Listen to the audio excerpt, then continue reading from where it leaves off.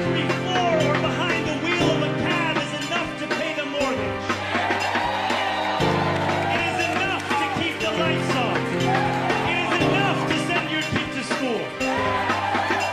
Where rent-stabilized apartments are actually stabilized. Where buses are fast and free. And it's where the mayor will use their power to reject Donald Trump's fascism. To stop mass ICE agents from deporting our neighbors. And to govern our city as a model for the Democratic Party. A party where we fight for working people with no apology. A life of dignity should not be reserved for a fortunate few. It should be one that city government guarantees for each and every New Yorker. If this campaign has demonstrated anything to the world, it is that our dreams can become reality.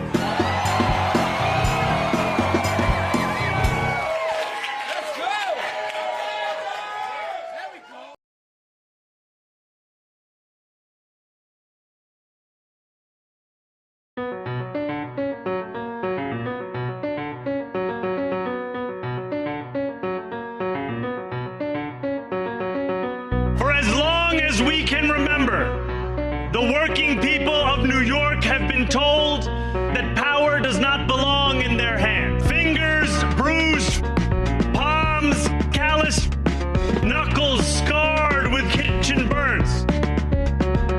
These are not hands that have been allowed to hold power. And yet, over the last 12 months, you have dared to reach for something greater. Tonight, against all odds, we have grasped it.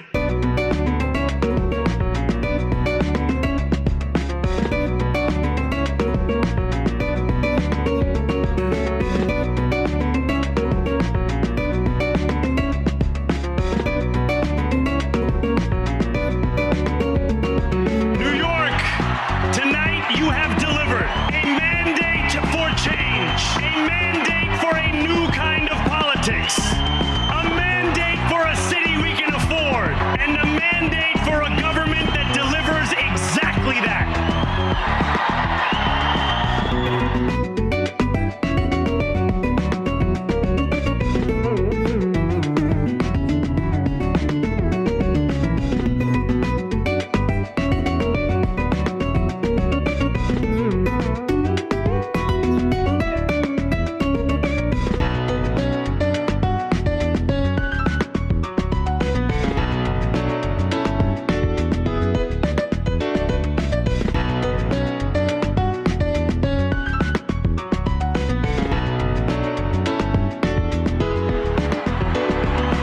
Thank you to those so often forgotten who made this movement their own. Yemeni bodega owners and Mexican abuelas, Senegalese taxi drivers and Uzbek nurses, Trinidadian line cooks and Ethiopian aunties. Yes, aunties. This campaign is about people like Wesley, people like the woman I met on the BX 33 years ago, people like the taxi driver I went on a 15-day hunger strike with outside of City Hall. My brother, we are in City Hall now.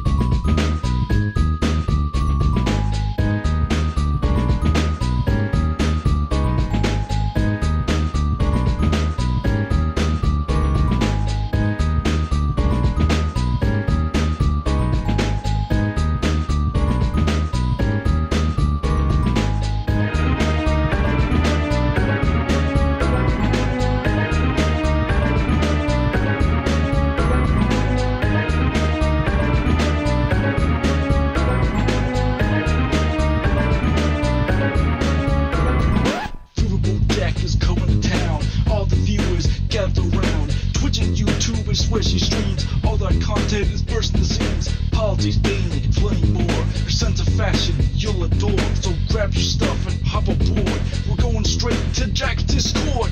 Viva Bojack, Viva Bojack, Viva Bojack, Viva Bojack, Viva Bojack, Viva Bojack, Viva Bojack, Viva Bojack. That's what I'm talking about. First time singing the songs for Viva Bojack. Shout out. I don't know what I'm doing really, but I got passion. And that's what it's about. It's all about passion.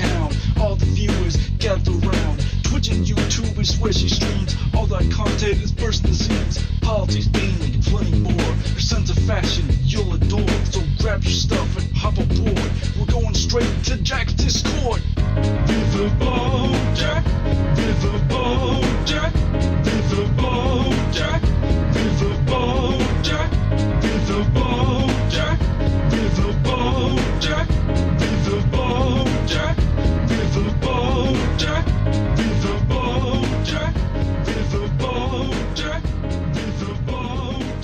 Viva Bojack, Viva Bojack, Viva Bojack, Viva Bojack,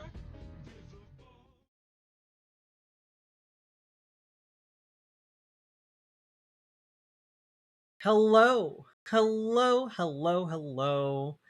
How we all doing today? Happy Monday, everybody.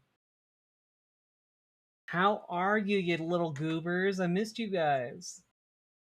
Hello, Jenny. Hello, Catalyst. Hello, Cute Dark Arts. Hello, Isaiah Bunny. Hello, Dice Mistress. Hello, Web Mage 101. Hello, Lordly Kenthrope 85. Hello, CMH006. Hello, Von 4008. Hello, Queenie. Hello, Lydia Wilderman. Hello, Banana Brains. Hello, Hex Zero. Hello, Megan Fox's giant boobs. Can we not live in interesting times for 5 minutes? Wouldn't that be nice? Wouldn't that just be the tits? That'd be great. Hope you having a good day. I am having a good day. I'm very exhausted, but I had a great day. Got a lot of shit done. And that's despite the fact that it was like 100 degrees here in Minnesota.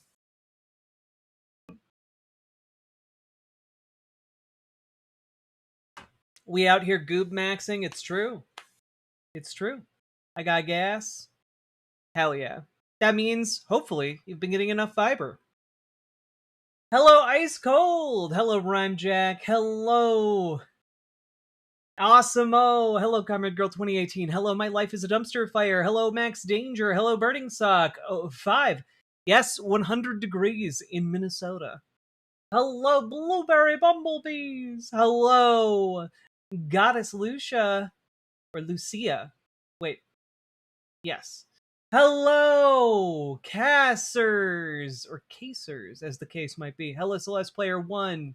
Hello, May Fanny Longlegs. I might need to actually switch my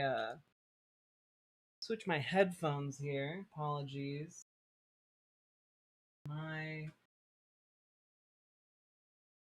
They are cutting out. So we're going old school. We're going with the old things.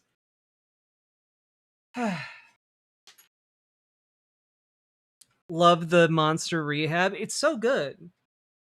Like genuinely, it's a great beverage. 25 calories. Love it. There we go. Hello, Chicky Puffs. Hello. How we doing, everybody? Hello, May Fanny Longlegs. Hello, Chillface. Hello, Punky Gal. Hello, Uncle Gumbald. Hello, Sweet Blasphemy. Hello, Sparrow in the Snow. It was too hot today in Minnesota, and yet it was one of the only days I had to get some shit done, and I got it done. Hello, Rundo. Hello, Zaron Joy. Hello. Rehab is great and no carbonation. I wish it was carbonated though, you know? Hello, French Audio. Hello. How we doing, folks? Hello, Salty Turtle Cupcake. Think this is the right orientation for the headphones. Alright. Lots of UN delegates walked out of BB's speech. Good. For all the good that it will do, you know? Hello, everybody. Also, just want to say at the top of the show, thank you to Salmon Moose, who subscribed with a tier 4 sub while we were offline. Thank you so goddamn much. It was added to the count for our next sub goal. And speaking of, if we get through enough content tonight, I think we might get to get to some Rudyard. Although it's much more likely that that will be tomorrow. Sadly, we have to spend a bunch of time going over some of the pertinent details of the day. Hello, Das Cougar. Hello, and also Metal Kitty Mom. Thank you for subscribing while we were offline. But Erica, thank you for being the first person to support stream today while online. Appreciate you. And folks, before we get too deep into this, have I tried Strawberry Lemonade Monster? Not yet. Haven't seen it. Hello, Tengetta. Hello, Big Earn. Alright, hello, Kermit Thorson. Hello, Zisu, Sultanfuss. Just curious, what year did you graduate? Graduate from...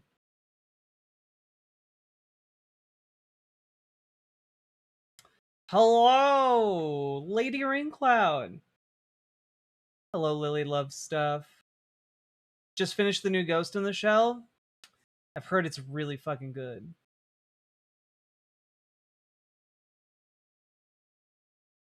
There's a new monster called Punk Punch. Nice. Oh, I think I graduated in 2000. I don't know. 2008, 2010. I don't know, somewhere in there. Coming up on my 20-year, like, where did time go? Yeah, makes fools of us all. And eventually makes mounds of us all. Alright. Yes, I can't wait to get to the Michigan debate. But we have to get through a lot before we get to that. So, folks, are you all ready to dive in to just the mountain of content we got? You're young, Jack? I'm young at heart.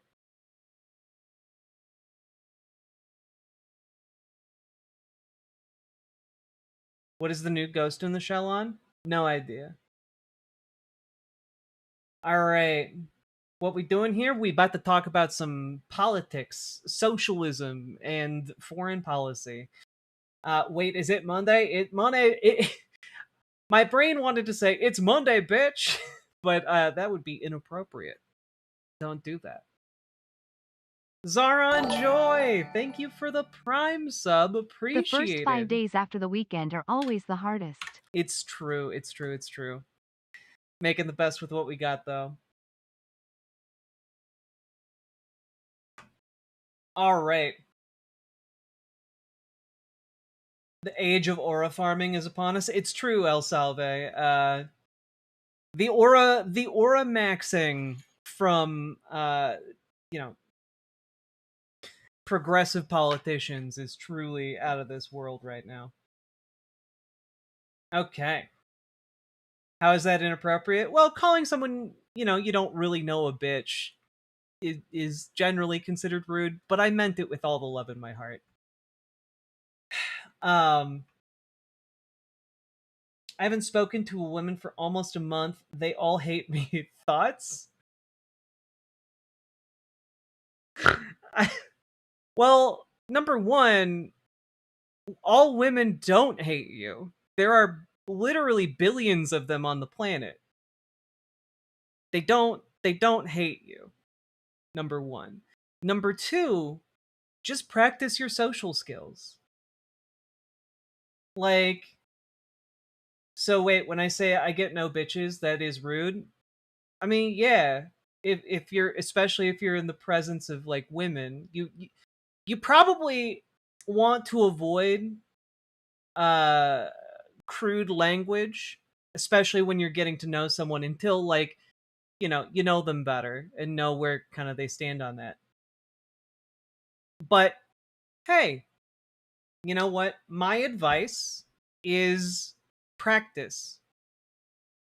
Practice and stop putting a world of import onto every social interaction, because I find that that is what really held me back from achieving my level of riz, which is that I would get in my head and think it was like literally the most important thing in the world, but like nobody else thinks of you as the main character. You are the main character. You are the main character to exactly one person, and that's you, right? So if your question is like, how do I get better with ladies? Like, go on more dates with ladies. Or if you aren't getting dates with ladies, talk to more people. Like, learn how to talk to people. And then you can learn how to ask them out. Step one is being like a good dude. Like, if you're a dude, be a good dude, you know? Don't be sexist to the ladies is also great advice. I'm not the main character in my life. I'm not even a side character. I'm just an NPC in my own life. Yeah, but like that's a mindset, right? Because one thing is that you are the main character of your life, right? The issue that a lot of people run into who have main character syndrome is that they fail to recognize that they aren't the main character in other people's lives, right? So when you're like, "Oh man, oh everyone's judging me, everyone hates me," like that is actually you treating yourself as if you are the main character, and like nobody gives a shit, right? Like nobody gives a shit. That's one of the best parts. That's one of the best parts of getting over main character syndrome, which is just realizing the only person who gives a shit and is agonizing over these social interactions is you. And when you actually like grow beyond that, like, and realize everyone is faking it, everyone is just doing the best they can, like, it gets a lot better, you know? So like, if you're worried about, not going on dates, like focus on getting good at small talk. Not with like someone that you have attached a great deal of stake to, you know, but in low stakes situations, like with the guy you wait for the bus with when you're on your way to work, or the person who's bagging your groceries, or insert whatever kind of person you kind of routinely run into. It could be, for example, the cashier at a local gas station. It doesn't have to be like someone you want to be best friends with, but you got to get better at small talk, right? So like it's just practice. It's like any other skill, it's just practice.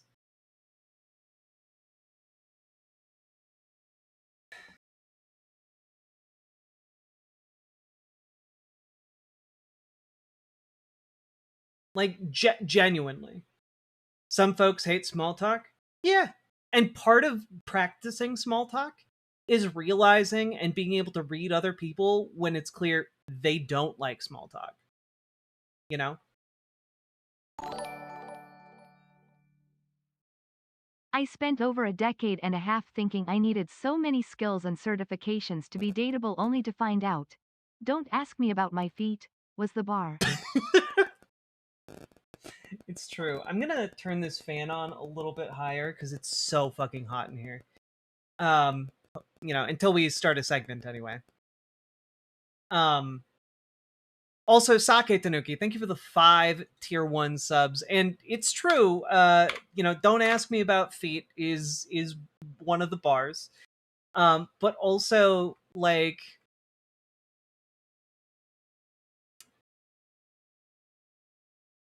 genuinely, it's just being just being a good dude.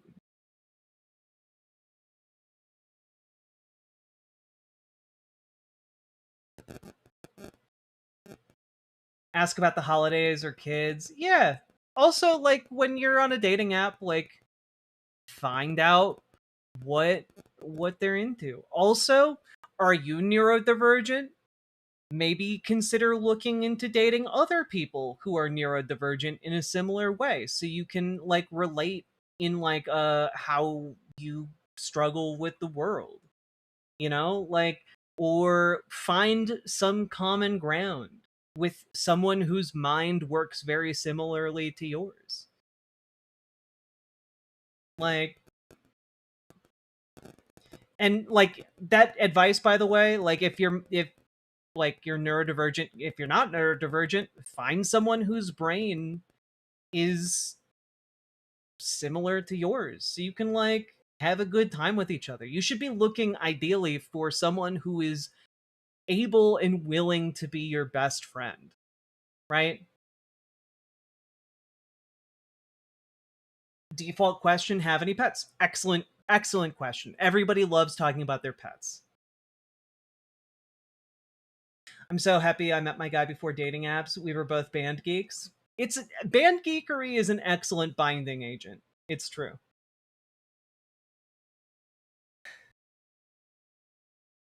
A stranger is just a friend you haven't met yet. True. Also, another strategy if you're having trouble is imagine the coolest guy you know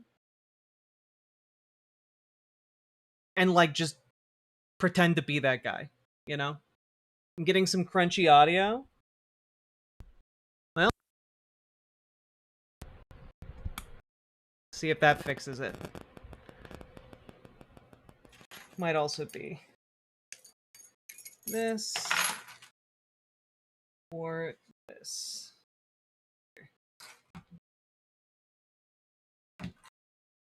Audio sounds fine to me. All right. It might also just be, like, me fiddling with stuff on my desk. And I also turned up my fan. Could be that too.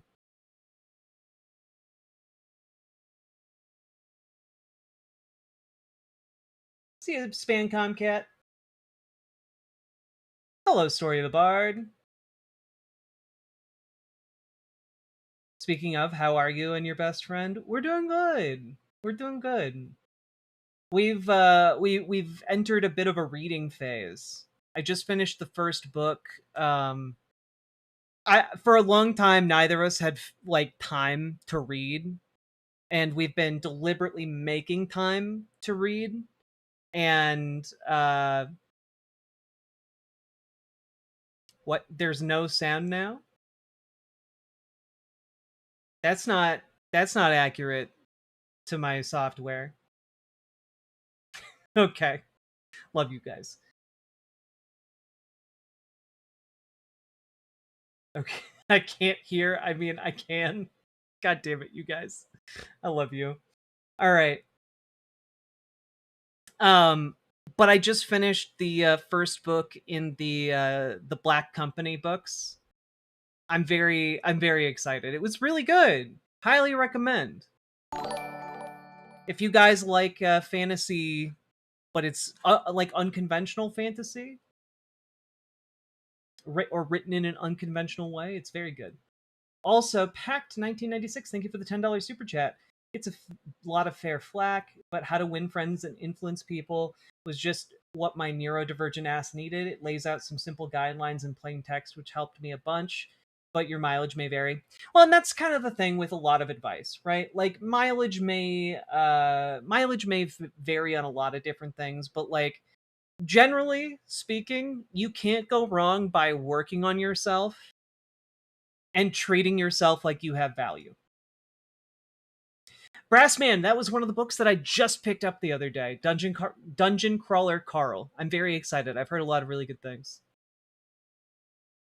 I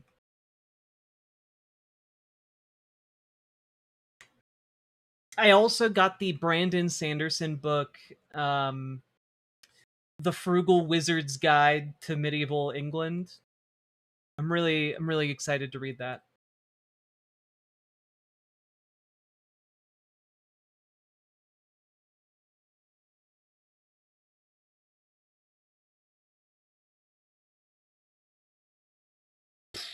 Thought you were gain maxing? Been working out. I think you can tell. All right. But yeah, treat yourself like you have value. Invest time in bettering yourself, whether it's like reading and expanding your mind or like going to classes, learning skills, like that you can really never go wrong with that. May give book recommendation always. Yeah, The Frugal Wizard's Guide to Medieval England has just a really fun name and a really fun premise.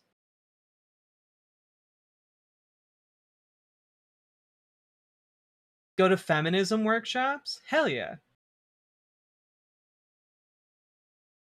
I've never been to any convention, furry or otherwise. Go to a gaming convention. Like seriously, it's fun. People dress up. Like it's a great opportunity to like flex your social skills.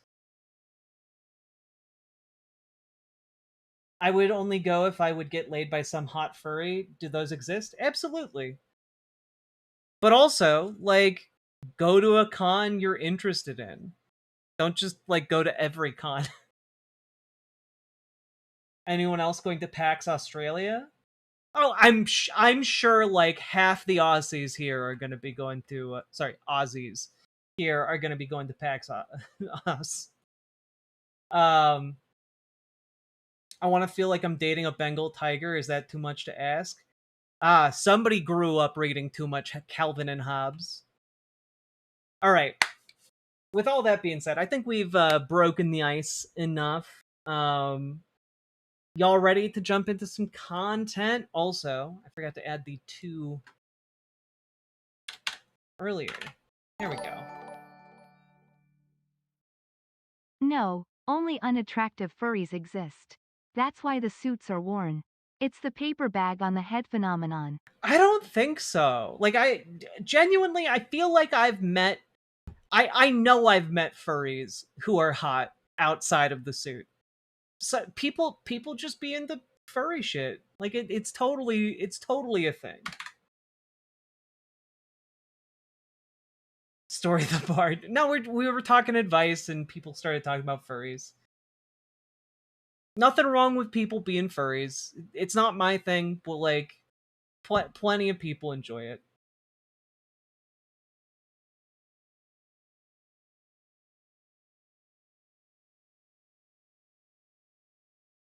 Content. You're right. Let's get to content. I'm sorry, White Thumbs. We got to get to content. You're right.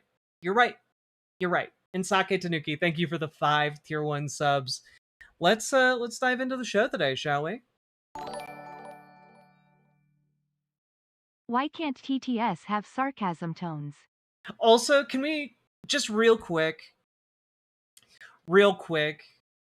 Sake Tanuki, thank you for the correction. Thank you for the 5 tier 1 subs. I'm pretty sure we can all agree that Sonic Fox has like maybe the highest Riz level of any public facing furry, right? Like that's not controversial, right? Like I'm pretty sure everyone agrees on that.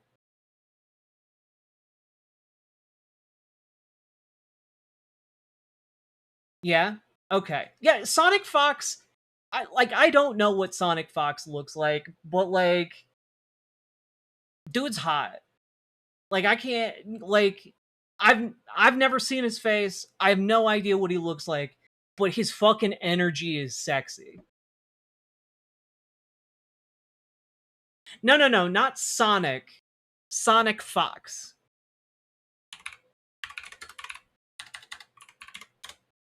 The pro sports player.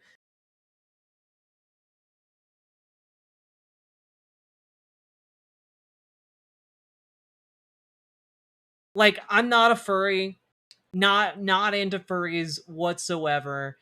This guy just gives BDE, you know? He wrecks people in esports while wearing a fursuit. It's crazy. What's your taste in men like?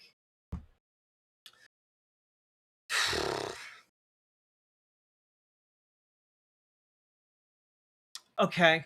I don't know if I want to answer that question. I don't know if I want to answer that question because I feel like you guys are going to roast me.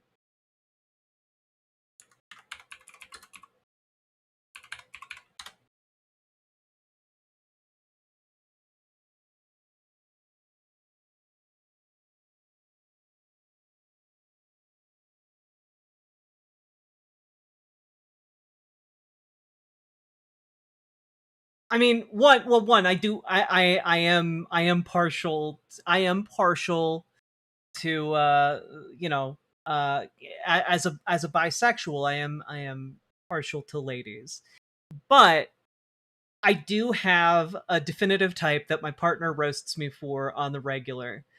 Um, and it is it's Rahul Kohli. All right, like that man is fine as hell.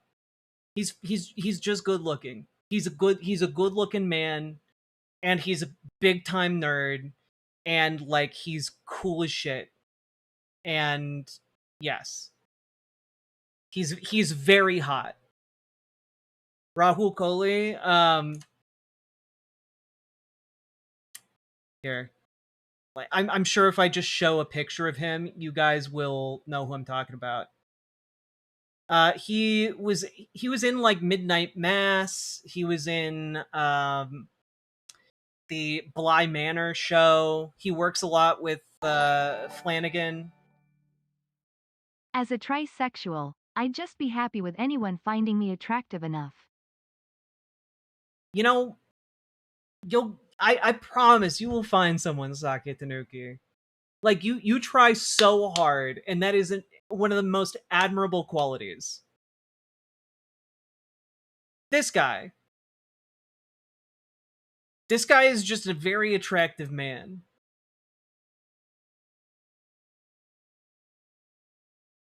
Nailed it, Solazar. He's he's he's very hot. Is it the beard? No, because I've seen him in a mustache.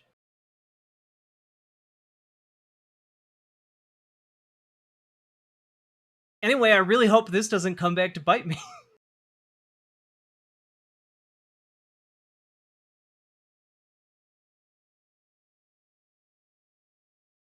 He was this guy in The Haunting of Bly Manor.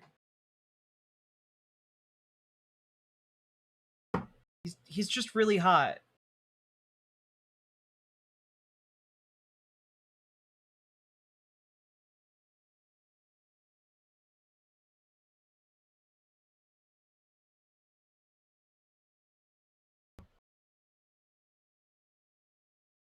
My partner ribs me and says that my type when it comes to men is like Middle Eastern dads. And like that's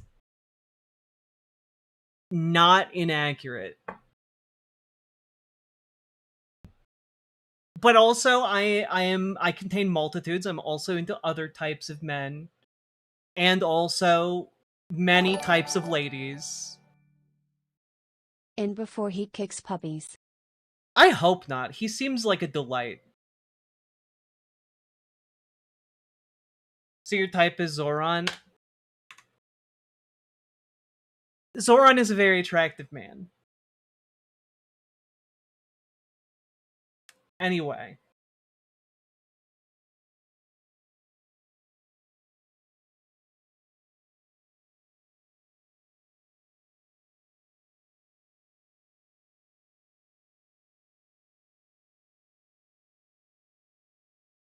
Okay. Let's jump into the show. You're blushing because I'm a little embarrassed. I feel like I've revealed a weakness.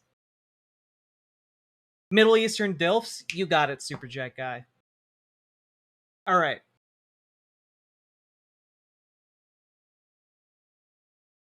You guys ready to jump into this shit? What is this? Where are my pants? Honey, where are my pants? This is what I get for not cleaning out tabs between between these things. All right. Before we get too deep into the show, I do come bearing gifts. Zoran Mommy Dami. Indeed, Sake Tanuki. God, they all no Republican can say Zoran Mamdani's name right. Not a single goddamn one. I heard trombone. I love how conditioned you guys are. Anyway, just as an FYI, Dino Blade is out now, and it's cool as shit. And maybe consider playing it.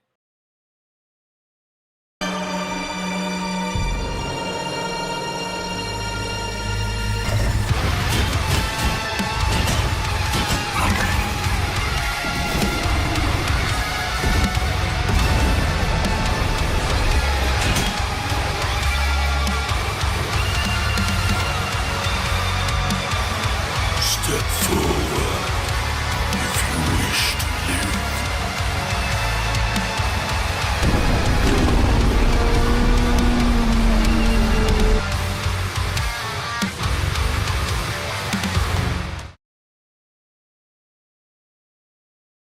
How did I not know about this?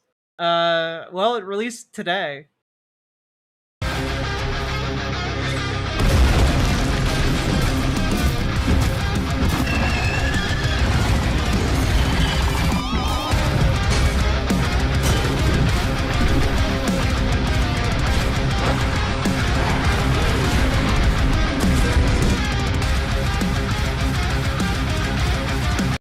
Yeah, so it's heavy metal dinosaur fighting Dark Souls. There you go. That's it. That's the pitch. That's the pitch.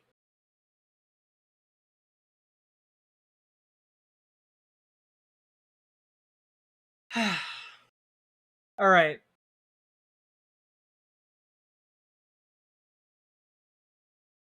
That game is my ideal gender. It's all genders. It's true.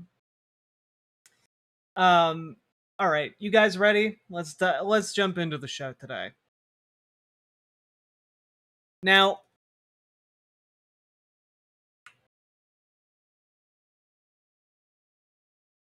folks, we have an update from Senator Mitch McConnell's staff. And that's that he is not going to be able to attend the Fancy Farm Gala, an annual event at Fancy Farm. And of course, that is heartbreaking. But apparently, he is on doctor's orders to not go back to the Senate. He can't do any work whatsoever. Doctor's orders. Because he needs extensive rehabilitation. And that's why we haven't seen him. But that's okay, because all of this was delivered to us by a staffer from his office. And it came alongside this image. See, guys? He's fine! Look at him! Grimacing in pain. Now, this is obviously interesting development. Because again, behind the scenes, it's rumored that Andy Beshear, the governor of Kentucky, is moving to try and replace Mitch McConnell if he cannot do the job he was elected to do. And he has until, I believe, August 3rd to potentially remove Mitch McConnell if he is deemed unfit to serve, and put someone in that Senate seat. Obviously, Republicans absolutely positively do not want this, because it would mean a Democrat would get named to that seat. And that's what makes it all the more weird that we aren't getting some kind of video proof of life from Mitch McConnell. Because the entire time, Andy Beshear has been pretty straightforward. If this man is incapable of even walking to a podium or even rolling out to a podium and talking with the press for a couple minutes, he cannot be a senator. And That's rough to hear from the orifice of Mitch McConnell. it's true. To be fair, anything coming from the orifice of Mitch McConnell is pretty rough. Yeah, he needs to resign. I mean, the question is he capable of even resigning? And just as one additional wrinkle to all of this, I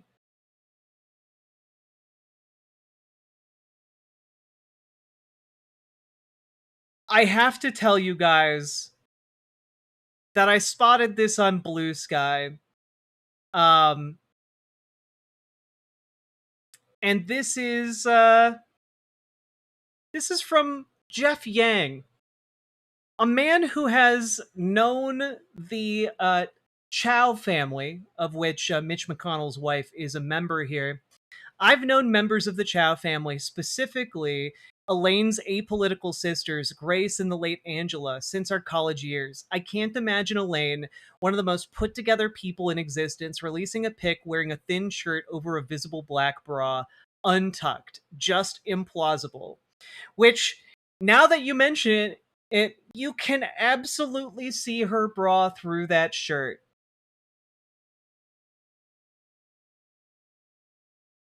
And additionally, we got a hard-hitting observation from friend of the family here. Most implausible aspect of the image, Elaine is depicted wearing a $12 Chico's shirt. Holy crap, she would rather die. Which makes sense, because Elaine Chow is from a very wealthy family.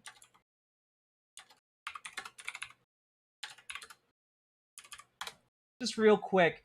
Yeah, her net worth is anywhere between $30 million to $60 million on her own. So the question kind of becomes, is this real? Is this photo real? And I gotta bet it's not even IO. Look, if you are wearing an Imogen Olivia bralette, it's okay to show that thing off a little bit. It's okay to wear a thinner shirt to show it off because it looks good. But I gotta be honest, I don't know if Mitch McConnell is dead or what the hell is going on. But it is incredibly, incredibly weird for them to not release any kind of video of him speaking, and for them to be using proxies to release these images. And it's also very weird that someone who is ostensibly one of the most put together women on the planet who is also filthy rich would be in a photograph here wearing a very thin shirt. And guys, I got to know what his skincare routine is. That forehead is smooth. His skin is looking plump. Is he using Jesus. volufiline? Liposomal glutathione? Drop the routine. I mean, it's got to be volufiline, right? There's no way Mitch would chow down on that bra.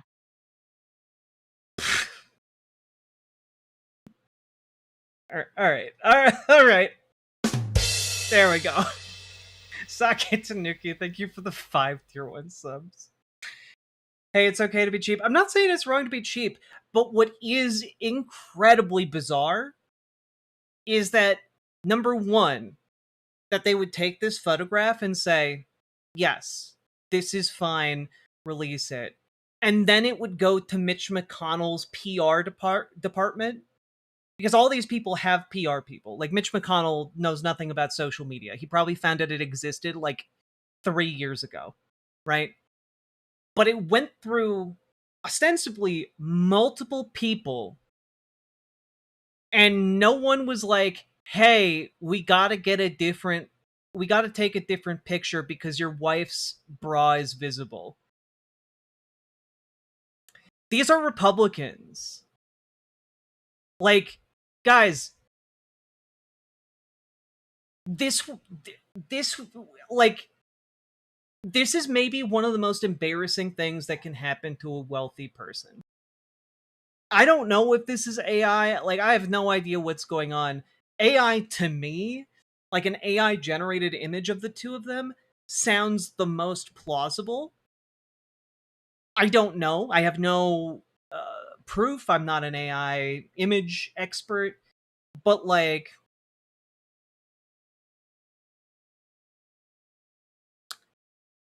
this is deeply strange. And I guess that's all I got here. Like, the fact that no one seems to be like, okay, let's go and, like, investigate whether or not Mitch McConnell is alive, that's strange. But the other part of this, and that what gets to me, is that even if it is AI, which I could see maybe a poor beleaguered staffer who has no idea what to do, like, generates an image and just posts it without thinking about it too hard.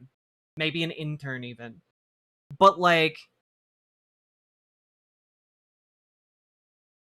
that's the most believable sequence of events to me.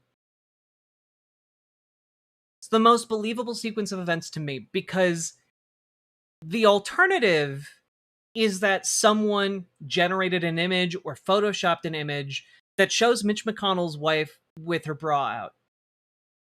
And that seems really weird to me. It seems really weird to me, even weirder to me, if, like, someone takes a picture in the moment and they don't catch it, and then it goes to someone whose job it is to manage social media and they don't catch it either.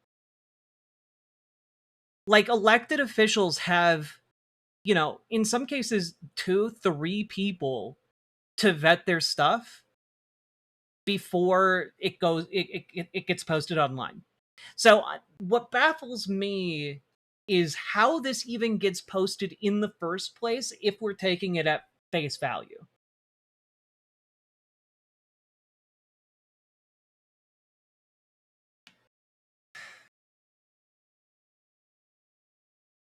It's all very, very strange.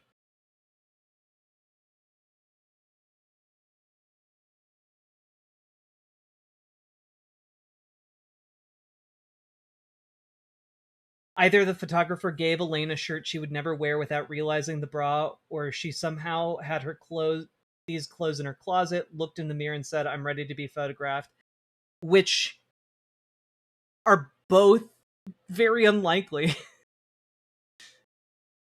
I don't know, guys. All I'm saying is this is all really weird. It could all be cleared up in, like, a 15-second long post of Mitch McConnell going, "I'm all right.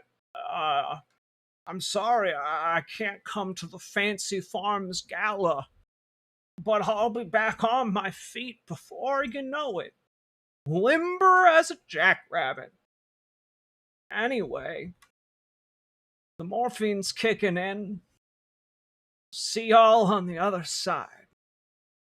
And I'm just kind of like, even if he did that, like, people would be like, oh, okay, he's alive. He's gonna come back, all that jazz. They're not doing that. And the question has to be asked over and over again, why not? You're an elected member of Congress. If he can call a phone, he can record a vid. Exactly. If they can pose him for a photograph, he can talk for 5 seconds. Right? And that's the thing, right? You can pose him, right? So why not have him speak?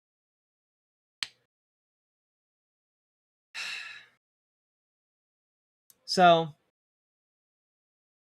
I don't know. That's it.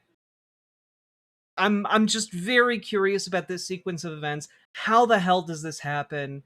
And furthermore, I don't think that this is dissuading Andy Bashir from possibly removing Mitch McConnell from his post and appointing someone in his place. Only answer is he's not capable of speech. That's kind of where I'm at, right? Like, he's clearly incapable of speech if this is where they're at over a month in. So, anyway, some food for thought about the whole Mitch McConnell situation. If you got anything out of that, hit the like button, hit the subscribe button, leave a comment. Let me know what you think. Hashtag is Mitch dead?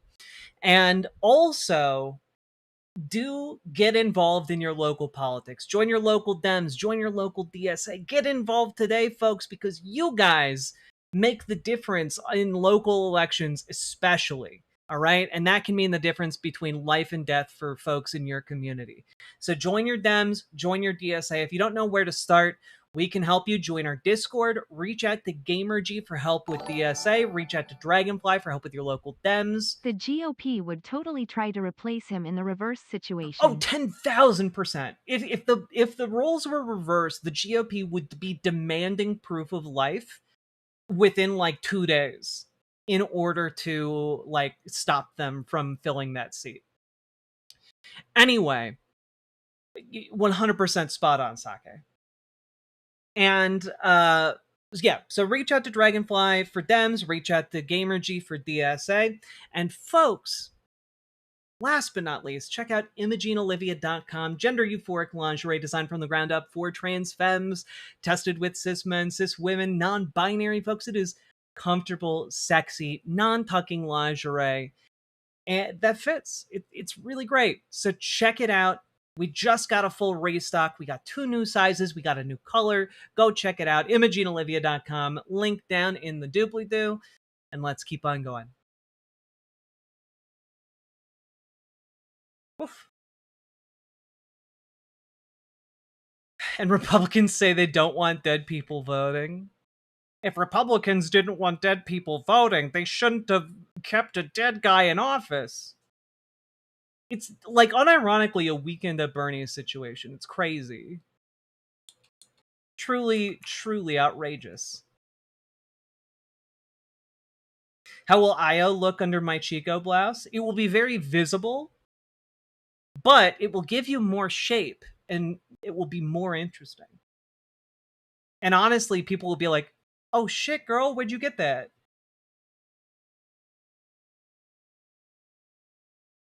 You haven't taken into account that he tested positive for depression. And which we all know means that you get to indefinitely skedaddle from Congress. It's true.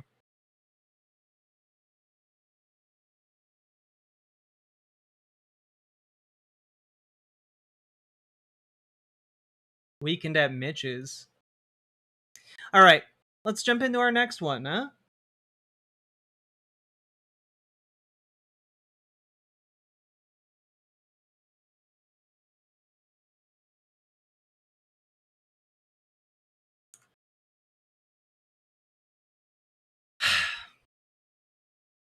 let's do this.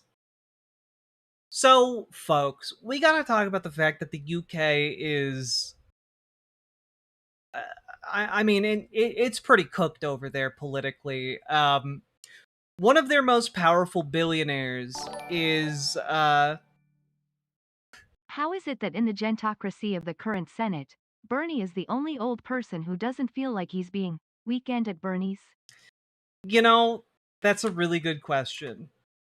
Honestly, it's the fact that Bernie is spry for his age and like is forceful about what he believes, unlike literally every other, elderly member of Congress.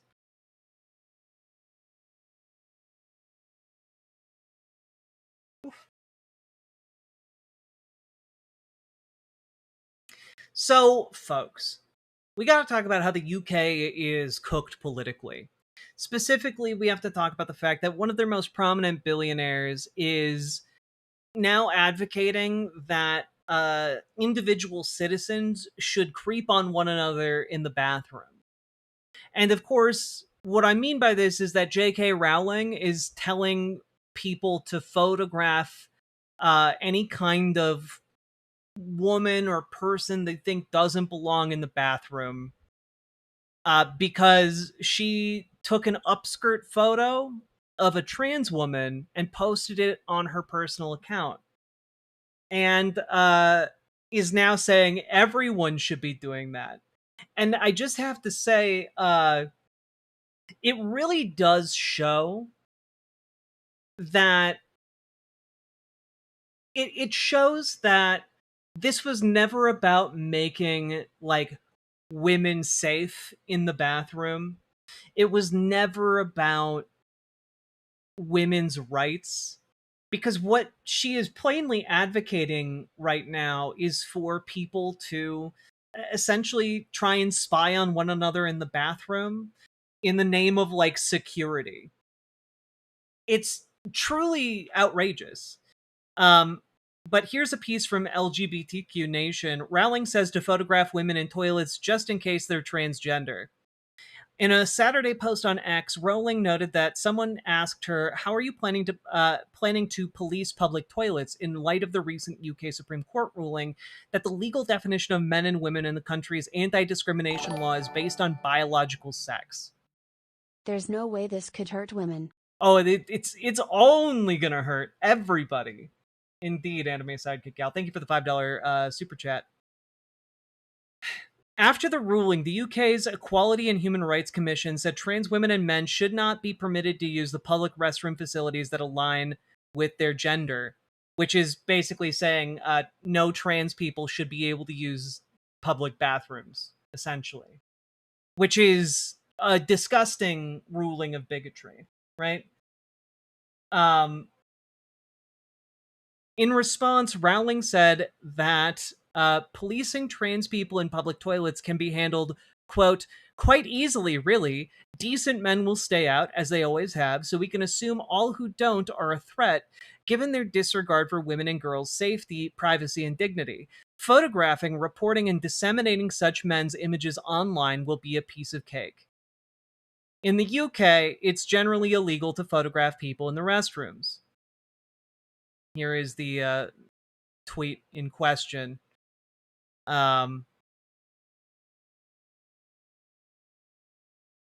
Like, I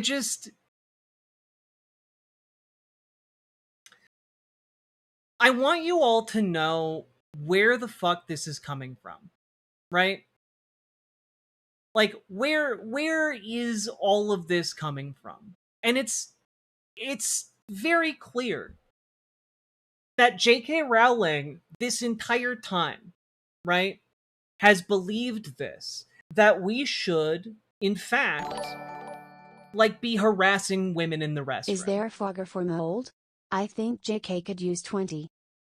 And to be clear what I'm talking about here, she recently posted the upskirt photo.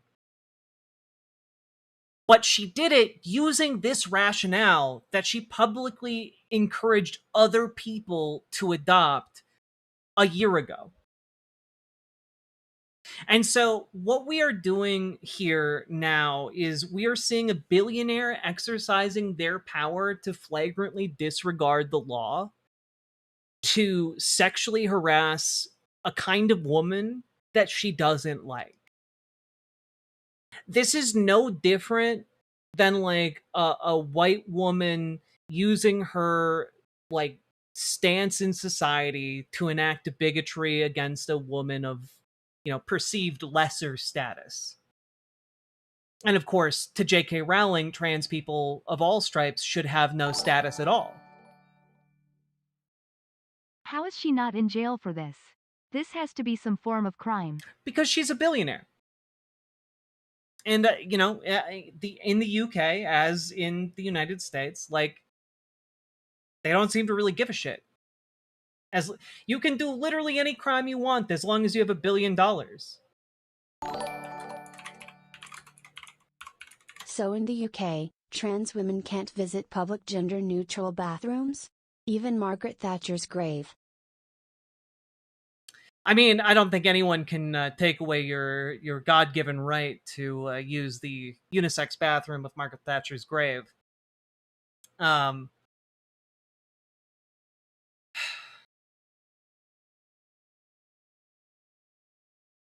Like, it's gross.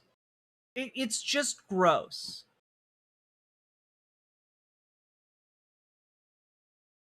And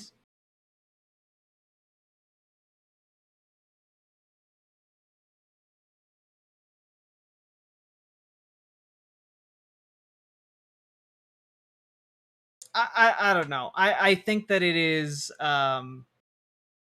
it's pretty grotesque.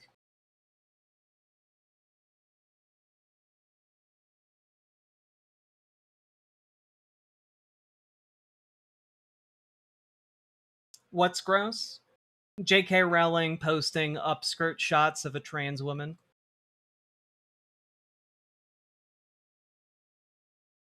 Two justice systems.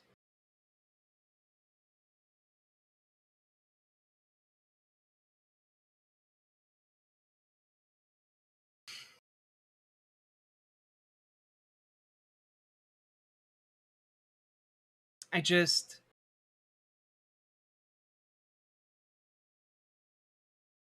posted them also. Yeah, she posted the picture. Why are trans always bagging on J.K. Rowling? I don't know. Maybe because she said no trans people should be able to use bathrooms and should be harassed if they are seen using a bathroom. You know? Like, it. Oh man, why are people giving her a hard time? I don't know, man. How would you feel if some asshole billionaire was telling you couldn't use any bathrooms in public? I'm sure that'd go over great with you guys.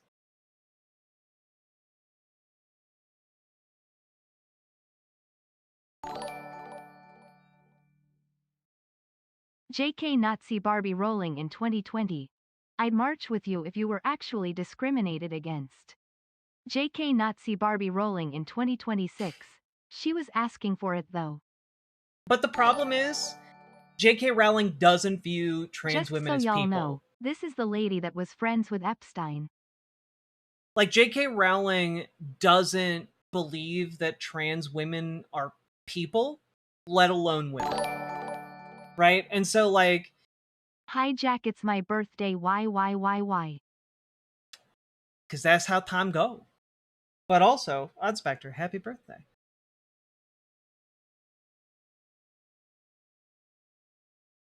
God.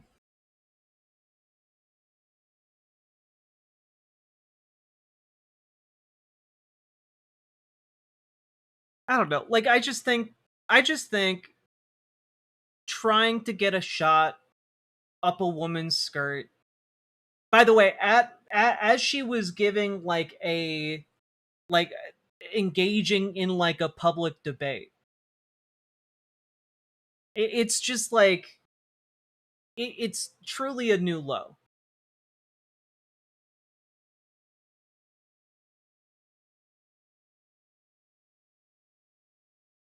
Didn't the Tates get arrested for photos? I mean, the Tates got arrested for like 27 different crimes.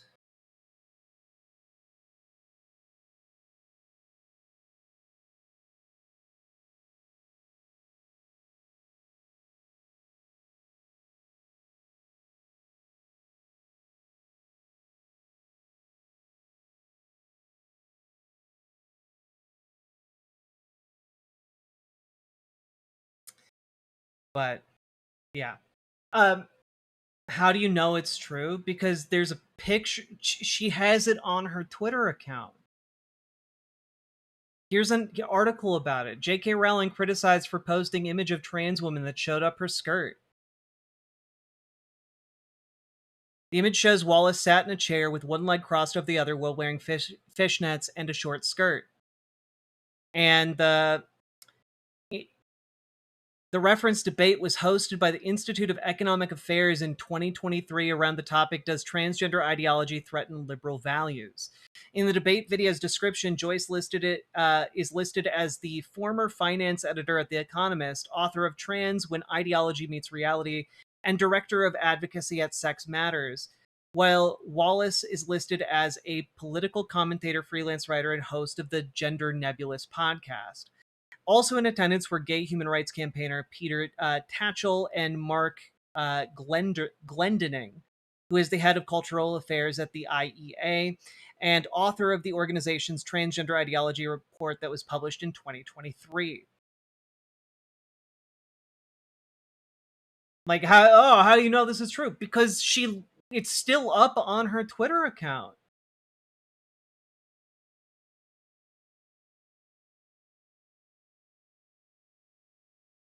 Like,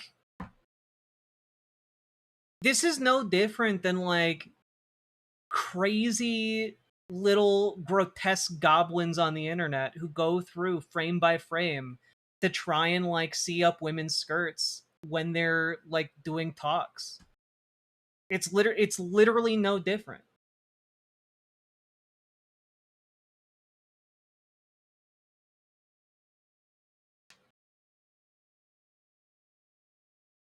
Like it is grotesque, at the very least grotesque harassment.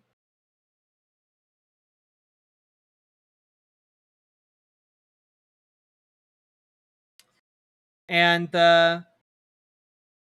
yeah, of course transphobes think she did nothing wrong because, again, to transphobes, trans women aren't people. You know, they're things. It's why you'll see many people coming into my comments during my live show to like call me all kinds of different names or slurs, and it's because they don't view us as people. They just view us as punching bags, acceptable targets for violence and bigotry.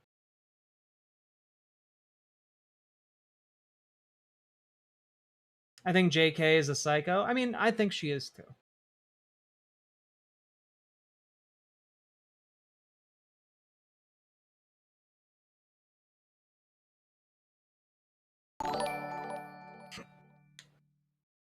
The transphobia was the foes we made along the way.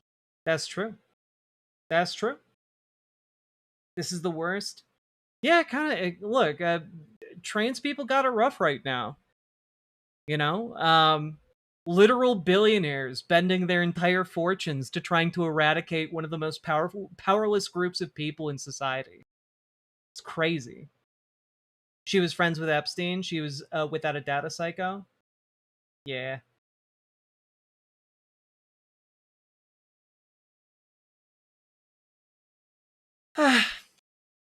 Anyway, just thought you should be aware. Like,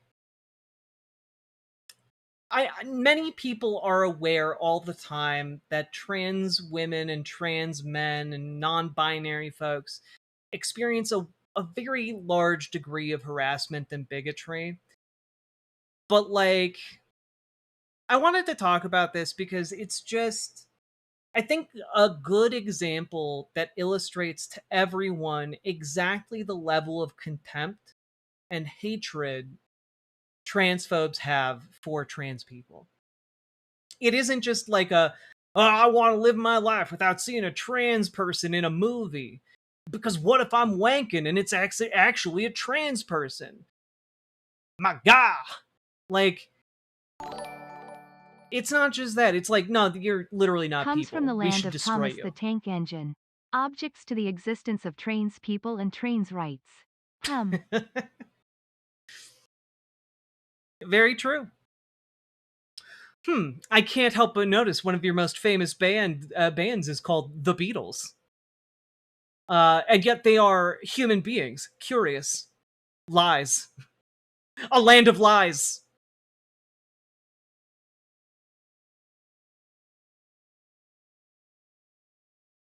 Anyway, if you got anything out of this, hit the like button, hit the subscribe button, leave a comment, and folks, you got to get organized to keep your community safe. Join your local Dems, join your local DSA, and if you need help getting started, join our Discord, reach out to GamerG for help with DSA, reach out to Dragonfly for help joining your local Dems, and let's make the world a better place together. How about that? We could, instead of bad things happening, we could help make good things happen instead. And all that being said, check out ImogeneOlivia.com, gender euphoric lingerie designed from the ground up for trans femmes, tested with cis men, cis women, non binary folks, trans men. It is comfortable, sexy lingerie that fits. And it's non tucking. Go check it out, ImogeneOlivia.com. We just got a full restock, 2 new sizes, 1 new color. Go check it out, ImogeneOlivia.com. Link down in the doobly doo. Let's keep on going. And fuck J.K. Rowling.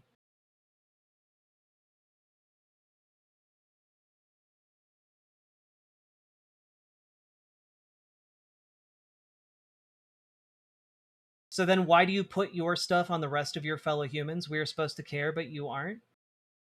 What? Like, I don't put my stuff on you. Like, I don't seek out your content or where you work to harass you. People seek out my content and where I work to harass me. That's the difference. You see it as me putting my stuff on you. You're putting your stuff on me. You guys come to me to be hateful. I don't seek you out. Except when I'm hosting the Transatlantic Call-In Show, which is a show where people like you can call in to debate different issues related to transness and trans people. It happens every Thursday at 2 p.m. Central Time, and I'm on usually about every other week. So y'all should call into that show because we can use folks like you to answer questions that a lot of people have.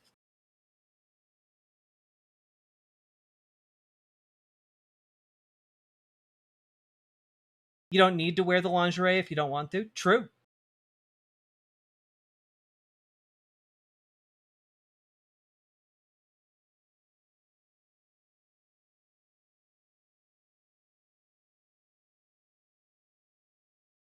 Harry Potter's good writing. You don't mean that. You're just angry. No, Harry Potter's bad writing. J.K. Rowling wrote an entire group of people in her novel to just love being enslaved. All all of the arguments that were made for American slavery are made for house elf slavery. And like the one house elf that gets freed against his will is depicted as a drunk. Like it's genuinely terrible writing.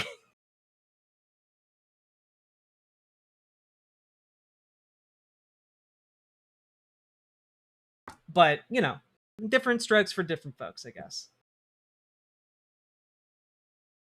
And you wonder why she pounces back. I'm critiquing her work. She's critiquing my and actively campaigning against my ability to exist. They are not the same things. Like, I can hate her book and still think that women like her should be able to exist free in society. She does not feel the same way about women like me. These are not comparable. This is like saying oh, well, if black people didn't want to be enslaved, they shouldn't have critiqued, I don't know, Walt Whitman's book, poetry. Like, that's crazy. You mean Real Women? Yeah, it's a conversation about real women. It's true. Read other authors. True. True.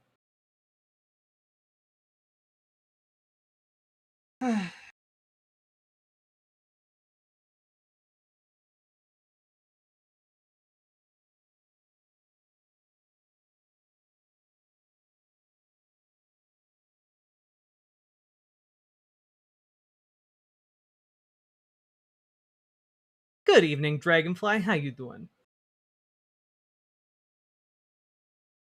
You mean Kingsley Shacklebolt wasn't good black representation? Nah. Excuse me. All right.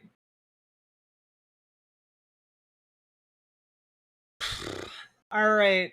So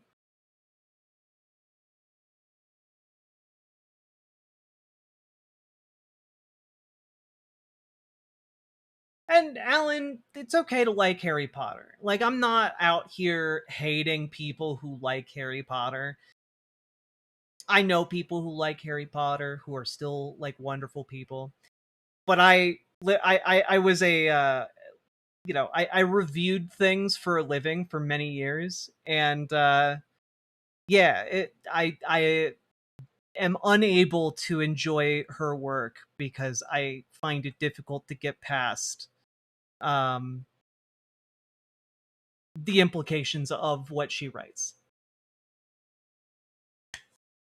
But that being said, you are free to enjoy it nonetheless. Um, all that being said, folks, we've been going for about an hour and a half now. If you've been enjoying the show, hit that like button, hit that subscribe button, and do consider dropping those subs, donos, memberships, super chats, etc. because you guys make this show possible. I literally couldn't do it without your financial support. So thank you very, very much for supporting the show to anyone who has done that today. And remember, of course, hit the goddamn button.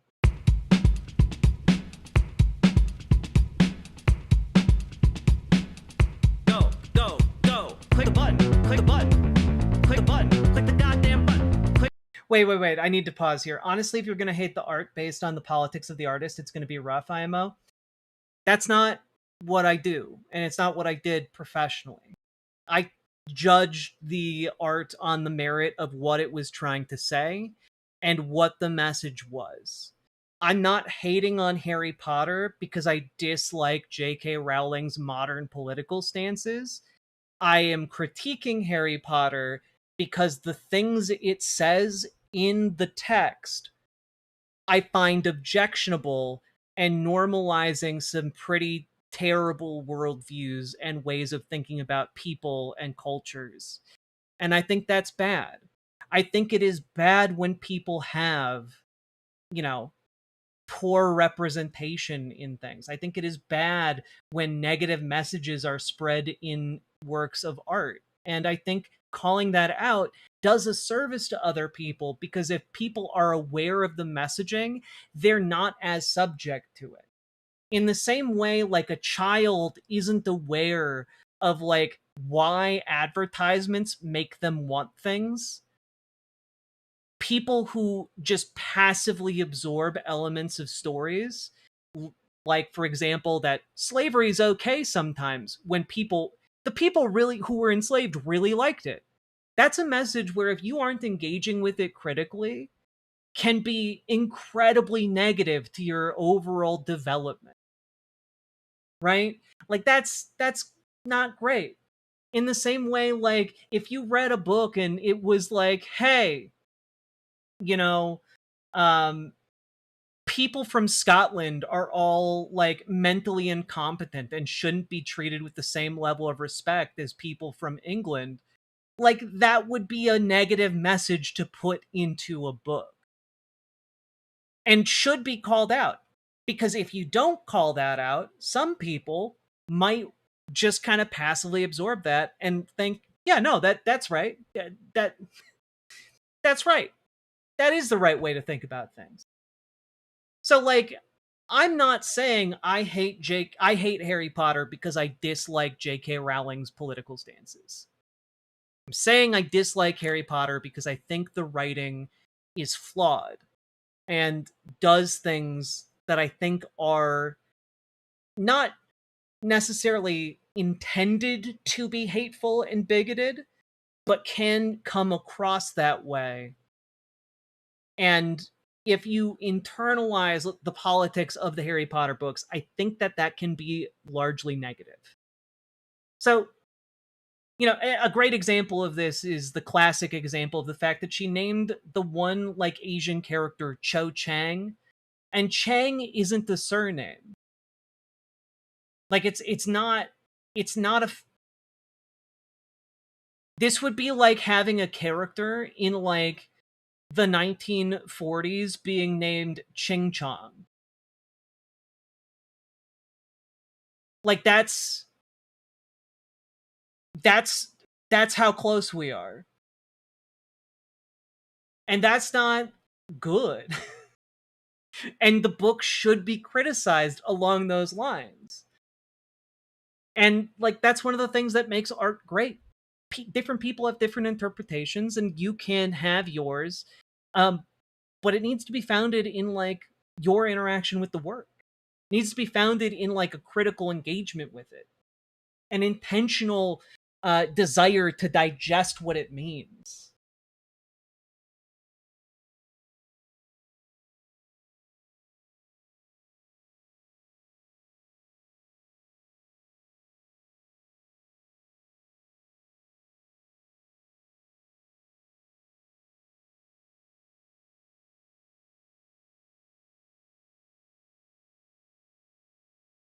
It's like having a character named John Steve because the author didn't bother to understand English names.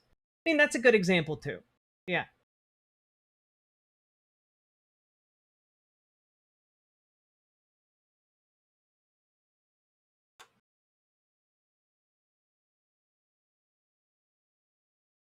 How about Dumbledore? Is there anything wrong with him? Please say no. I mean, the criticism for Dumbledore, you know, I don't have a broad knowledge of Harry Potter by any means, but the criticism of Dumbledore would be um, like saying, oh, by the way, he's gay, you know, years after the books came out.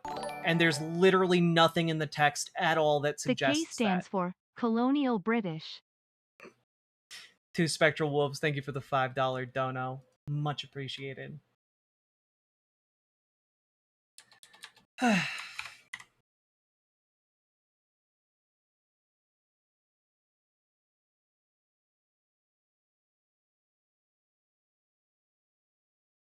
Am I speaking to the void? No, I'm just fucking busy, man. We're just like, there's a lot going on. What's the answer when barely getting by has you super burnt out? Just buck up and push through the exhaustion? No, it's carving out time to like unburn out. And what that is going to look like is going to be different from for each and every person, but it might look like having to optimize the amount of time you do have around the knowledge that you are getting burned out in an effort to like preserve yourself. For example, it might mean instead of staying up super late playing video games, you need to go to bed early. Or it might look like you might need to wake up a little bit early to like do some exercise, to do the things that like help your mind unwind and like relax and process that stress.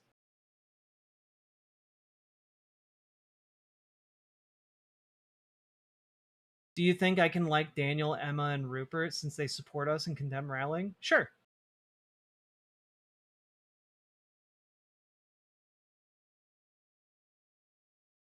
Does that include staying up super late to watch my fave friendo streamer? It might mean that you gotta go to bed to take care of yourself, you know? Um, and for some people, it might be the opposite. You might need to stay up late and play video games in order to like unwind.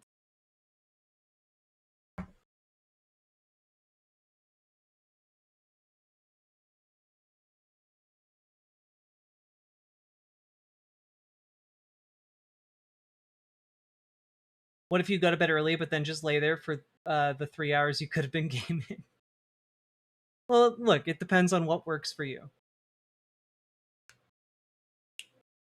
Specifically working this around DSA involvement, I mean, well, it might mean that you like your capacity, everyone's capacity is going to be different. Some people have a higher capacity to be on hand for DSA than other people, you know? And so recognizing like if what you can do is pay dues but you can't make it to the meeting, pay your dues. You know, it means doing your best, but not if it means like immolating yourself, you know? No one needs you to burn for the cause. So don't put that on yourself. You know?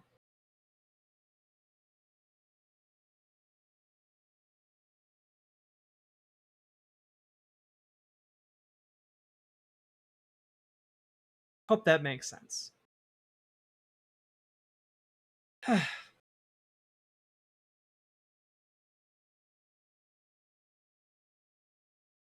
All right. You guys ready to jump into our next segment? It's a doozy. Also, trigger warning for sexual assault.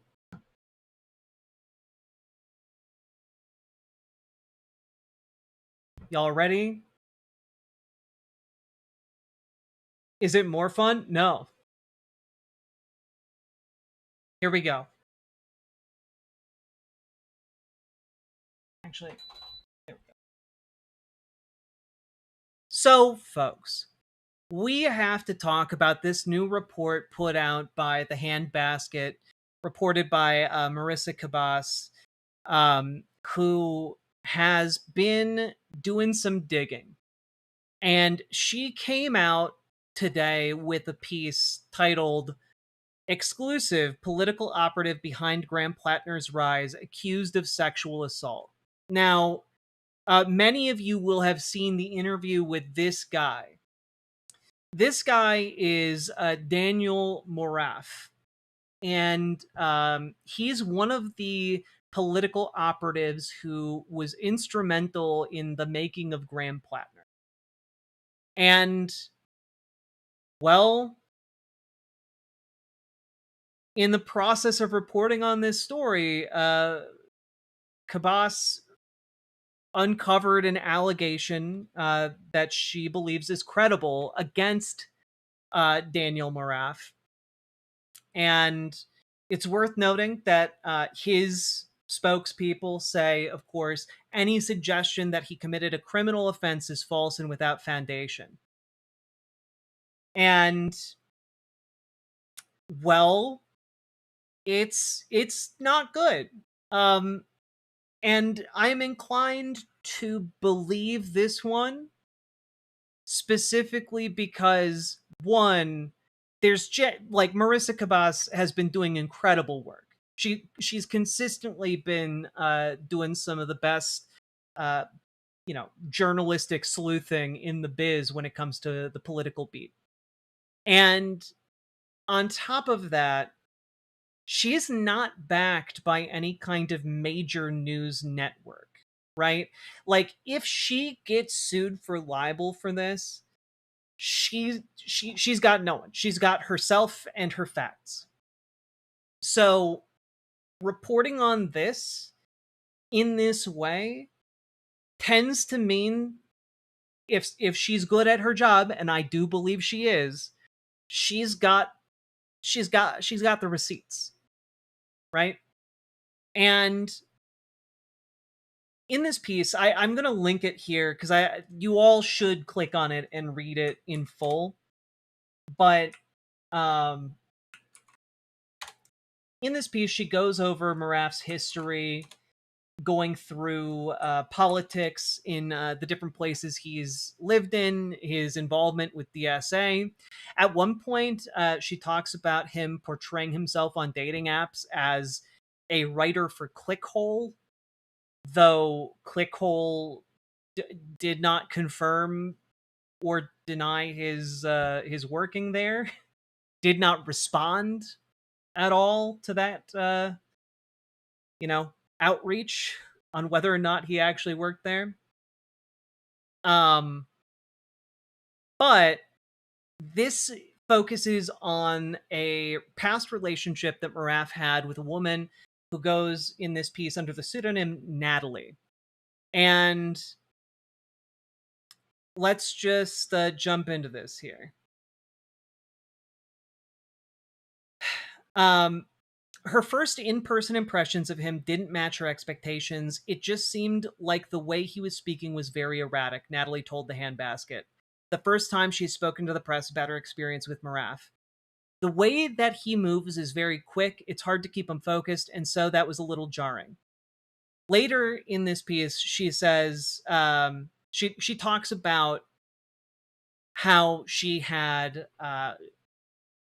negative experiences with him.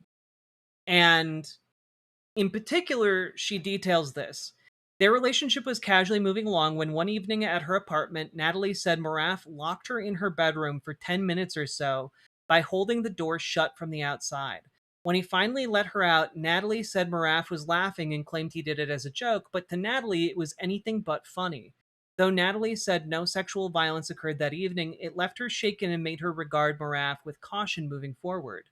Natalie confirmed she was the partner the Pittsburgh DSA member had anonymously referenced about being locked in a room.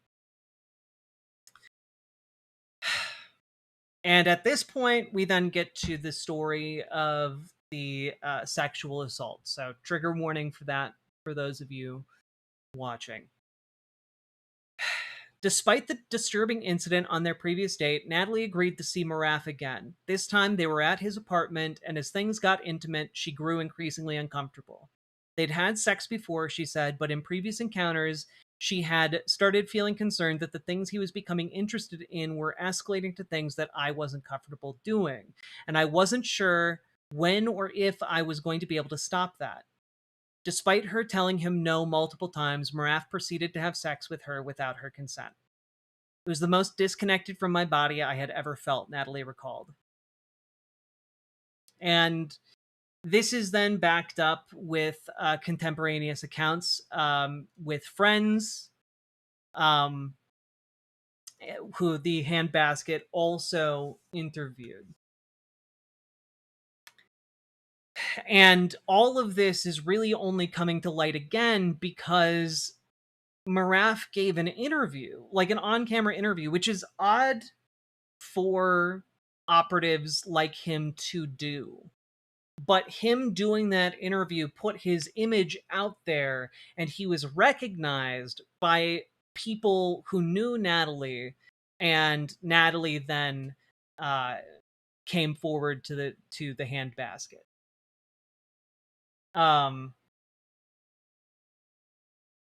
It's disturbing for sure. And it's one of the reasons why I do want to say, as somebody who has made it a part of my political existence here, doing what I do want to make something clear about when you get involved in politics. If you get involved in your local Dems or your local DSA, a big part of that is meeting other people and building community. And of course, one of the ways that like can form is also into romantic relationships.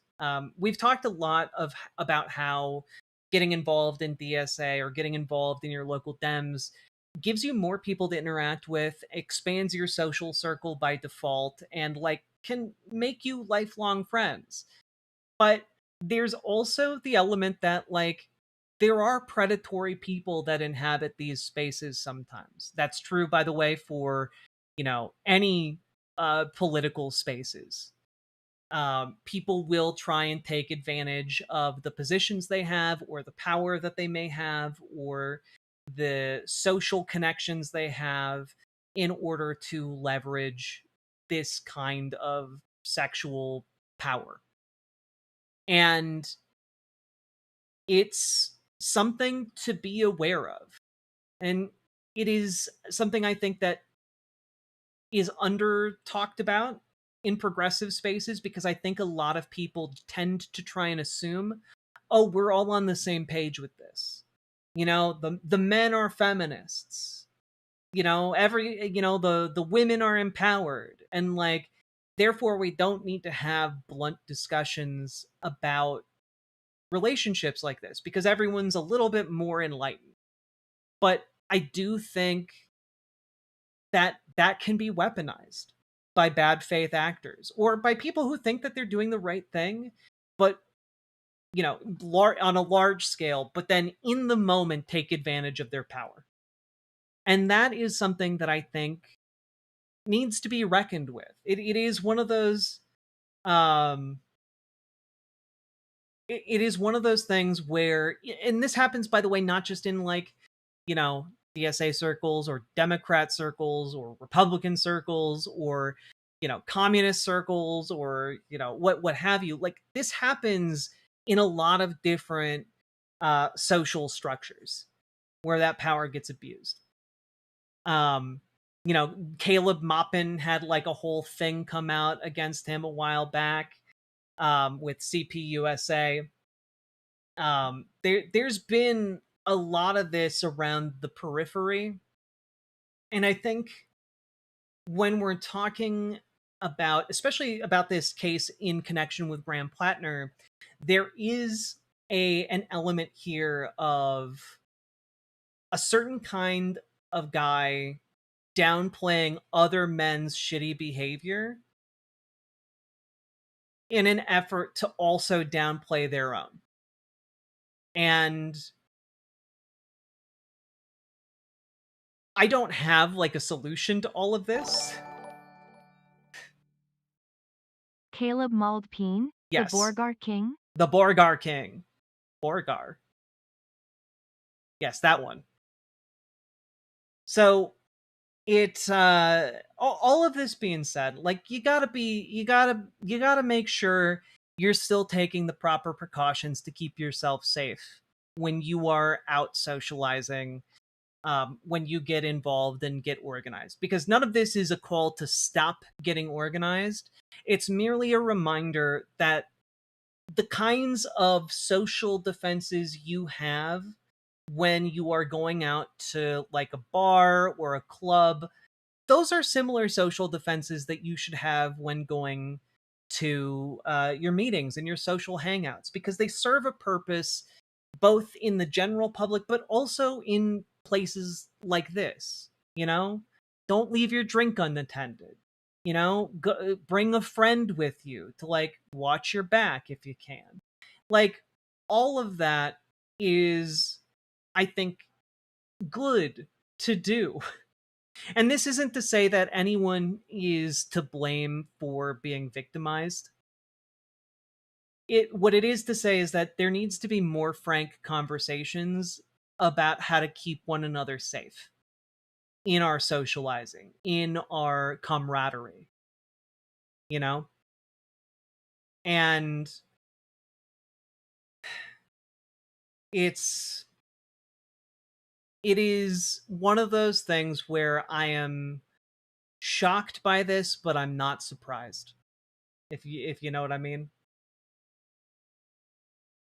It's one of the reasons why I think like the Me Too movement should have never fizzled out. It's because having conversations about sexual violence, about consent, those are always incredibly important. And they're no less important when you are organizing politically.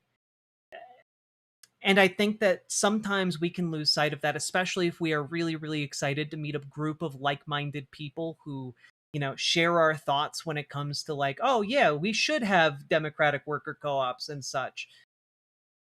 It can be really easy to slip into thinking, oh, none of these people would ever take advantage of an unjust power structure.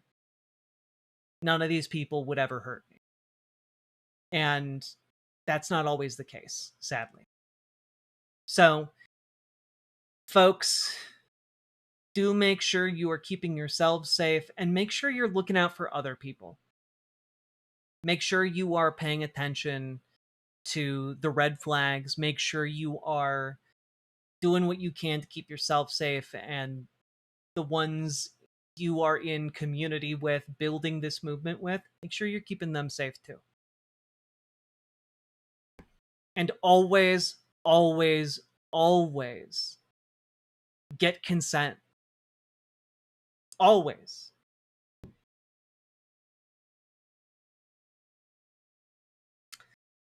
So, all that being said, folks, I do think people should read this entire thing. I'm going to link it again. There's a whole lot more in there. But it is unsurprising, I suppose, that one of the political operatives behind Graham Plattner has a credible sexual assault allegation against him. And credit to Marissa Kabas for getting wind of this and having the bravery to publish it and the skills to back up her reporting. All that being said, folks, if you got anything out of this, hit the like button, hit the subscribe button, leave a comment. Let me know what you think down in the comments.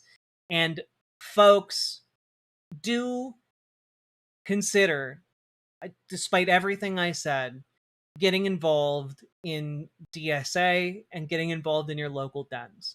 Make sure you're taking all of the precautions. Make sure that you are keeping an eye out for the kinds of people who would take advantage of you or the folks in the group. And we still have to organize. We still have to organize. Always, always, always. So, with that being said, join your local Dems, join your local DSA. If you need help, join our Discord, reach out to Gamergy for help with DSA, reach out to Dragonfly for help with your local Dems, and let's keep on going.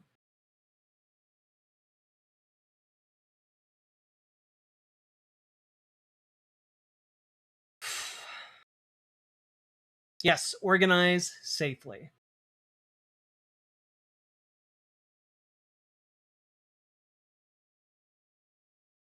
That link 404'd the last time you posted it?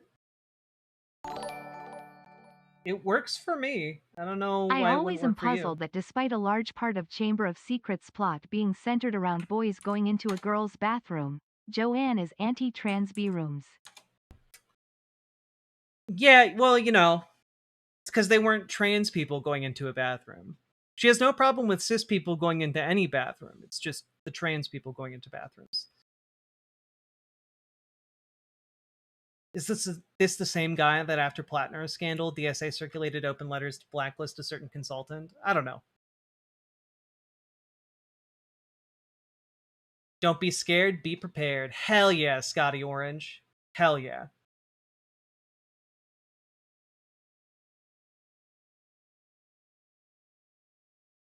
No, guys.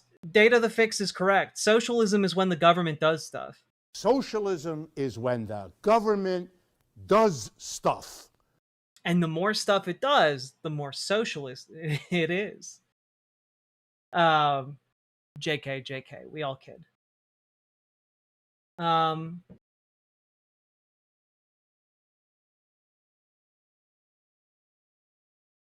Yeah, Cute Dark Arts, I don't know what is going wrong for folks in Twitch chat that they can't access the link, but it works for me, and like the entire thing is hyperlinked on my end. Also, Sake Tanuki, thank you for the 5 tier 1 subs. Appreciate the financial support. And you know, I just realized we didn't actually finish the click the button song, so let's try that one more time.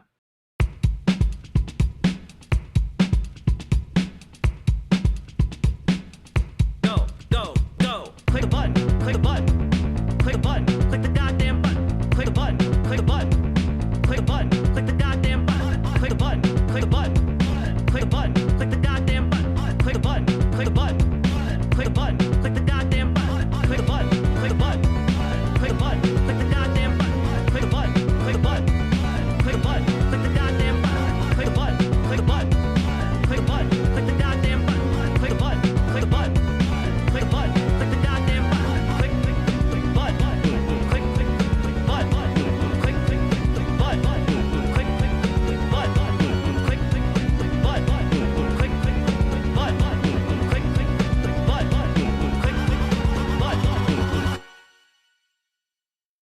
I did miss an opportunity to use the record scratch sound earlier. It's true.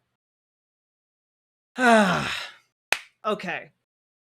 Now, I've been meaning to cover this next thing for like the past week, but we got to dive into this. This is one of the most incredible things I've ever seen in my life. All right.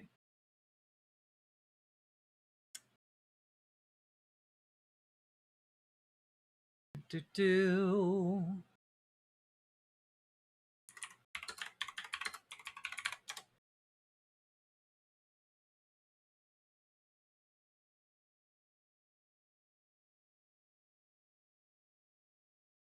Max Danger, thank you for the gifted membership. Appreciate you. Finally chalking one up over on YouTube. And let's make sure we get... Oof.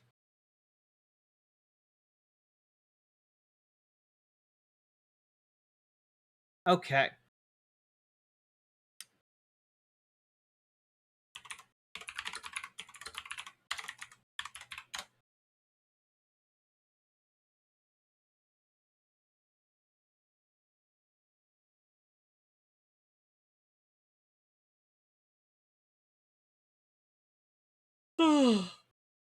Excuse me.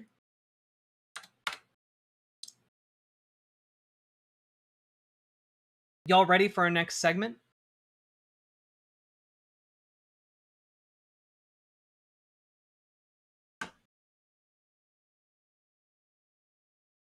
Also, pro tip, if you are just getting into lifting, I only now learned that your tricep is actually like a third of your arm. And so I've been working out my triceps, and I feel like a lot stronger, which is really cool and nice. So pro tip, don't neglect your triceps.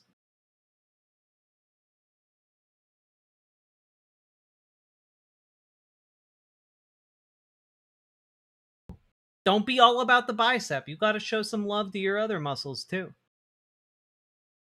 No way, a tricep is a third of your arm. A third a third aircraft has hit the arm. All right.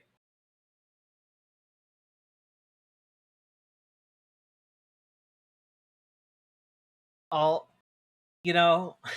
all septs are good septs. Okay. Let's do this.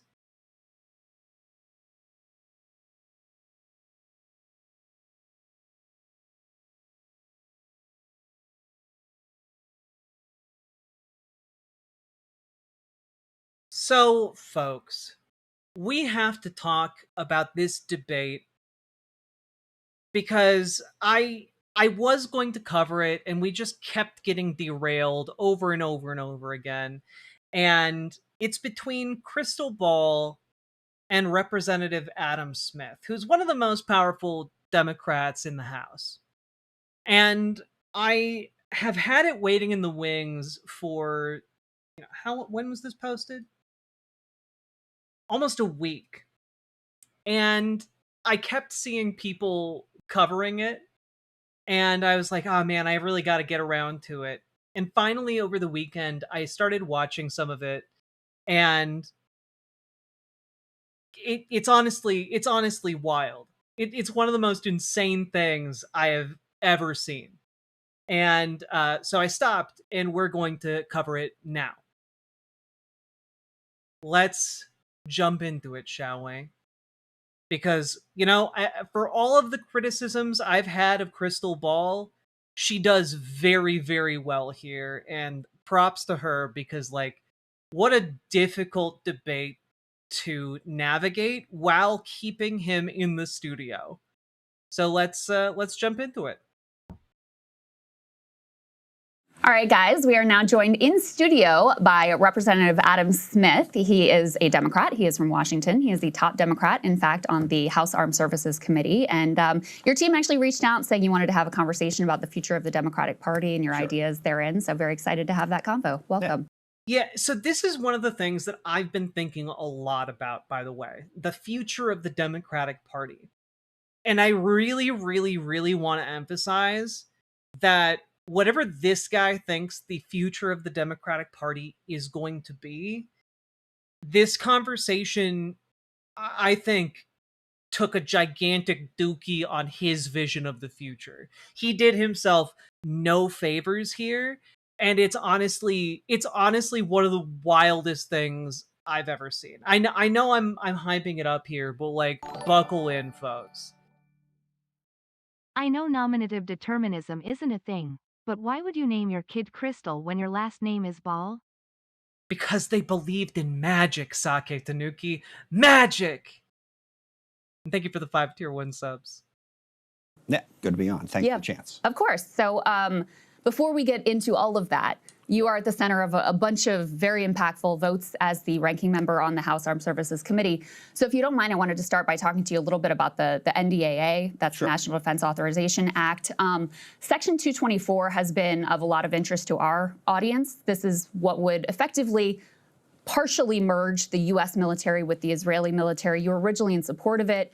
You changed your position on it. I just wanted to know about your thought process here. Merge the U.S. military with the Israeli military. What it does is it talks about co-development programs. Yeah, so we can actually put element 1 of which a co-development program is an integration of the Israeli government and the U.S. military together. That's what that is.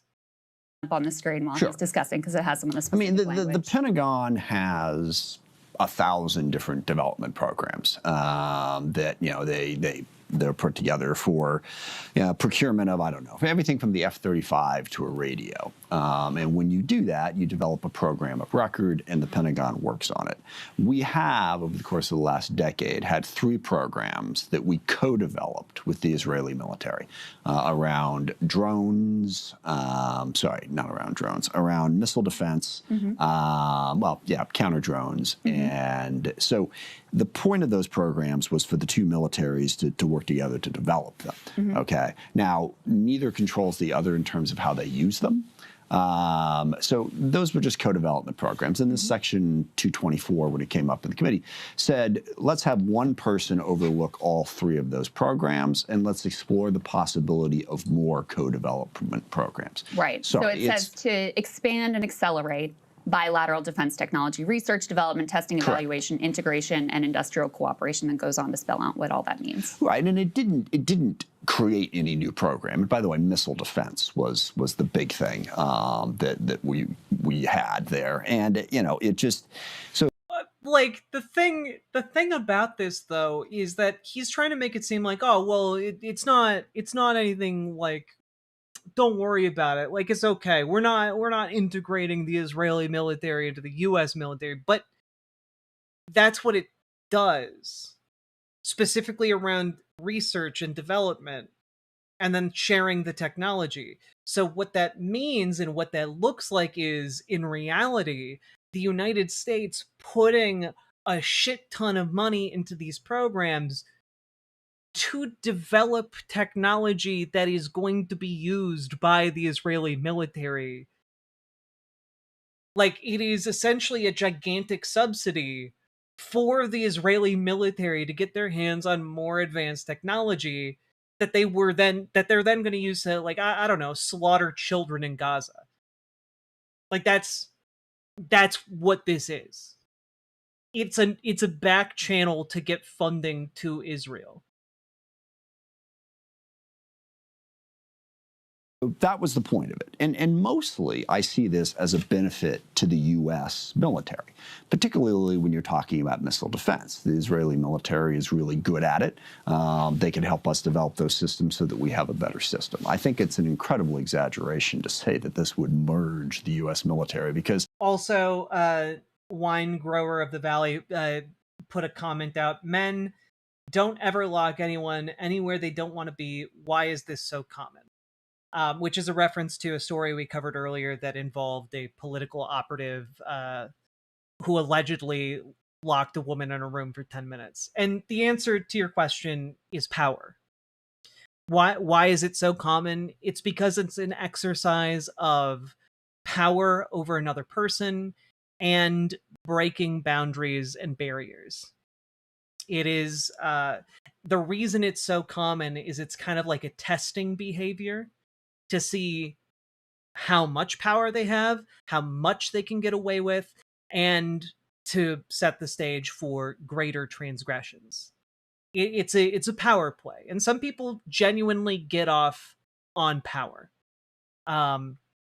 It's one of the reasons a lot of people talk about a certain like rape as essentially an act to establish power dynamics, to exert power over another. And this is a studied topic. It's one that's like pretty well known. Unfortunately, all too common. Happened to me once on a guy's balcony. I didn't see him again. Jesus Christ. I'm glad you got out of that. But unfortunately, one of the reasons I stopped to address that comment is, one, because I think that's important to just say and talk about and get people to understand. But two, it's because that is also a very similar dynamic with what happens between, the occupier and the occupied. Often it devolves into like a power game, and power dynamics exerted. It's the same kind of thing that Donald Trump does when he bombs Iran. It's what the Israeli defense forces do when they, execute execute people for throwing rocks. It's not because there's any like actual threat. It's an exercise of power to say, look what we could do even to this person who posed no threat. Remember, we can do it to you at any time. It's dominance, it's power, and escalating transgression. Out of thousands. And it is worth noting, as Brutus Magnuson points out in YouTube chat, Israel does not hold modern democratic values. That is true. Literally thousands of programs. We would have 3, 4, maybe 5 or 6 that we were co-developing with the IDF. But you've changed your position now, correct? You oppose it. So what are your concerns? Because I'll tell you the concerns, from me personally, I think shared a lot by our audience, is you are well aware there is a reckoning happening with regard to the U.S. relationship 100%. With Israel, especially in the Democratic Party. Yeah. And so what appears from the outside is that while votes are increasingly becoming difficult for Israel to win in terms of overt aid being granted, this would be a way to secure the Israel-U.S. relationship without having that transparency and that democratic accountability that would come from a vote. So that's the concern, is that it would make the Israeli-U.S. military relationship more entrenched in a way that lacks any sort of democratic accountability. Yeah, no, I don't agree with that at all. I mean, we're talking about... What are your concerns then? Sorry, 2 different questions here. Yeah. My concern is I don't support the Netanyahu government, and I certainly don't support what Ben-Gvir and Smotrich are doing. And that's been, I think, the real challenge for me, is Israel has a right to exist. Israel is threatened profoundly by Hamas, Hezbollah, Iran. So how do we help them defend themselves? Well, at the same time, they've got a government that's frankly out of control, particularly in the West Bank. I associate myself with Rahm Emanuel's speech in Tel Aviv last week. That's a bad sign. When you hear a politician say, I associate myself with Rahm Emanuel, that is what we call a colossal red flag. Because as many have become aware, thanks to reporting, Rahm Emanuel is trying to claw his way back into relevancy and make himself happen as a candidate in 2028. And one of the ways he's doing this is to rally, more conservative Democrats and, moderate Democrats to his banner by making himself like the unabashedly pro-Israel candidate, which, to the Democrats' credit, a lot of the people who are eyeballing running in 2028 are aware of the polling and know that staking that out is deeply, deeply unpopular with the party base. So hopefully, this coalition, this faction of the Democratic Party that is gravitating towards or identifies with or associates with Rahm Emanuel's speeches in Tel Aviv, is relegating themselves to political irrelevance. But it is worth noting that Adam Smith is telling on himself here. Week, where he said Netanyahu has decided that he is going to be able to defeat. Hey, real spicy spaghetti. Thank you. I went to my first DSA meeting today and officially joined shortly after. Thank you for giving me the push out the door to finally start getting involved. Thank you for actually going out and getting involved, real spicy spaghetti.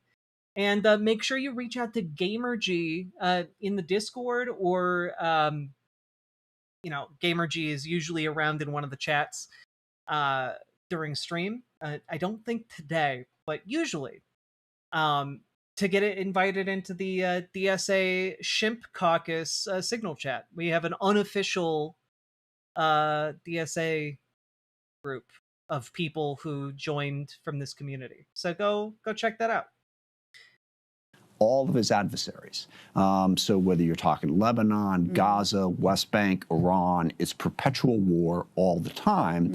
And then with Smotrich and Ben-Gvir, you've got people who really do want to drive all of the Palestinians out of Gaza and the West Bank, and they're in the government. Yeah, that's, like, again, this is a false dichotomy to put out there.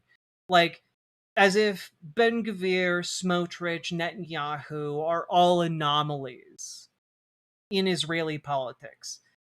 If you actually look into what's happening, and I also want to note here, Adam Smith knows most people who pay attention to politics in the United States aren't also paying attention to the internal politics in Israel. He knows that. He is effectively relying on his constituents, on the American people, to be ignorant so that he can sound like he's reasonable, right? But the reality is, when you actually look at the internal politics in Israel, it's really bad. Like, the amount of support for dehumanizing Palestinians and wiping them out, it's institutionalized. It's rampant throughout the entirety of the Knesset. It's rampant through the economy of Israel. Like they are having entire conventions on how to divvy up and sell parcels of land in Gaza. They are actively, we're going to talk about this a little bit later too, but one of the things going on right now is massive escalation when it comes to Israeli settler attacks. And you can see this massive amount, 3,033 attacks by Israeli settlers. And that's just in the last year and a half. That's more than one attack per day. That's, anywhere from 5 to 10 per day. And, like,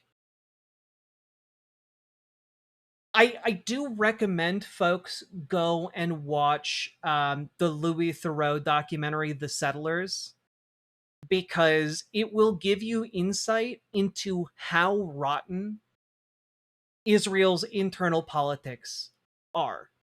Who are they attacking, though? They're attacking Palestinians, like, who are minding their own fucking business. When we're talking about who Israeli settlers are, they are rabidly dedicated to the ideology of expansion. They believe it is a religious mandate for them to go into the West Bank, to go into the Palestinian areas that are occupied, and to burn down Palestinian homes, kill Palestinian people, burn their fields of trees that in some cases are hundreds of years old, and take the land. They're called settlers because they build illegal settlements on Palestinian land. The Israeli settlements in the West Bank are illegal. They are not sanctioned by any one government, but the Israeli military backs up the settlement project. There was just a case over the weekend where a Palestinian man shot an Israeli settler who was trying to attack him and steal his land, and the IDF came in and killed that guy who legitimately acted in self-defense. And I do there's also some follow-up to the Louis Theroux documentary, The Settlers. It's chilling stuff. There's about many clips of it are dropping now on YouTube, and I recommend folks go and watch those because it's you see him getting hassled by IDF as he goes through checkpoints. Different soldiers try and pick fights with him. They test him to see if he speaks Arabic so that they can maybe take him, arrest him. There are signs all over that say don't hire Arabs, and depicting them as terrorists. And then he talks to settlers, many of them from the United States, who are walking around with assault rifles and pistols, and who talk about it being their duty to cleanse the land. These are regular innocent people and not Hamas. Then Hamas does not operate in the West Bank. When you hear about these settler attacks, they're not going into Gaza and killing members of Hamas. They're burning people out of their homes. The comment he made about Israel being under threat of Hamas reminded me of this. I set up the time step in the link. To us. The thing is, this is the problem. Israel always victimizes itself, and I have never seen a victim putting their oppressor under siege and bombing them 24/7. Israel wants you to believe that they are the victim. Dealing with Israel is so difficult. It's like being in a relationship with a narcissistic psychopath. He fucks you up, and then he makes you think it's your fault. All right, you Bassem. look at Israel as Superman, but they're really Homelander. Bassem. Wallahi, they are shooting Bassem, fish in a barrel, and they are annoyed with the splashes. Bassem? I mean, yeah.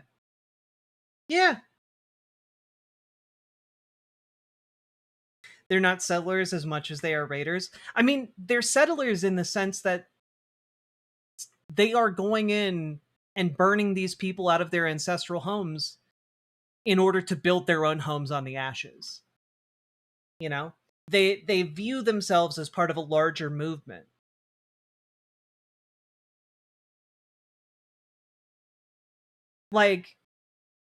I want you all to realize, in some cases, these families may have lived in these places for hundreds of years.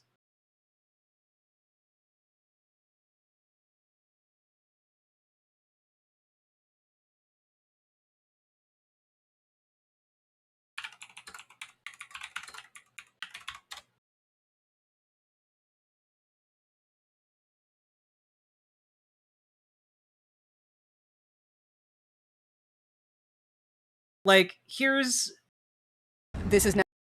from the BBC an example of an attack here. Fun fact, Hamas doesn't attack medevacs because that's specifically prohibited in the Quran. The IDF, not so much. Yeah.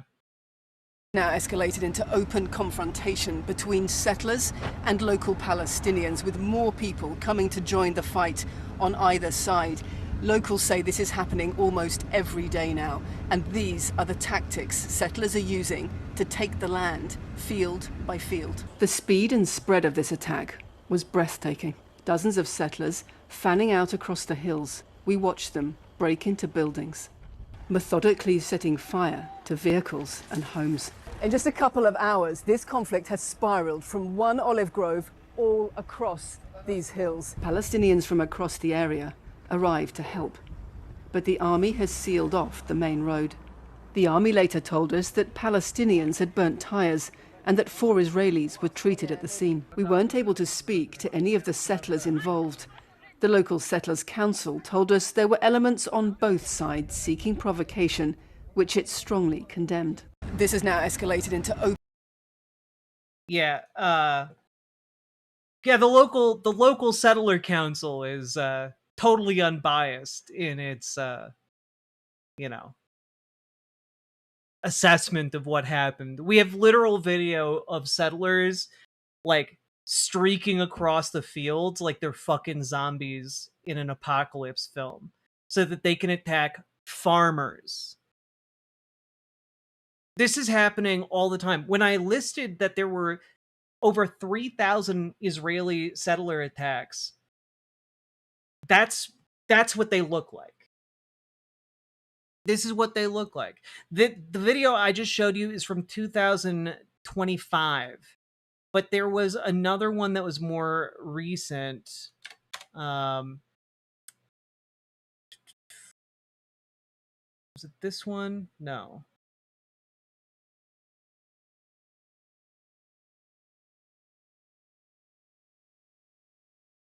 Was it this one? المستوطنين حركوا السيارات في الحارة الفوكة.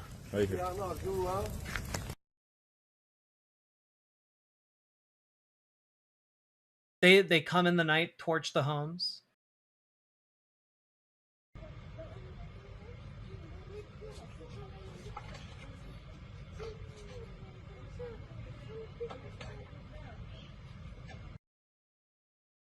You can hear children in the vehicle.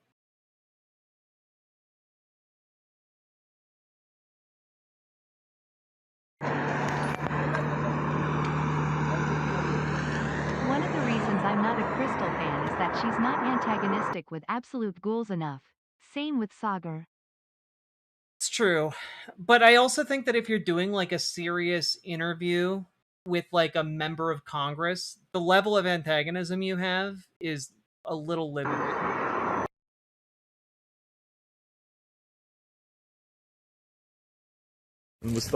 Yeah. There are other examples as well. Like it's really, really awful.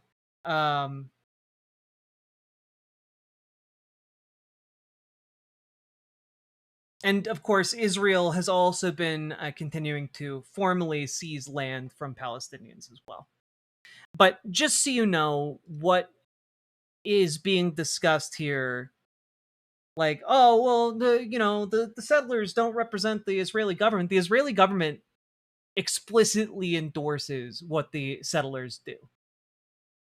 Okay, so the basic idea of the program when it was first presented to me, like I said, they are as much settlers as colonial Americans were during the Great Expansion. Exactly.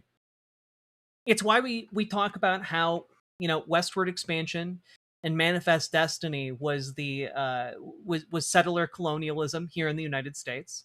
And in a very similar way, Israel is doing exactly the same thing with their own mythology attached to it, but to Palestinians. And the atrocities that the United States and Americans did to the indigenous people here are beyond horrific. And what Israel is doing to the Palestinians is similarly beyond horrific. It's the same shit.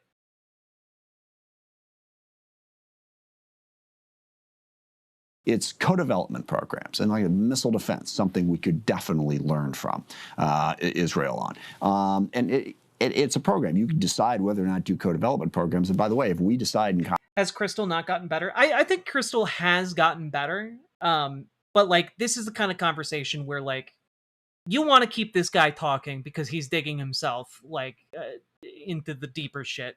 Congress that we don't like that program, we can vote it down. It's not outside of the democratic process. We don't have to vote and approve every single program of record that the Pentagon develops. So I don't agree with that aspect of it, but a couple of constituents in particular reached out to me and explained that, look, at this point, voting for anything that integrates the U.S. and the Israeli government further, given where the Netanyahu government is at, is just a statement we don't want to make right now. And I agreed with that. And that's what caused me to change my mind on that particular issue. So you've said you would vote against that on the House floor. I would vote to remove it from the bill, yes. So you are ranking member, House Armed Services. That makes you one of the four most important people in D.C. in terms of what ends up in the NDAA. And for our audience, except for the fact that I'm in the minority. You're in the minority, of course. And I don't control yes. what the majority does by any stretch of the imagination. But what I wanted to know is if you would use that position when it comes to conference, which is when and this is for our audience, I know obviously you know this, when the Senate version is merged with the House version and any difference are reconciled. I will advocate for the removal of that provision. And if it's not removed, will you refuse to sign off on the conference report? I don't know that I would go that far. It depends on what else is in the bill. I mean, look, the bill itself has the massive problem that it's continuing to fund the war in Iran, which is an utter disaster. So I am probably not going to vote, well, almost certainly not going to vote for the bill as it comes off the House floor now, just in and of itself, regardless of that particular section. Just because of that one section, I don't know that I would vote against the entire bill. Well, and that was actually the other thing I wanted to ask you about is why are Democrats considering supporting an NDAA at all while Trump is prosecuting a disastrous, illegal, unconstitutional war, which to your credit, you've been very vocally outspoken against? Yeah, well, there's a couple of layers to that. First of all, and this is where we get into some of those divisions within the Democratic Party, I believe that we do need to have a Department of Defense. We need to support our troops. We have national security threats that we have to be prepared to deal with. All right, so... Do people disagree with that? Well, there are look, the Democratic Socialists of America, in their platform, is defund the Department of Defense. It's in their platform. Have any of the candidates that you're aware of held that position or advocated that position? I don't know. I see lots of people advocate for cutting the Pentagon, which I would agree with. That you may agree with as well. I don't know. I haven't heard anyone advocating for getting rid of it. At least nobody who's elected to office. Yeah, no, they've. Yeah, I mean, like, no one's actually doing this, but it's a fun boogeyman to think about. But it's part of the DSA platform, okay? And also a broader... Do you agree with everything, single word of the Democratic Party platform? I do not. Okay. Okay. So, see, like, I do think Crystal Ball does good here. Like, I think she does good. I think she's doing great. I also think it's very funny that he keeps doing, like, the okay thing, like that one South Park character. Yes, but... should you be held to, whatever views are theoretically in some policy position paper, or should we deal with the reality of what your positions are? Why would they put it in there in the first place? But aside from that... Well, because we spend, like, $20 quintillion on the Department of Defense, and frankly, it's a complete and utter shit show, and it has never been able to pass a fucking audit.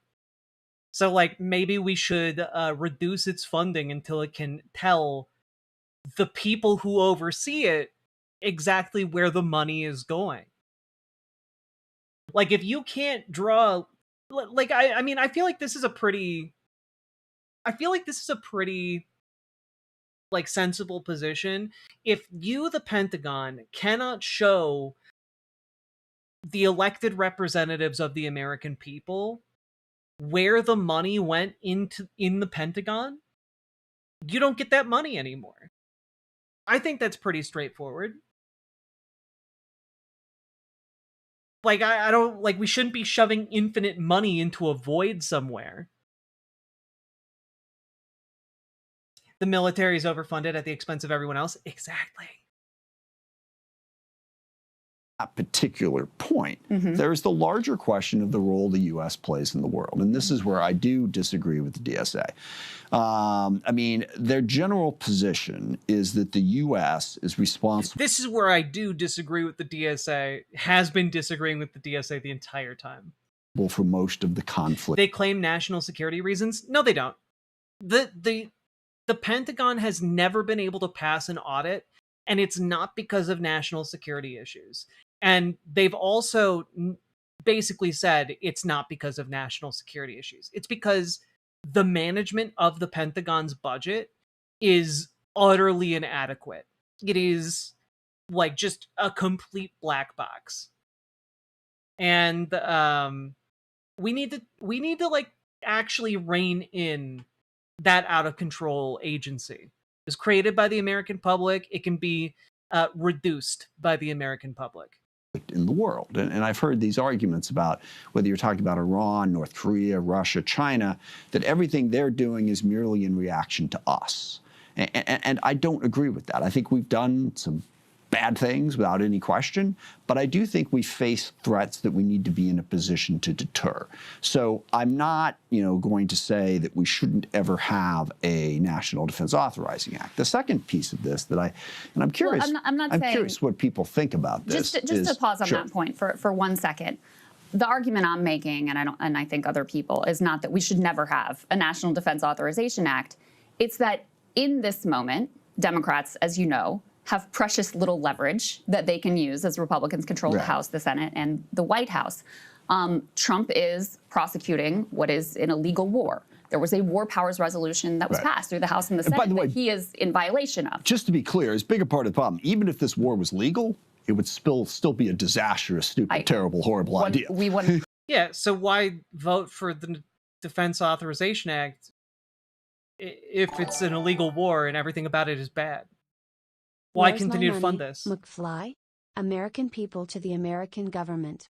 True. Unironically, we should be doing that. 100% agree on that. But it is also illegal.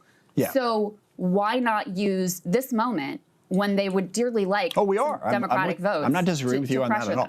Yeah. So you think so you won't support an NDA and you don't think the rest of the Democratic Party? There will probably be some who will and some who won't. I mean, and again, how do we use that leverage in an effective way? Yeah, guys, only some bad things. Nobody ever talks about the Pentagon's, daisy planting budget. Nobody ever talks about it. And keep in mind also the National Defense Authorizing Act doesn't actually fund anything. It's not the appropriations bill, it's the authorizing bill, which is the other point I've been trying to get to. Congress needs to exercise oversight of the Department of Defense. Iran-Contra kinda exposed the fact that the military and security state don't abide by the constitutional plan for Congress having power of the purse. 100%. And yet,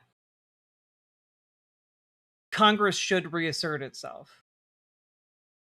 We've got a provision in the bill that would bring back collective bargaining for all DoD employees, which we got put into the bill. We've got a variety of different things that fence Secretary Hegseth's budgets if he doesn't, begin to turn over more information. It's us exercising our oversight.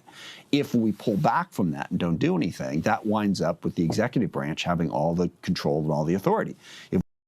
No, it doesn't. If you pull back from that, it rescinds authorization. You can starve the Pentagon of a budget. We just don't pass anything. So there are some things in this bill that exercise oversight of the Pentagon. We step back from that. Trump just goes and does what he wants to do without any congressional oversight. So that's the balance. Because I think the mistake when you say leverage, the notion is if we say we won't vote for it, the Republicans will therefore give us this, this, this, and this. Well, it'll put some pressure on them. Yeah. I mean, a lot of this... I have a feeling Congress will reassert itself once a Dem-Soc president gets in power. Absolutely. 100%. Which is why it's so goddamn important for you guys to get involved in your local political process right now. Join your local Dems. Join your local DSA. Get involved. We can help you. Join our Discord. Reach out to GamerG for help with DSA. Reach out to Dragonfly for help with your local Dems. It's vitally important for you to get involved now so that we can build up the kind of political power that enables a potential Dem-Soc president to actually do good shit. It will, but they may not. But it may not result in that. So yes. But it may be worth a try. Iran was already very unpopular, 100%. and yeah, 100%. Yes. Let me ask you about your vote for the Thomas Massie amendment, which would block aid to Israel. And this is another one where you had told one outlet that you were planning to vote against it, and then you changed your mind and decided to vote for it. You put on a statement saying that you wanted to send a message to Benjamin Netanyahu. I'd love for you. There's actually been a lot of pro-Israel folks who've been attacking you, saying you gave in to pressure tactics, et cetera. I'd love for you to explain in your own words how you came to this place, because I do think your vote and others are quite extraordinary, given where consensus within Washington has been on the relationship with Israel. You had even Nancy Pelosi voting for this amendment, yourself. Well, Billy the Kid, someone somewhere in those black budget programs is still doing a budget. Like, they're getting the money from somewhere in the programs. And so, like, when we're talking about why the Pentagon can't pass an audit, it's not because of the black market, not the black market, the the dark programs where, they're doing crazy illegal shit. No, it's because the internal systems within the Pentagon are a fucking mess. And everyone is spending money willy-nilly on their special pet projects, and there's little to no oversight. And so there's very little accountability, but people are taking money from the big pot and spending it. And frankly, again, if you can't pass an audit, even if the auditors have like that top level clearance, then you shouldn't be getting that money.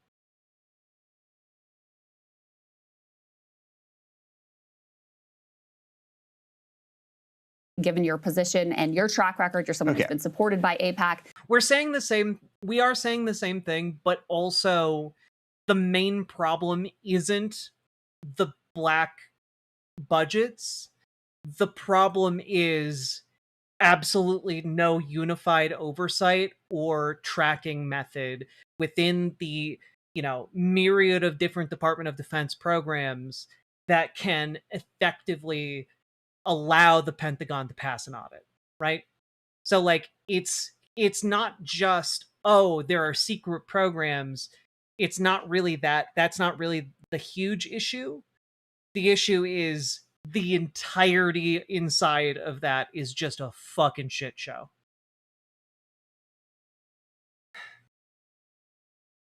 Just take us. Yeah, especially because the Department of Defense, like, is practically, has a carrot dangling on the end of the stick, and it's just like bringing them to a room full of carrots, and it's like, eat all of the carrots, you have one day. And like, that's kind of how spending for the Pentagon works. Now account for every carrot that got eaten. This is going to take a minute. This is going to take a minute. That's fine. Take your time. Okay, because the real challenge here is what Israel has historically been. Okay, Israel was historically a democratic state in the middle of no. I mean, I do think it is incompetence, but I think it is convenient incompetence for the people who are in charge of everything, because it works in their favor to come across as incompetent. Like, I don't think it has to be this way, obviously, but like, it is one of the reasons why I think the Pentagon should, frankly, have its budget held hostage until it can pass an audit. Democratic states. They were a very strong ally of the U.S. We partnered with them on a variety of different things, counterterrorism being the biggest thing during the ISIS fight and elsewhere. So you've got that historical relationship. And then you've got the reality of what Israel is living in. And that is that they are the only, well, except for Ukraine, they're the only country in the world, well, they're the only country in the world that from the day they were founded, people have been trying to eliminate them. I mean, there's no other country in the world that Yemen and Saudi Arabia fought, but the Houthis never said that Saudi Arabia didn't have a right to exist. I mean, most countries, when they get formed, have to face an opponent that says you don't have a right to exist. Most countries aren't just like amicably formed and then like perpetuated. You know, like that's not really how states work. The United States certainly didn't start that way. Like the United like England tried to like destroy the rebel movement and there was a war fought. Okay, very existence wasn't on the line. You know, when Israel came into being, from that very moment, they have been attacked constantly. And yeah, it comes down to a fundamental question. Does Israel have a right to exist? Now, I'll tell you, and this is absolutely the DSA position, is that they don't. Okay? Well, again, irrelevant. Nations don't have a right to exist.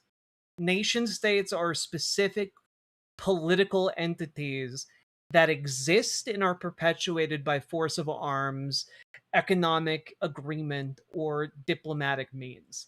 It is like nation states don't exist on the basis of rights, they exist on the basis of some kind of force.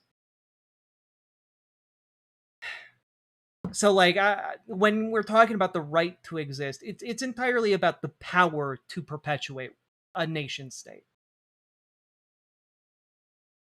Let's pause on that. I want to get to the DSA, and I don't want to fight you on all of this, but I want you to get to your point. I got to get through this. Yeah. I got to get through this. Okay. So, you know, if you have a situation where Israel is threatened on all sides, and I know it's like, well, no, it's not saying they don't have a right to exist, just they have to let all the Palestinians back in, and then effectively the Jews no longer control Israel. Okay. Well, Now, what's really interesting here is this is how he is characterizing the position of, oh, we have to let all the Palestinians in, and then the Jews no longer control Israel. What he's talking about is the one-state solution, which is where Israel formalizes its control over the West Bank, East Jerusalem, Gaza, etc., and in the spirit of democracy and liberalism, enfranchises everybody, because that's what a democracy is supposed to do. You know, end the apartheid state. And he's saying, well, but if you do that, you know, it would no longer be like a Jewish ethno-state, and that would be bad. Like, this guy's unironically pro-ethno-state, which is wild. I'm sorry, but don't you, like, isn't the idea of equal rights for all ethnicities something that you, in theory, support as a Democrat? Well, sure, but the practical result of this is, if you say there should be equal rights within Israel, but if Israel allows it, there should be equal rights, but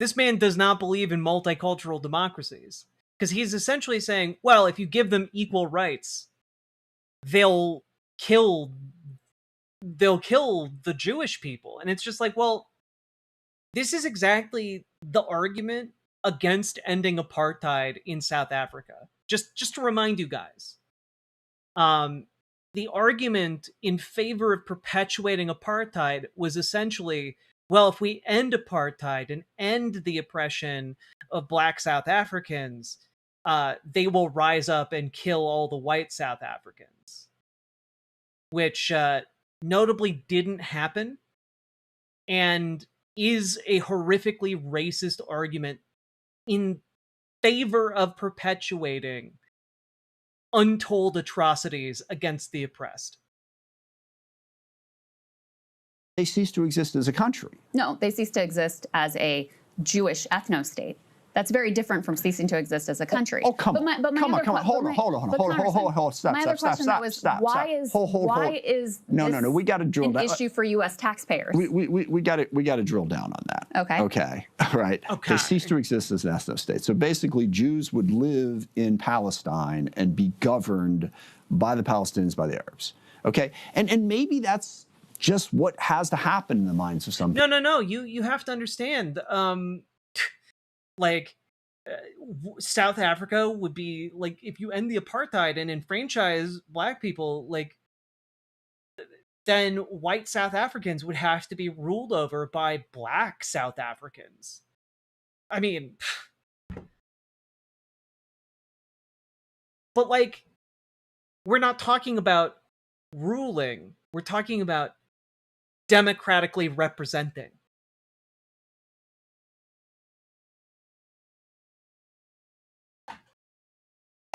What's really wild is that being openly pro-ethno-state doesn't get you discredited. That is really something, isn't it? I mean, Southerners also thought civil rights would result in black people killing all the white people. Yeah, 100%. He is, like in 2026, this guy is regurgitating, like, Confederate-level propaganda. And somehow isn't immediately ostracized from the entirety of the Democratic Party.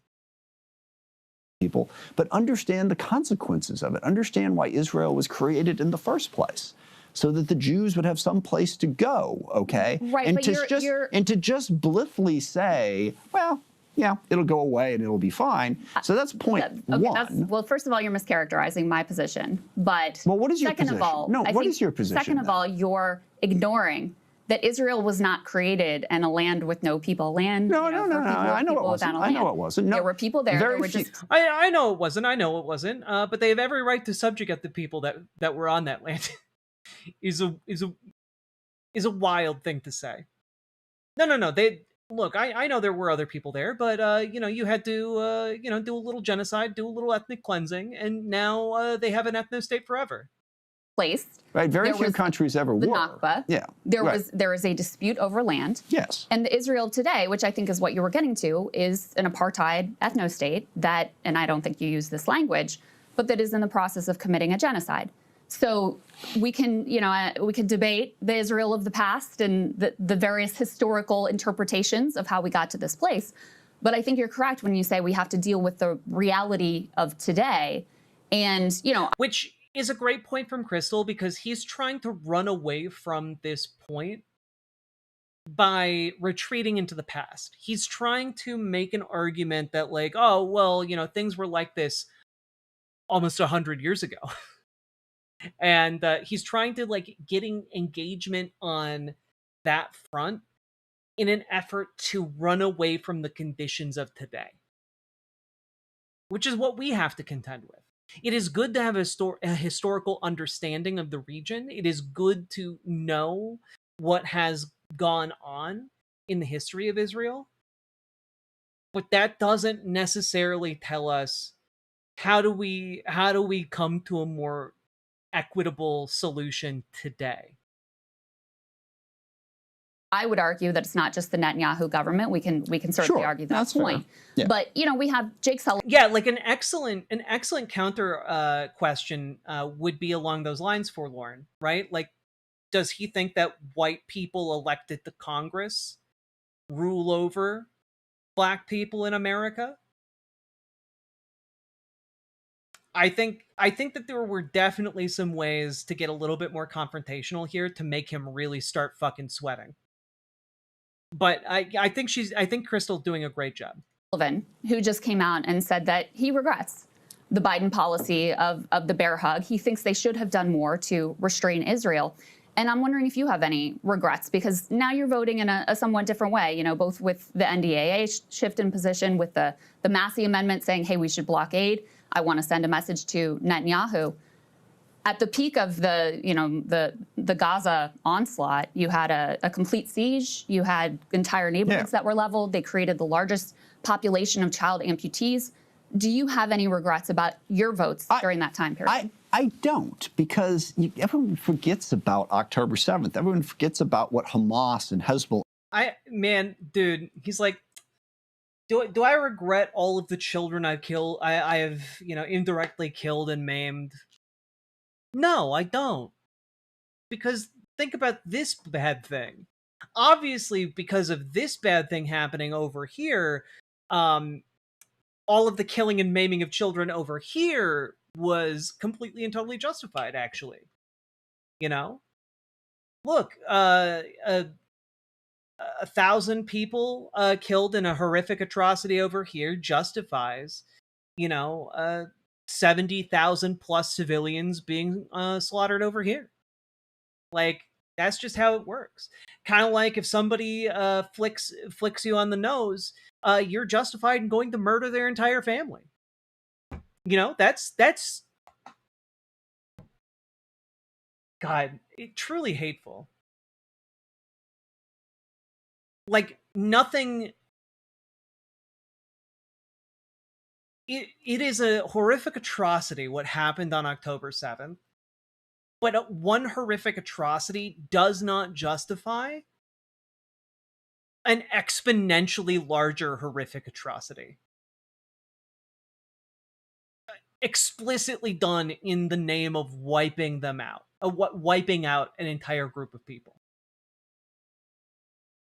Iran have done, and their desire is to wipe out the state of Israel and all the Jews living there. Is that not? I mean, that's in Hamas's charter, and Hamas is still extant. They're still doing that.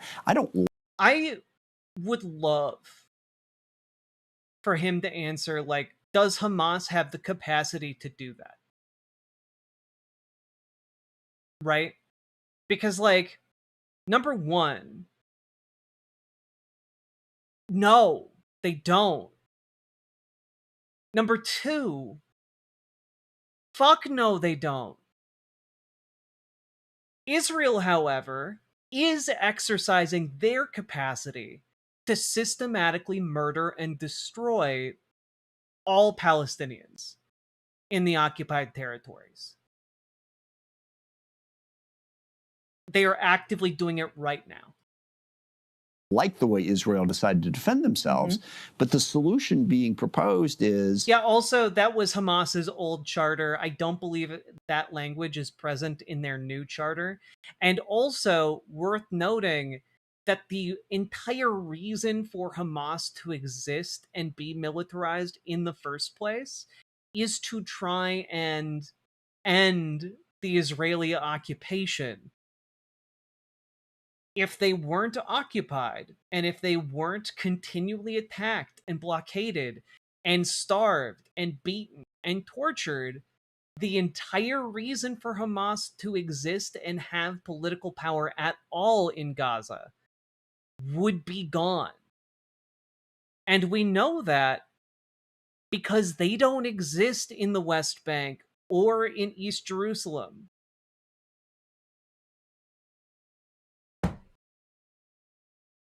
Like,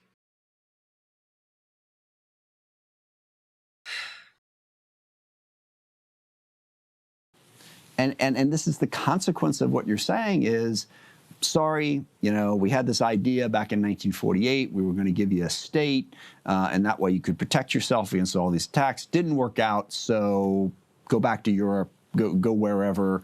This just isn't going to work anymore. I think the question, and I don't think you understand how difficult that is to just go, yeah, I guess that's fine. Because no, I think the question, let me, and this is not... Why not just let them have their own country of Palestine? It's kind of like, why not just let indigenous people in America exist and not have westward expansionism? Netanyahu helped Hamas grow and gain power in order to undermine the stability of Palestine, in his words. That's absolutely true. The Netanyahu government specifically funded Hamas in an effort to destabilize Palestinian governance and in an effort to vilify all Palestinians. We should have known from the advent of the ethnic cleansing and the Holocaust how this would be weaponized. It's true. I see what you did there, Sakai. Thank you for the 2 tier 1 subs.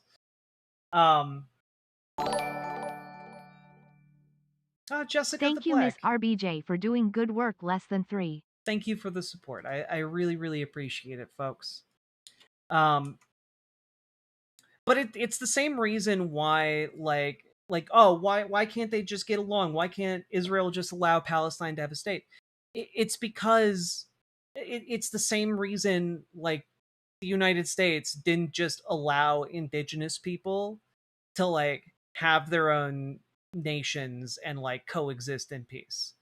It's because there was a dominant ideology deliberately spread by the government and various other forces in society that wanted to turn a profit, that spread the message that this land was given by God to, the superior beings in order to go out and tame it and take it for their own.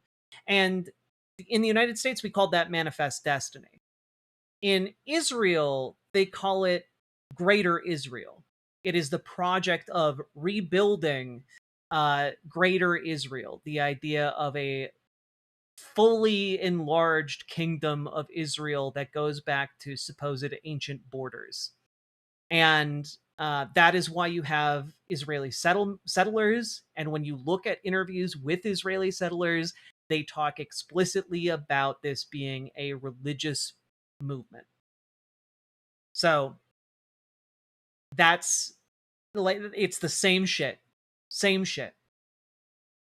They can't leave it alone because ideologically and financially they benefit from not doing so. This is my perspective, but I think this is also what the Democratic Party base in particular, and most of the that's true. The Nazis also had a similar ideology called Lebensraum, living room. It is what justified their expansionism as well. Many different countries and empires have different ideological foundations for their expansionist ideas and expansionist movements, because they want to portray themselves as the good guys.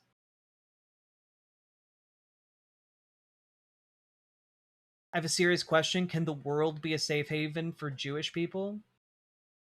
I'm not entirely sure what that means, but every country could be a safe haven for anybody, One of the things I find wild is the talking point that, Jewish people need an ethno-state in order to be safe, when,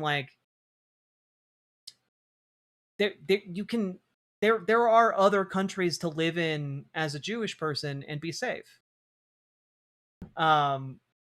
Like the United States, for example, at least parts of it, pretty safe to be a Jewish person. I've been to Brooklyn.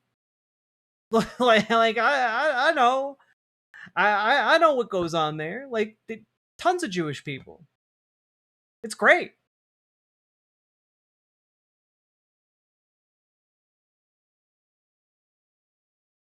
Country view at this point is, why should our tax dollars, given all the things in the world and all the things in our country, that's why I voted for the Massey Amendment. Spent in much more effective ways. Exactly. Why should that be going? It shouldn't. I'm guessing, but I think that means Jews should be safe anywhere in the world. Yeah, but so should any group of people. Every group of people should be safe anywhere in the world.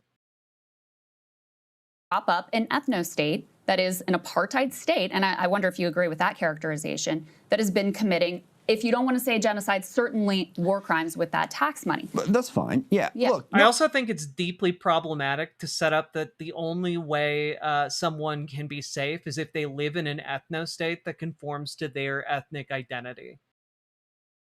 That seems like a deeply dangerous line to go down, because it's literally the exact same thing that white nationalists say. And frankly, I don't think you should be aping the arguments of white nationalists, ever.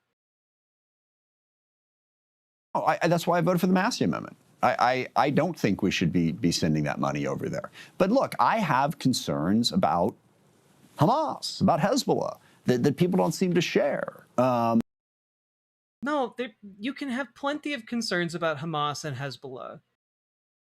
But a systematic war of aggression to seize territory that's not a response that is reasonable. The territorial grab gives the game away.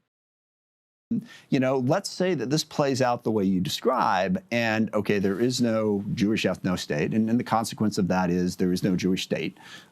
Basically, you have the... Again, this idea is wild. He just said it. The fact that a ranking Democrat in Congress just explicitly called it what it is.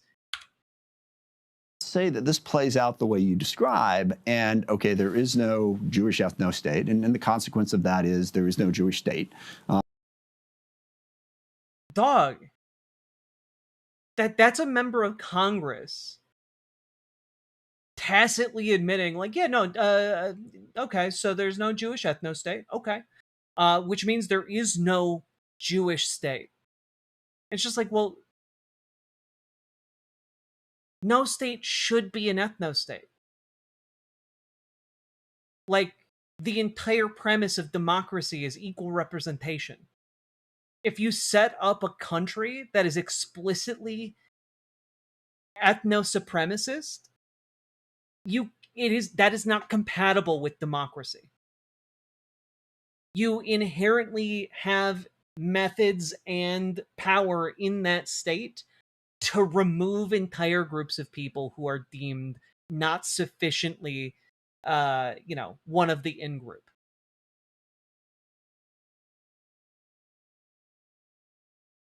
Basically, you have the Palestinians, as they would now be. However, I question, is this the inherent nature of humans to form division and seek power and territory? This is the main argument I have, why I don't think communism would work. I don't think that is an inherently human characteristic.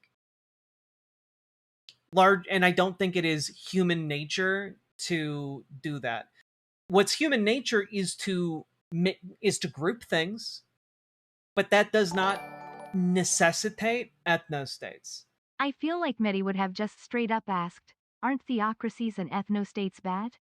Well, and I feel like this guy would say, yeah, but in this case, we have to make an exception because the consequences of, removing its status as an ethno-state would mean, Jewish people would be slaughtered. That's essentially what he's saying.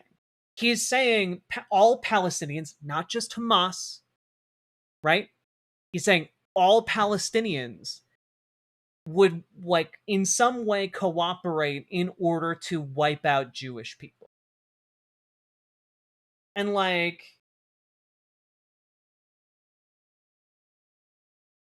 that's truly insane to paint millions of people with the same brush you would use to paint a terrorist organization.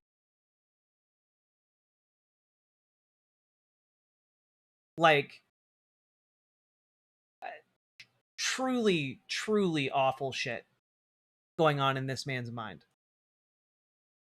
Also, Sake, thank you for the 5 tier 1 subs. Govern that area, and that means Hamas would be governing that area. Do you have any problem with that? Do you have any? Also, he's like, well, if Palestine was, or if Israel was a multicultural democracy, then that would mean Hamas is running everything, which, again, I have to remind you all, Hamas is the dominant political party in Gaza. It is not the dominant political party in East Jerusalem and the West Bank. It's just not. And the only reason Hamas came to power in Gaza in the first place was because the Israeli government under Netanyahu explicitly backed it. So when he is saying, well, all Palestinians would vote for Hamas, one, it's racist. It's just saying all Palestinians are terrorists. It's no different than the signs that Louis Theroux's documentary, The Settlers, show on different Palestinian business doors saying, don't hire Arabs. It's no different. He believes the same shit. Or at least what he is saying here belies believing the same shit. Problem with Hamas suddenly becoming a much more powerful entity and having the country, from the river to the sea, if you will now be a Hamas-run state on the Mediterranean. Are you okay with that? First of all, this is like finding out that, he represents Washington. This is like finding out that Eastern Washington has a neo-Nazi enclave in it. And therefore, everyone in Washington, if they were given voting rights, would vote for neo-Nazis. That's what he's arguing. That's the kind of logic he's using. It's stupid. It's stupid. Zionism makes you stupid, guys. Well, I'm not convinced that that would be the Giving into settler colonial mindset is stupid. It makes you dumb.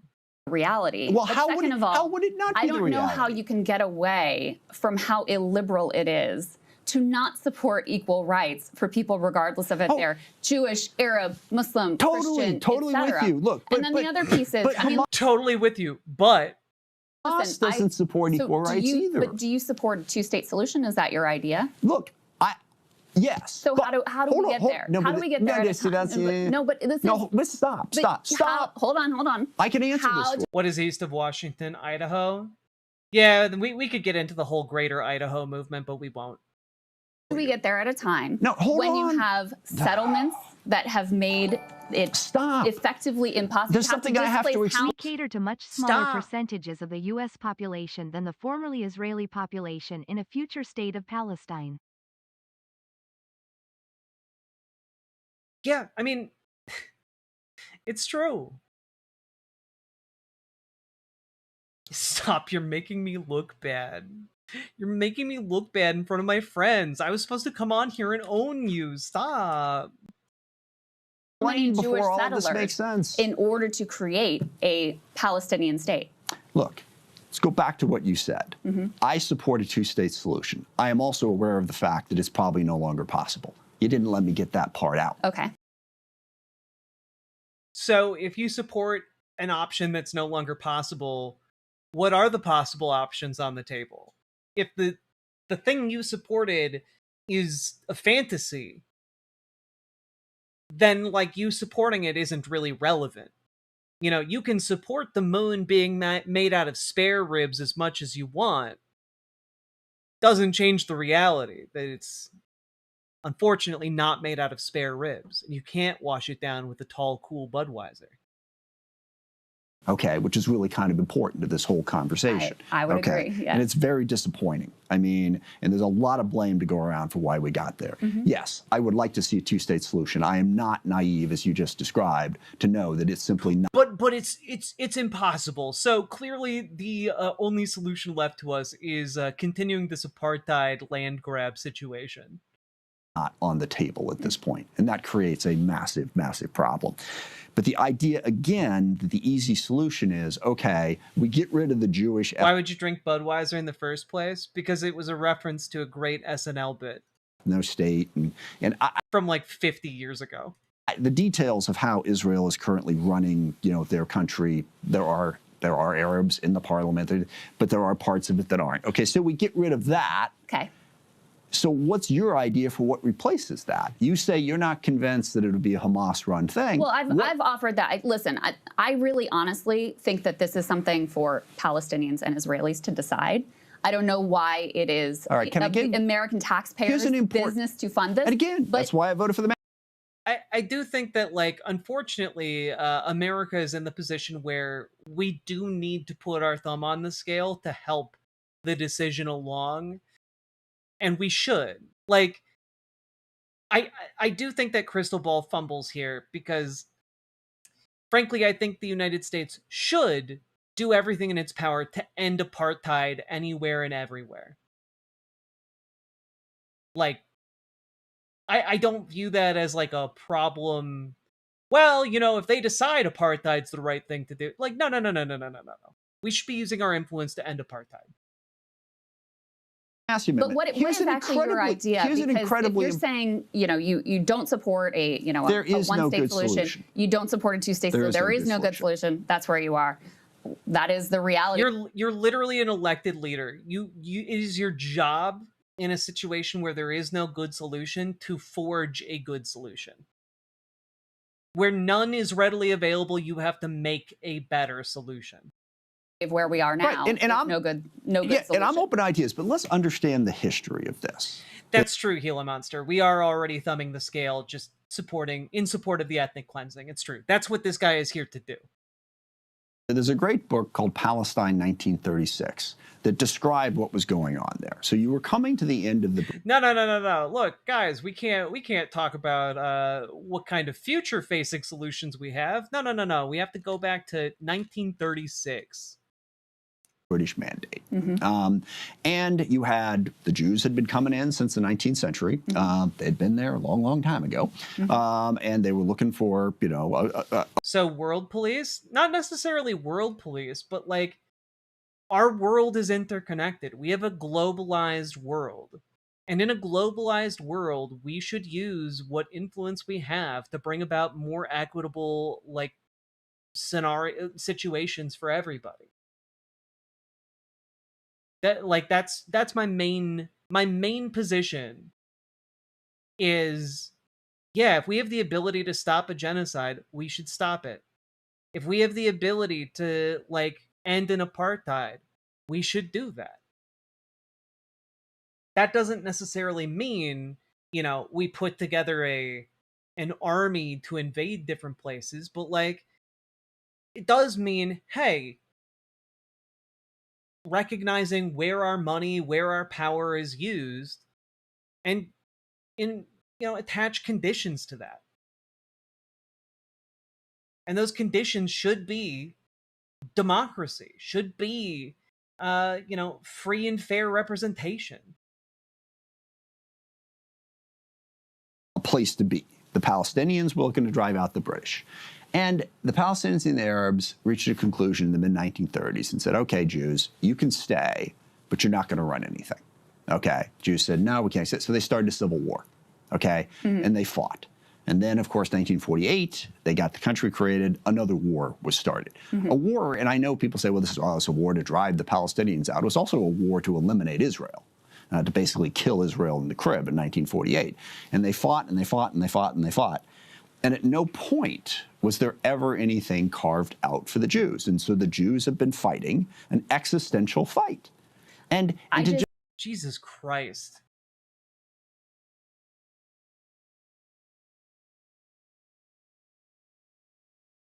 Fair point, Jack, but America not being so economically dominant would bring a lot of peace to the world. True. Luckily, that we do seem to be collapsing a little bit. So we'll see. Wait, did he just say that they were going to let the Jews live there? Yep. The apologia is wild, right? And like,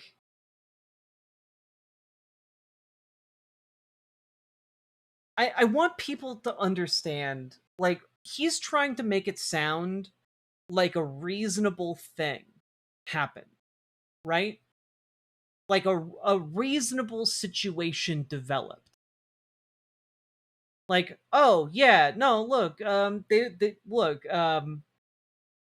powers that be declared that like these people would come and live right here, and everyone got really pissy about it. And it's like, yeah, the people living there were upset because like you're literally displacing them in order to put in a new group of people. Like, I'd be pretty upset too if, another nation, like if England came in again, resurrected King George III and said everyone in my state had to leave because he wanted to move a group of people here.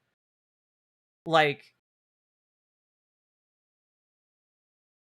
that would piss a lot of people off. And like, he's talking about that like, oh yeah, no. And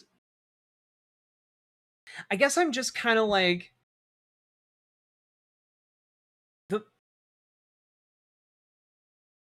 would you not fight for your home? Would you not fight in order to not be displaced? Like, it's one of the most reasonable things in the world.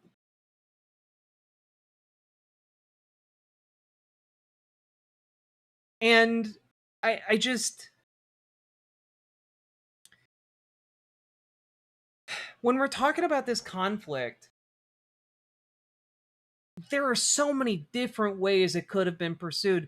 But like, he's talking about it and glossing over so much history, like the fact that there were groups of people, like I think it was called the Lahai, who were looking to fight the British, who were looking to ally themselves with Hitler, in order to like carve out the like this ethno state, and they wound up being successful.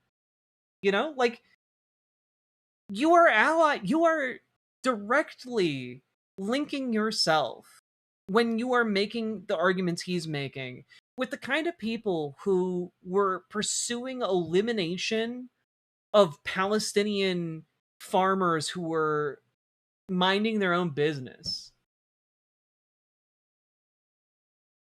Like,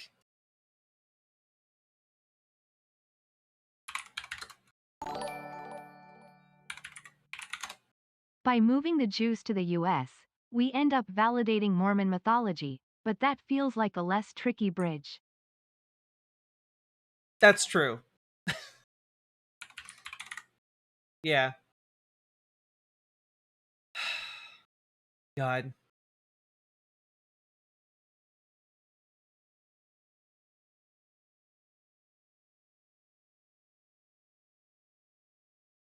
I just,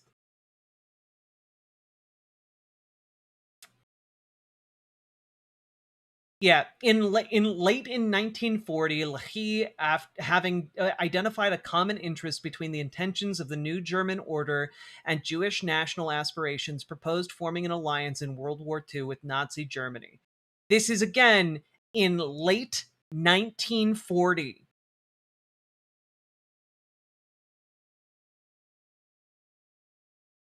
The organization offered cooperation in the following terms. Leahy would rebel against the British, while Germany would recognize an independent Jewish state in Palestine / Eretz Israel.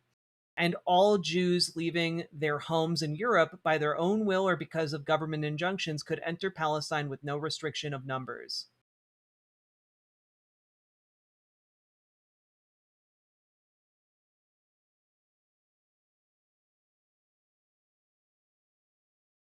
And this is a direct quote here from Israel Eldad, one of the leading members of Lehi. It's not Hitler who is the hater of the kingdom of Israel and the return of Zion. It is not Hitler who subjects us to the cruel fate of falling a second and third time into Hitler's hands, but the British.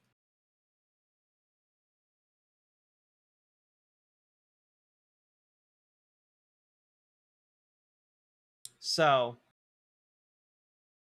you know, it's so hard for me to, because I know you consider yourself, I think, liberal. You would describe yourself that way, like in the classical liberal sense. But yeah, I'm liberal, just not when it comes to this one ethno-state that I like. You know, every liberal gets one ethno-state. There's no liberal option on the table here. That's what I'm telling you. Make one. We are the backer of all the politics in Israel. We do not have to support this. Like, what do you, we don't have to send these people, like, we don't have to send billions and billions of dollars to this country in order to facilitate this violence. There's no option available because we fund the other options. You keep saying illiberal Jews, we cannot have. Illiberal Palestinians are fine. No, but why should... And I voted for it, it shouldn't. Why should I already answered that question. It shouldn't. Okay, so, and is that your answer for this particular amendment, or will that continue to be your position moving forward? That's where we're at. So you're done with the U.S. funding Israel? I think, working out themselves. Yeah. I'm not 100%. I got to say, I mean, look, if tomorrow there's a peace agreement, okay, and they actually go forward with something where they create a reasonable alternative for the Palestinians in Gaza, if they actually stop what they're doing in the West Bank and get to peace in Lebanon, They aren't poor, though. They can do all that anyway. Of course, they can do quite a bit on their own.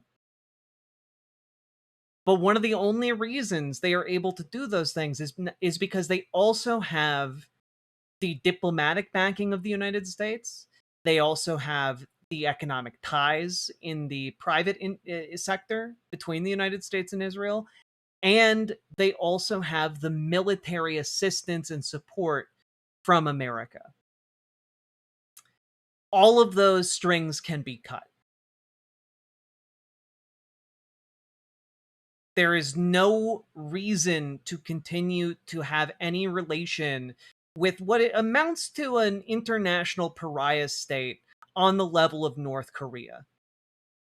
That may change. I don't see that happening, which is why I gave you the answer I gave.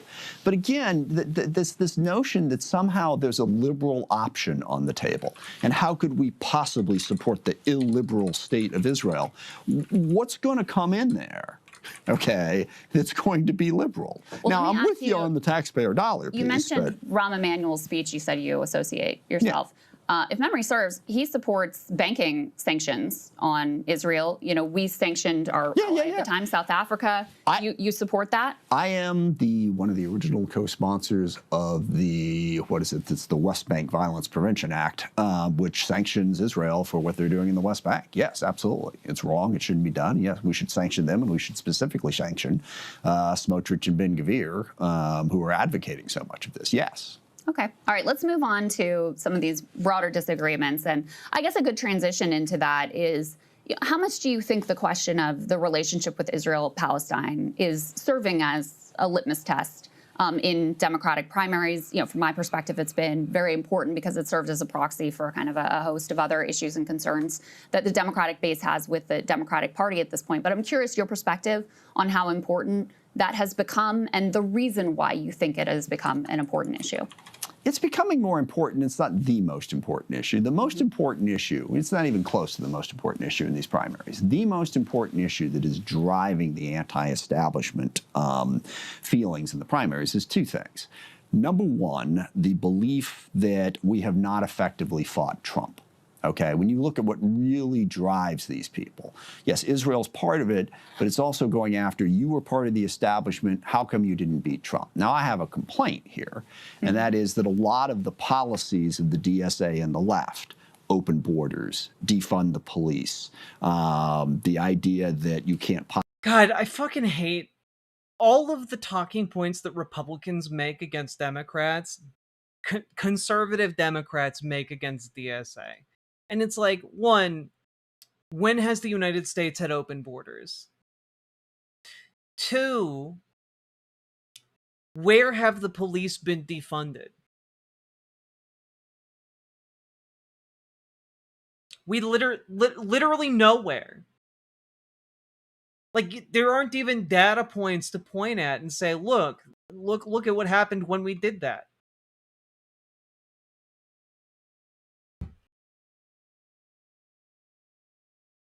Possibly spend enough government money, identity politics. A lot of those things are what gave Trump his power. And part of the reason those... Yeah, like the last time we had open borders in the United States was before the Chinese Exclusion Act. Of us in the establishment struggle... I'm sorry.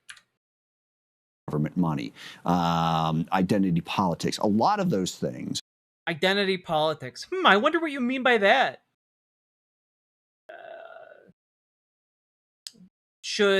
I guess Democrats shouldn't stand up for minorities. Democrats shouldn't be standing up for, like, LGBTQ people. Democrats shouldn't be standing up for racial and ethnic minorities. It certainly sounds like this guy's a Republican. Are what gave Trump his power. And part of the reason those of us in the establishment struggled to beat Donald Trump is we were having to defend policies like open borders, okay? And Trump walked right into that. The fact that he is capitulating to this framing is insane. We had to defend policies like open borders. When? What? the open borders under Biden? What are you talking about? Jesus Christ.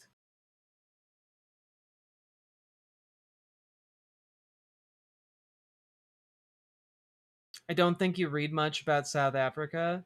Look, I've been seeing the debate playing out down there. Just as a quick FYI. This is from June 10th of this year. Real quick. This is for the Institute for Security Studies in Africa. Debate about South Africa's falling murder levels masks a deeper crisis. To keep murders on a downward trajectory, South Africa must prioritize and fund interventions that prevent family violence. Because family violence is the main driver of violence in South Africa. It's not whatever fucking racially based terrorism is being imagined by folks in the vertical chat. Stop it. You see the BS I have to deal with in this state? I have this chump and MGP here. This guy sucks, Dragonfly. This guy, actually, wait, let me look up real quick. Washington 9th Congressional District. I want to know... Dude, this guy doesn't even represent, like, Eastern Washington? Dude, this guy sucks.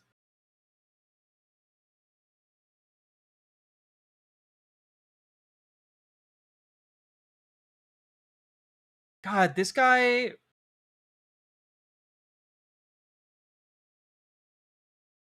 This is Seattle, right?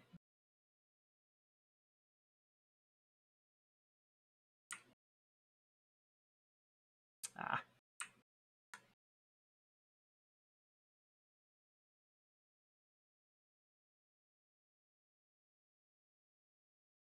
Yep. Southern Seattle. Gotcha. This guy sucks. Seattle, do better.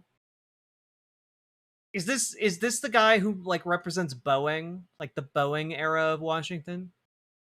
All right. So the notion that it's just the establishment that led to Trump losing, I think, is a misplaced fact. Can we pause there for 1 second? Go ahead, get to your critique. And I certainly, but I also think that the establishment Democratic Party, I mean, the whole Joe Biden thing, nominating, even thinking about nominating Joe Biden in because of his age. Well, because he couldn't speak. Bellevue and Renton makes sense. I don't care how old he is, he just couldn't speak. Okay, he couldn't communicate clearly. Yeah. Whether that was because he was old or because he couldn't communicate clearly, it had the same effect. And then the second big issue is income inequality. It is absolutely true that whoever has been governing for the last 20 or 30 years hasn't done enough to create opportunity for enough people. Yeah. Those two issues, I think, really drove the feeling of let's try something different. Now, the question is whether or not the DSA agenda is actually going to achieve either of those objectives. Is that what's going to help us defeat Trump and MAGA? Is that what is going to build a more broad-based economic thing? But this is where I am very sympathetic with the DSA. I'm an economic populist. All right, I think we should rewrite the tax code to actually tax rich people. I've been working with a woman, Ray Madoff. She's a professor up at Boston College who wrote a book about how we built our tax code so that investors don't ever pay taxes. Let's change that, okay? I'm very pro-union. Stock buybacks. Why do we have stock buybacks? They didn't exist prior to 1982. Yep. So obviously corporations can exist without them. On that agenda, I'm there. Part of the problem I have with the broader agenda is you can't have free stuff for everybody all the time, A, and another message. This guy, you can't have free stuff for everybody all the time. That's not the DSA platform. Like, it's just genuinely not. Like he's straight up coming on here and, like, fabulating. That the left gave us in the last 10 years was that deficits and debts don't matter. Are you familiar with modern monetary theory? Of course. Yeah. It's absurd. The idea that we can just spend as much money as possible is not a problem. Now, I want to tax people. I want a better social welfare state. But to argue that we can have a better social welfare state because the debt doesn't matter undermines the credibility of that argument. I think with the decline of the U.S. dollar and potential risking of the U.S. dollar as a reserve currency, it's something we have to think more about now. But here's so let that's me drill, the understatement of the morning, by the way. But let me drill down a little bit on a few things you've said. So you've argued both from a most of your argument against the DSA thus far, I think you could characterize as an electability argument. You think no. It's bad policy. Okay, so I don't think having unlimited immigration is sustainable. I don't think getting rid of the criminal justice system is a smart way to govern. It's not just electability, it's policy. It's not just electability, it's policy. But like nobody is running on getting rid of the criminal justice system. Nobody is doing that. This is like getting on this show and being like, everybody needs to stop running on the political platform of digging a giant pit in South Dakota. Too many people are saying we should dig a 6-mile long pit in South Dakota. And it should be 12 miles deep. Too many people are running on this position. It would be a complete waste of our money. Like, this is just... What are you talking about? Nobody's doing that.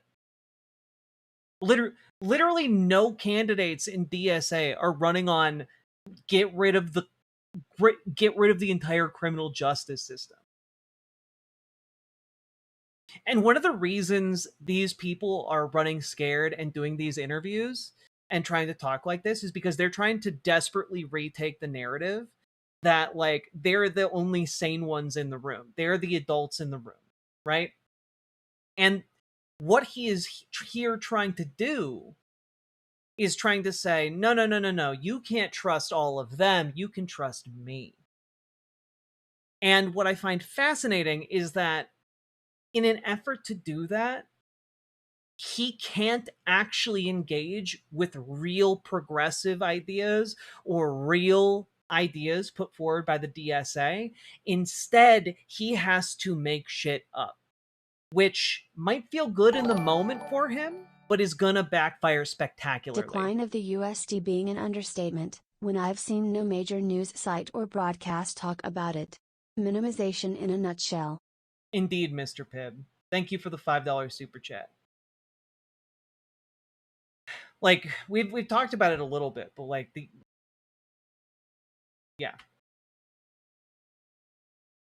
when we're talking about this, what he's trying to put forward is like this idea of DSA that's a paper straw man that is easily punctured. And when we talk about it in that light, it's no wonder that DSA candidates are eating the lunches of candidates like this, you know? Politicians like this. Because actual DSA candidates are running on actual issues that are relevant to their voters. Actual progressives are going out there and talking about real ways people can get Medicare for all, right?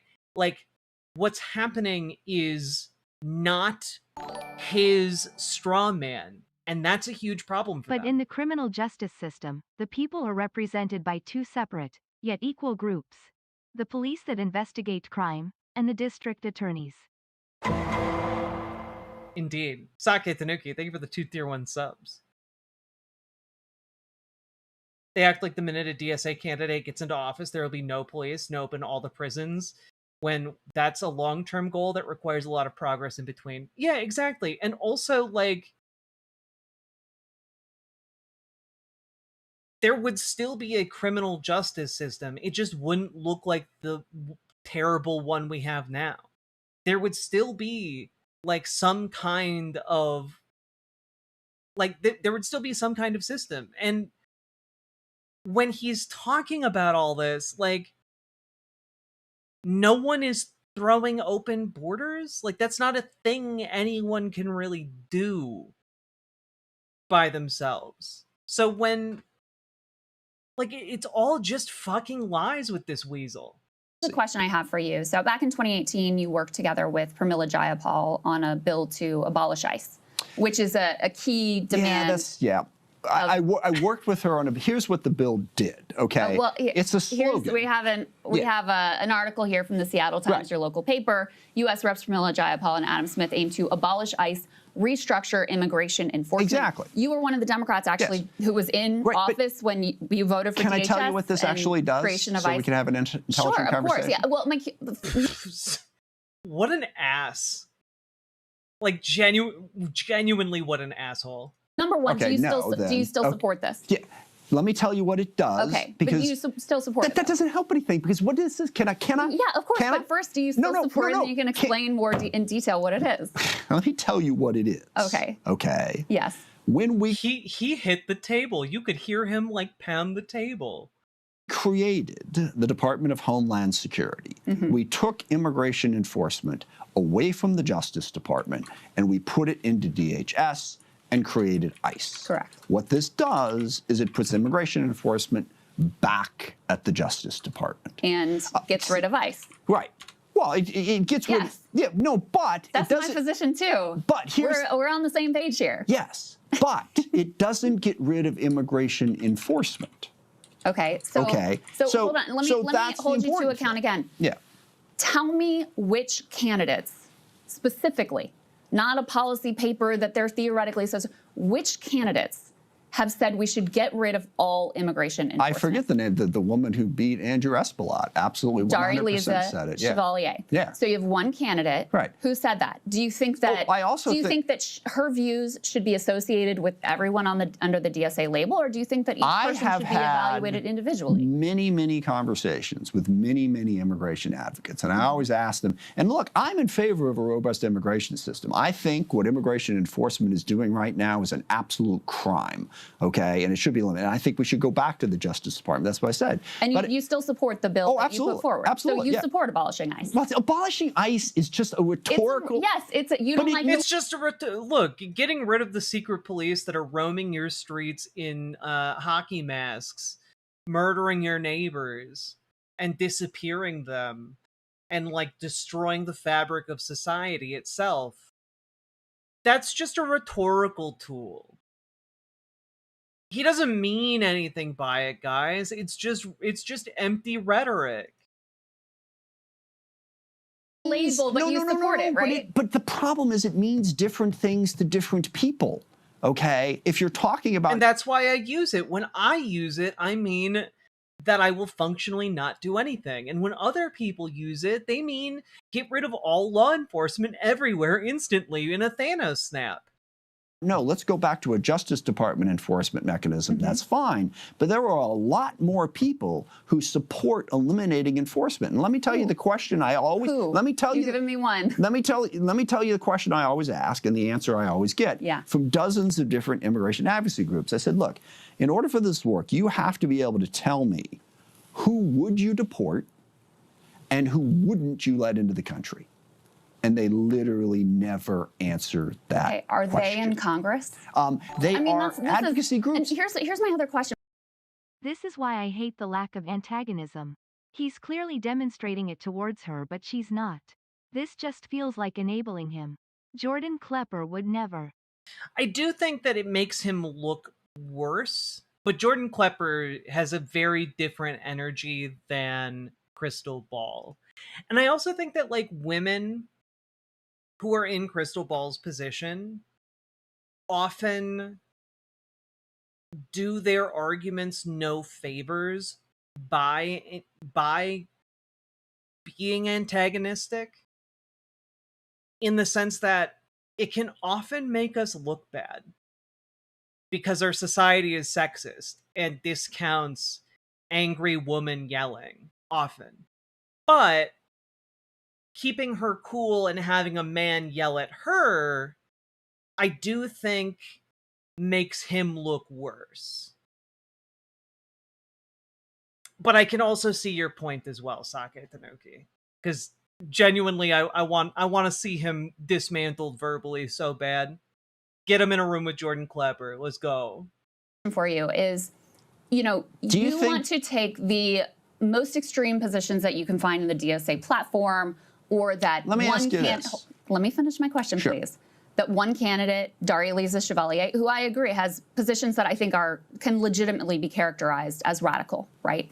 You want to take those positions and you want to tar an entire group of candidates with them. Well, let me ask you this. Aren't you, hold on, aren't you effective? I'm not interested in answering questions in this interview. I mean, I'm interested in asking you questions, my interviewer. Doing the work of the Republicans there. Yeah, see, by and saying that's always all the these answer. people, That's they're all always the so answer. crazy. They don't want any enforcement. They don't want any police. They don't want any borders. Let me etc. consolidate When for you. They could easily characterize. All right, you've done your thing. Let me do my thing. They could easily characterize your abolish ICE position as just as crazy and radical as Daria-Lisa. But I can't, because the Justice Department is going to enforce it. Let me ask you this. Joe Biden, his policy, okay, so not just Joe Biden's policy of open borders that you were talking about earlier? Yes, go on. one person in a platform, whatever. Do you think his policy was too lax in terms of border security? I don't, but I acknowledge that politically, that helped fuel the rise of the return of Donald Trump. So let me say now, to that you, is though, something that's widely supported. But hold on a second. Which wing of the Democratic Party does Joe Biden come from? He doesn't come from the DSA left, does he? He comes. Yeah, that kind of fucks up his entire argument, don't it? Oh, the expression on her face is priceless. Comes from the establishment, and so to go back to one of the original. Wherever he comes from, how did he govern? Well, he funded a genocide, so he governed in a lot of right-wing ways, but. To go back to your original point about electability, I think it's very hard. I never made a point about electability. You did. You said that you thought that these positions, if you listen to your original answer, you said you thought these positions for the DSA were part of what brought back Donald Trump. Fair enough, yes. But there's also policy concerns. But okay, yes. But on the electability point, how can you argue that your camp within the Democratic Party has a lot of credence when it comes to electability when I argued the exact opposite. I argued the exact opposite. I'm with you. When, you know, 100%. I'm with you 100%. That's why I became more conservative. Because I saw a lot of Republicans win, and I don't think anyone on the left can win anymore. I guess, apparently. Hillary Clinton loses to Trump. Biden wins by adopting some left-wing views, then loses to Trump. It was the establishment that propped him up, that forced war, any sort of a primary. So how could it be the fault of the left that we're losing? There's three things. Okay.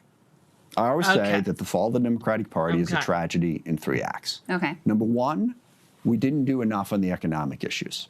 And I think that Obama and Clinton get way too much of the blame for that. I think they really tried to get after broader economic issues, certainly the Affordable Care Act, a whole lot of other provisions that were put in there.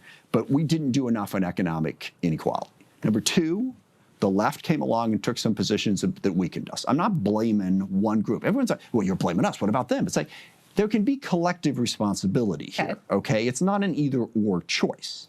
Yes, we didn't do enough in economics. And then some of the positions of the left, and there were a lot of people running around. And when people say abolish ICE, do they mean abolish enforcement or do they mean change enforcement? They mean get rid of the fucking secret police, man. Like, it's not difficult to figure out what people mean. It's pretty straightforward.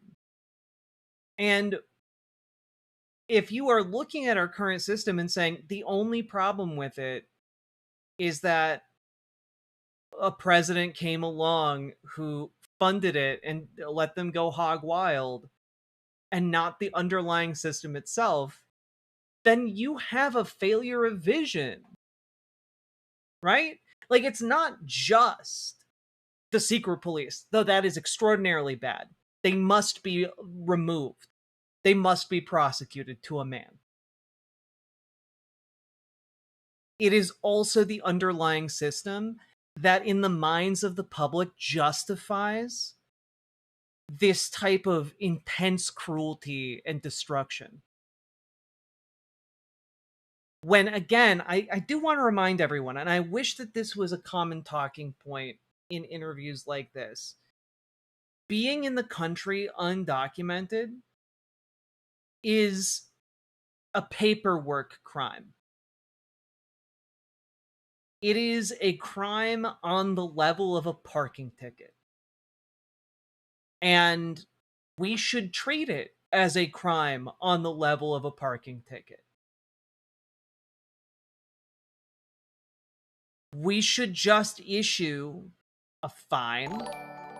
You fill it out, and boom, When you're you say get rid of documented. the secret police, do you mean the secret police or the secret police? Is the secret police? Are those the secret police that guard the secret? If so, we can't talk about it because it's a secret. Sake Tanuki, thank you for the 2 different subs. Okay, and that's where you get into that difficult issue. We've had criminal justice problems, you know. The defund the police movement did not help us in any way, and it was a thing. And everyone's, oh no, we never did that, okay? And then 3, Joe Biden. Yeah. Those 3 things are what led to us. And every time, I want to bring them all in, but people say, well, if you blame the left, you're just being a Republican. Well, can't we learn as we go? Well, my problem is not with your, look, I have my Can't we learn as we go and become Republicans? Critiques of the left, right? I think that I actually think the identity politics thing came out of the Hillary Clinton campaign and was a way for the establishment to beat back the rise of the Bernie Sanders left. No doubt the left embraced it. I have been a critic of quote unquote woke, although I hate the word at this point in identity politics. That's my. You know, I do think that the way to dismantle the entire argument around identity politics and wokeness is not what Crystal Ball is doing here. His polices were right-wing. The Republicans lied about his borders. Yeah. And so he tried to enact a bill that only appealed to people who would never vote Democrat because they effing hate U.S. 100% Pluvius. Thank you for the $5 dono, and yes. But, like, the way to, I think, deal with identity politics and wokeness as, like, a conversation topic in a situation like this, I think is absolutely not to say, like, oh, I hate identity politics, I hate woke, is to ask, what do you mean by identity politics? Because very often, these guys are using identity politics or woke as a stand-in for something more specific that they mean. Like, oh, I don't think the Democratic Party should have defended gay people. Oh, I don't think the Democratic Party should have hired as many black people. Like, that's what he is saying is what he's doing is using euphemism to hide what he's actually talking about. And that's why people use woke in such a nebulous way. It's just a shield to kind of end the conversation there. And you need to dig deeper than that. The reason I hate the term woke is because every conservative person uses it to mean something else, which is why when you hear a guy like this talking about identity politics or wokeness, you need to dig a little bit deeper, because I think that if you do, he's going to start squirming uncontrollably. My position, I'm a class first leftist. Yeah, you're gonna find his personal bigotry. My own critiques here. I'm not saying you can't. I'm saying when you caricature an entire wing of the party at this point. Aren't you caricaturing the entire wing of the centrists and saying that we're all like, no, because dog, you came in here and defended an ethno state right off the bat. What do you? No need to caricature you. You did it yourself. You beclowned yourself from the get-go.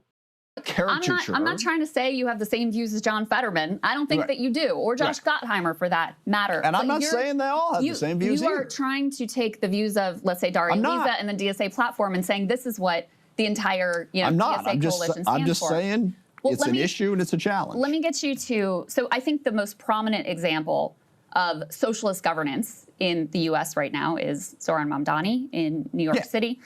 He got asked a question that's very relevant to this conversation about, what about people who are concerned about socialism or concerned about democratic socialism? Let me get you to respond to what he had to say. This is E2.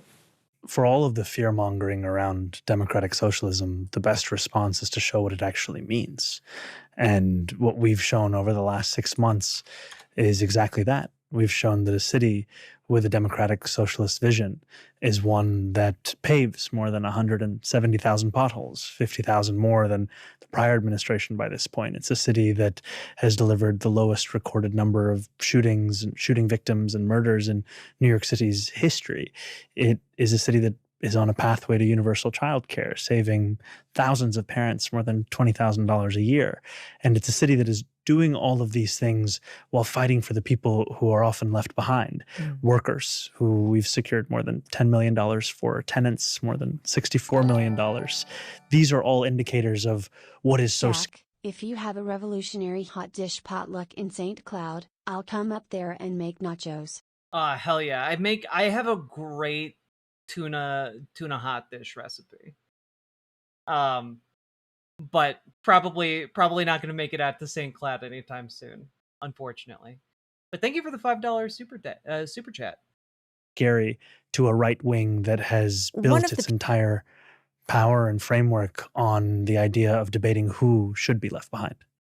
So is Zoran's version of socialism a version that you could get on board with, since he's really focused on the affordability pieces that you... I am encouraged by what he's doing. And I... This is like, fuck, man, I hate these spineless ghouls. He's spent the entire fucking show talking about how much he hates DSA, and then Crystal shows 15 seconds of Zoran Mamdani talking about his successes, and he immediately crumbles. These weak-ass bitches, I swear to God. This guy has spent an entire 30-plus minutes building straw men, and Crystal pulls out a 15-second clip, and the second he sees it, he collapses. It's ridiculous. He's a clown. He is a caricature of himself. I think that form of trying to get things done, that's the other problem, is so much of the left, and certainly we experienced this in Seattle, became an academic exercise. They were spending all day long talking about, the history of racism, as opposed to going out in the community and saying, these are people who've been discriminated against. Let's get them access to capital so they can start businesses. Let's get them access to capital so they can get homes. Let's do a job, let's do workforce development so they can get jobs. It became an academic exercise about the history of the U.S. and about, are we, just an irreversibly bigoted racist? And that's all interesting. What are we doing to govern effectively? No, it's not. Like, are we all irreversibly racist? Like, no. The answer is no. The answer is no. We can always improve ourselves. We can always root out our own biases and take them into account and make better decisions as a result. Fuck, man, this guy sucks. And actually, everything that Mamdani said right there, I'm encouraged. If you govern and focus on getting things done, so-called sewer socialism from back in the day, when you had mayors who were socialists because they were going to go out and work, that's great. As an academic exercise, will you want to explain to me the history of oppression? When you say things to me like, well, that person can make that argument because of the power dynamic, and we operate in this weird intellectual world that's got nothing to do with practical problem solving and... It is wild to me to hear this guy, who is a sitting member of Congress,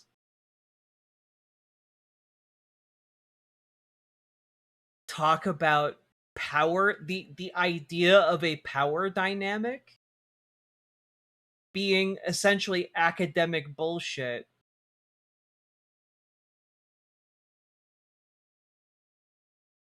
You're one of the most powerful people in the country.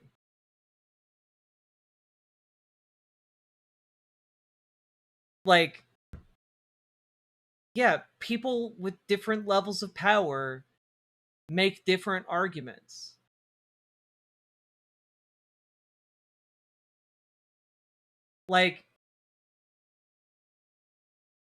This guy spent half of this interview defending apartheid, defending an ethno-state, and now is talking about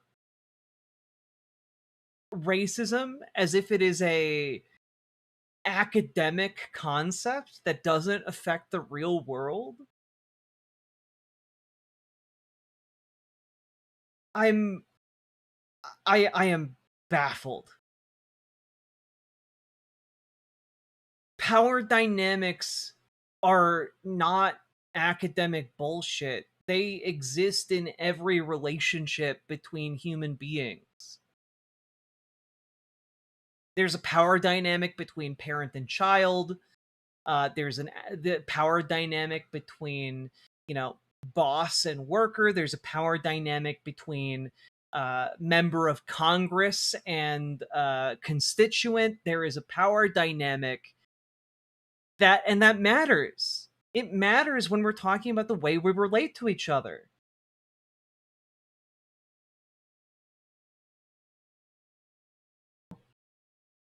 And these idiots can't figure out why they're getting swept out of office. Exactly.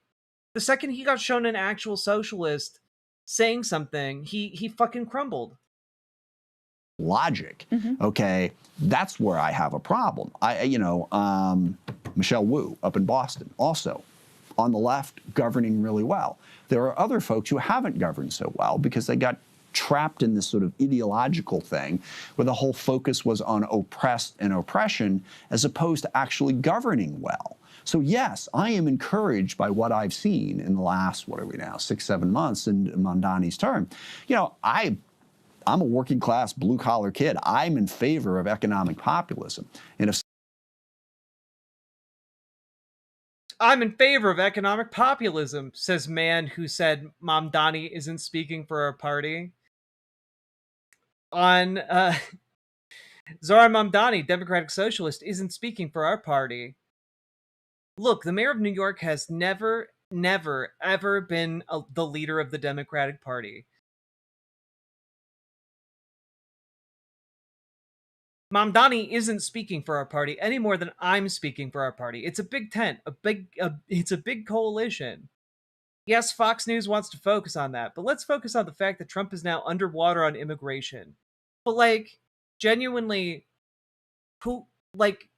I know it's important, but this deferral to the polls, think about the polls. You're talking about something important. A Democratic Socialist just got elected into one of the most powerful political positions in the country outside of Congress. And you're like, well, let's talk about how Trump is underwater on immigration. But then a year later, you go on to this interview and you talk about how, one, Zoran Mamdani is great. He's doing such a good job. And you immediately cave when he is brought into the picture and defer to him because you know people like him and you want people to like you.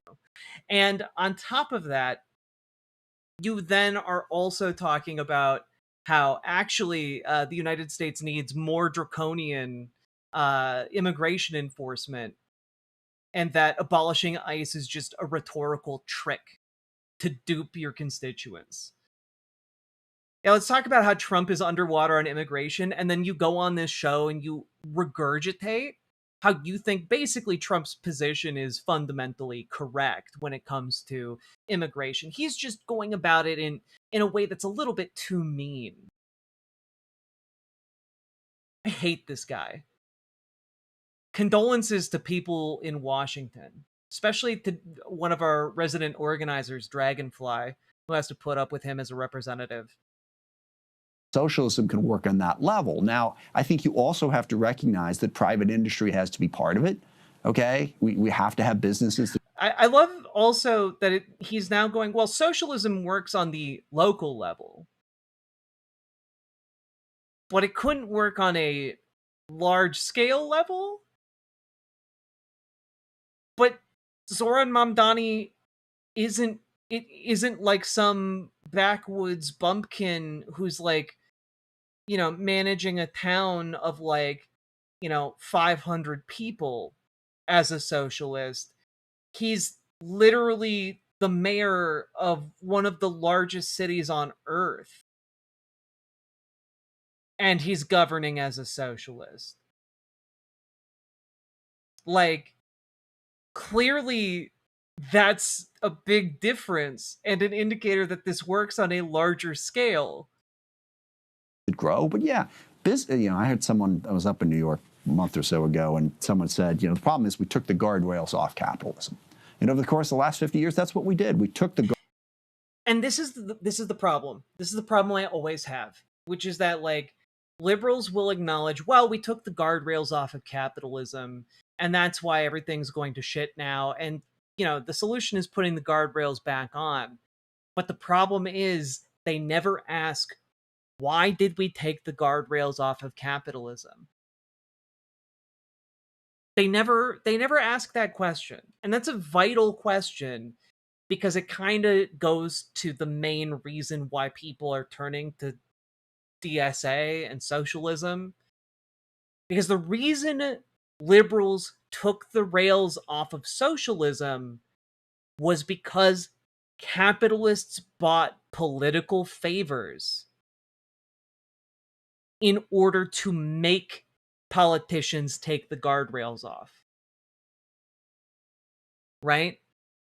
And the problem here is that the idea of, well, we'll just put the guardrails back on doesn't work when the capitalists can just pay to have them removed again. Because that's how our system explicitly works at the moment. So the solution here is clearly not just put the guardrails back on, because systemically, that is not going to fix the issue. The issue will continue to recur. So we need to fix it in a more permanent way. Guardrails off capitalism. So let's put those guardrails back on. And if you want to call it socialism, whatever you want to call it, I don't care. But let's. The guardrails on capitalism isn't socialism. That's just literally what you're describing as New Deal liberalism, which is better than what we have now, but not a permanent solution. Govern more effectively. So let me ask you then, Josh Gottheimer said, if you're a socialist, you're not a Democrat. Sounds like you don't agree with that. No, I mean, but again, the problem with this is the whole abolish ICE thing. You throw a term out that means 15 different things to 15 different people, and then you say, well, it didn't mean anything to me. I was just using it because people liked it. Because you're a spineless jag. You're like, do you support this? It's like, well, which one of the 15 versions are you talking about? I'm not asking you to support it, but he and others have said basically, we don't want these people in the party. We don't want to share the tent with them. And it doesn't sound like you're in that place. I am not. Now, I think we ought to be able to have a conversation about the issues. I was sick to death, and you did it to me again, when I was trying to say, hey, look, on immigration, we need to show that we are in favor of enforcement. Well, you're just giving me Republican talking points. I didn't say that. Yeah. No. You said something about me sound like a Republican earlier. No. What I said why can't we have a conversation about it? What I said is that when you take the most radical position of one person or from a policy platform and you paint with a broad brush, you're handing Republicans a talking point. Oh, this is what these people are. But also, Republicans are going to say that about this guy, and they're going to say the same things that they say about Zoran Mamdani about Adam Smith. What I'm saying is that you could easily be put into that camp, too, given some of your positions that you continue to hold. For example, whether you want to call it dismantling ICE or reorganizing ICE under a different agency or whatever you want to call it. You support getting rid of ICE. It's not actually a joke. It's how are you going to enforce it? What sort of enforcement are you going to do? And if going back to the Justice Department makes sense to me. And, ICE would no longer exist, but you'd still have immigration enforcement. But this is the biggest. Could you actually, I am curious your view. Because the counter to that would be, well, if you're just going to do enforcement, why not just keep ICE and reform ICE, right? There's some group of people would say, oh, it's too radical to get rid of ICE. We need to just reform it, vet better, et cetera. Why do you think that it needs to be taken apart? Because obviously I agree with you. What Trump has done with it, I think just puts it in a category. And I don't know. Yeah, but what would putting it in the Justice Department do? Like, if you're just moving it under a different umbrella, it can still be abused by a future president. Like, what you're talking about doesn't preclude a president from abusing the office to reform the secret police. What are you talking about? I mean, theoretically, within the Department of Homeland Security, I suppose you could have immigration enforcement that made sense. But I think at this point we need a clean break. And look, the biggest thing that I want in all of this is the ability to have a conversation, all right? And this is my biggest problem with the left. I have been unable to hold a town hall meeting for a year because a bunch of leftists show up and scream at me and don't let anyone else speak. We had a hearing in the University of Washington on whether or not to divest from Israel. Mm-hmm. After all the protests, we're going to have a hearing. So the first 3 people got up and testified in favor of divesting. 4th person got up and testified against divesting. 2 sentences in, shouted down, screamed at, wouldn't stop. The meeting, you talk about illiberal, okay? Having people stand out in front of my house, screaming death threats at me and threatening my wife. Okay, and the left, oh, well, of course we don't support. We're peace activists. We would never do something like that. Okay, how about you just say no?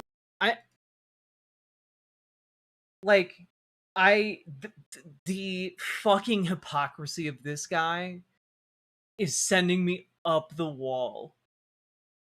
This guy is like going out there and openly advocating for an ethno-state. And acknowledging it is an illiberal position that he holds, but he believes in liberal values.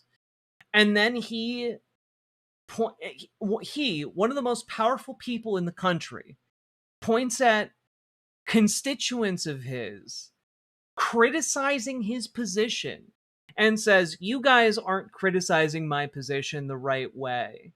You are the illiberal ones. And it's like, well, I'm not condoning what they're doing in terms of like sending him death threats, what have you.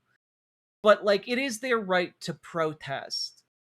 That is a fundamental right you have in a country that has protections for freedom of speech. Which does not include making death threats, just to be clear. But like, people criticizing you, however harshly, does not equate to an illiberal structure of government, and in no way is equatable to an ethno-state.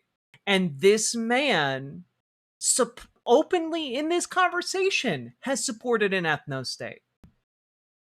Openly supported violent action that has been a part of a prolonged act of deliberate genocide engaged in by the Israeli government across all levels. No, they did it. It's wrong. We're against it. We are going to be liberal. We're going to stand up for stuff. I think that whole thing has created a major problem as well. And that's what I try to have these conversations, and people, wow, you're just a Trump supporter. We have to be able to have an intellectual discussion. I mean, the problem is, the discussion is simply, you believe ethno-states should exist in some cases. And I want to be very clear here. I would wager 95+% of Democrats, if you asked them, are ethno-states ever justified, would say no. He is out of step with the vast majority of the Democratic Party. He just doesn't seem to realize it yet. Positive thing, I think Mamdani has done that. Yeah. Now, I don't agree with everything he's doing, but he's having legitimate, thoughtful conversations instead of screaming matches over who can threaten the loudest. Let me just, last question, because I know you have a briefing that you need to get to. As a result of your vote on the Massey Amendment, which would block aid to Israel, AIPAC said, basically, we're done with this guy, pulled your name off their fundraising website. You're a person who, you are in a very important position for them, ranking member. They've given you a lot of money in the past. Have you spoken to them about that decision? Yes. And would you, in the future, do you want their money back? Because I know Pat Ryan was in a similar situation. He said, I'm done with them. I don't want their money. I don't think that we should. This is another thing that I've never bought into. Well, can I finish my question? He said effectively, I don't think we should be in league with this right-wing foreign government and an organization that supports it. Do you share that view, or you would be open to taking their money again? I'd be open. I mean, given my position, I don't think that's going to happen. It's always been my position. I vote, take positions, and people decide whether or not to donate. And that's another thing. Yeah, no. And you've never, definitely never made a connection between how you vote and the amount of money that comes in. No, sir. I'm sure. Never had your member of your team sit down and crunch the numbers on that one. I don't think the left should take no money from corporations. Corporations are evil, they're awful, they're terrible. I don't think that's in keeping with how the country's going to run. We need businesses. And look, I've had many donors. AIPAC's not a business, but well, no, but it goes beyond AIPAC. You know, we're not supposed to take any money from any people. How can you put? Well, I think that position divides us, and not necessarily. As far as AIPAC is concerned, you understand that decision to take money from anyone or to have principles. It really divides us. Yeah, it does. Yeah, it's true.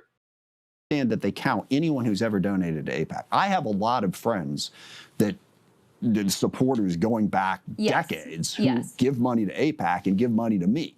Okay, I'm not going to. But you have taken AIPAC contributions. Oh, yeah, that's not a mischaracterization. Oh, no, absolutely. But the whole broad thing of, you know, Well, they make it, in fairness, because I think it's a very difficult thing to track. They intentionally, you know, they create other groups. Puff. Yeah, and they try to hide some of this money now that it's become a toxic name. But final, real last question for you. Abdul El-Sayed running in Michigan against Representative Haley Stevens. AIPAC and affiliated groups have spent $30 million in that race to support Haley Stevens. You're someone who is concerned about democracy. I mean, do you see that as a crisis for democracy when you have tens of millions of dollars of outside money, whether it's AIPAC or Big Pharma or whoever, coming in and backing one candidate? Is that something that should be banned in Democratic primaries? I support McCain-Feingold, and I think Citizens United was one of the 2 or 3 worst Supreme Court decisions ever made. You ought to be able to limit IEs. And I don't care if it's coming from business, if it's coming from AIPAC, if it's coming from labor, if it's coming... Because left groups have big IEs, too. I mean, everyone acts like they don't have any money. I remember it's no competition for what's coming in on the other side. But just to put a fine point on it, the Democratic Party could itself, you know, it's hard to... Like, what's crazy, you know, some left groups have IEs, too. Yeah, but, like, it's, like, they're to the tune of, like, $6 million total. As opposed to, for establishment libs, we're talking, like, tens of millions. You know. And when we're talking about elections, we're talking hundreds of millions of dollars getting dropped. To change the Constitution and the Supreme Court, et cetera.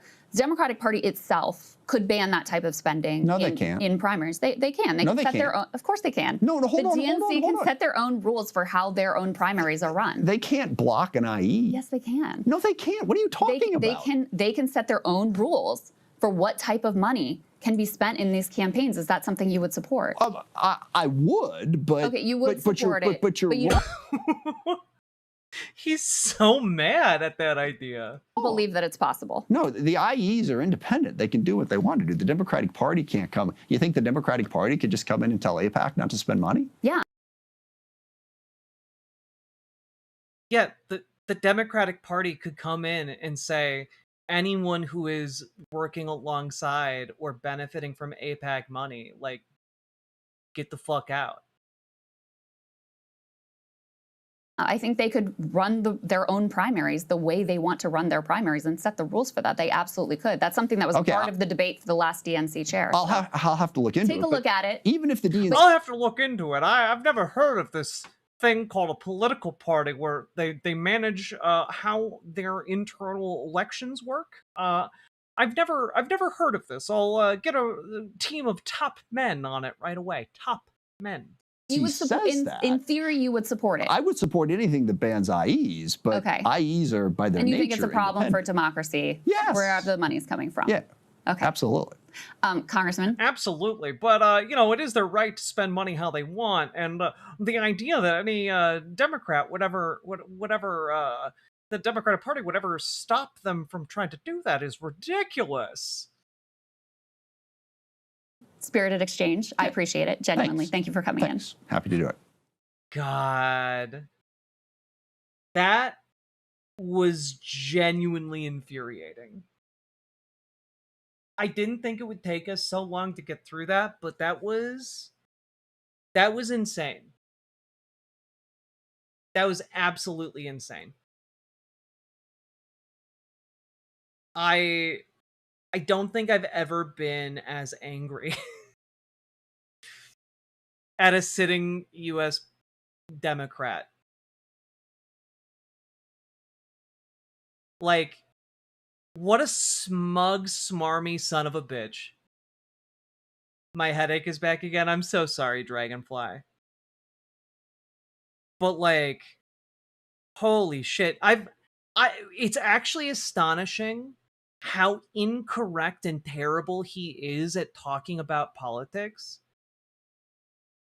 that he's made it to Congress multiple times.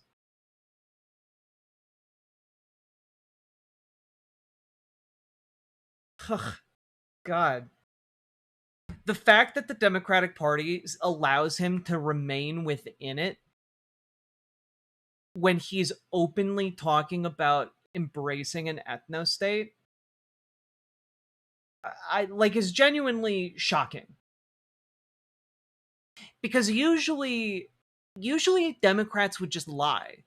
Like, even if they think Israel is an ethno-state, they would usually just say, oh, no, it's not an ethno-state, it's the only democracy in the Middle East.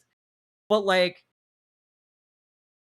he didn't. He was just like, no, it's an ethno-state, and I support it. And like, that's crazy. Ethno-states are evil. Like, you just straight up came out and said, like, yeah, I'm in favor of ethnic cleansing in the name of creating an ethno-state. Of course. Like, what? You realize you're aligning yourself with, like, literally one of the most evil types of nation states that possibly exists. That is crazy.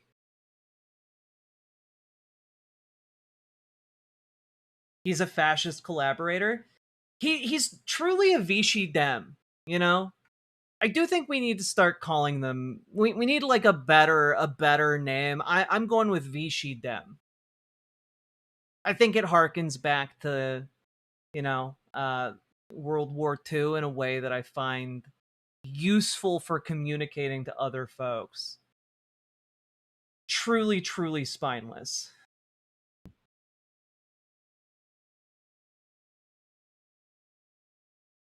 Vichy Dem would probably lose most people today. Do most people not, are most people not aware of Vichy France? Damn. We'll workshop it.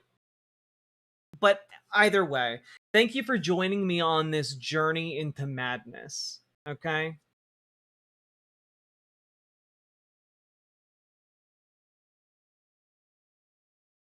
Most people are not at all educated on history. Oh, okay, just real quick. Vichy France was the propped up government under Nazi occupation in France. And they were collaborating with the Nazis, were generally reviled, and like truly awful. So when I say Vichy Dem, I am drawing the comparison between this particular type of Democrat and the French collaborators under Nazi occupation. There you go. Sorry, I thought that was maybe more well known than I He's thought. they, Maybe. she, they.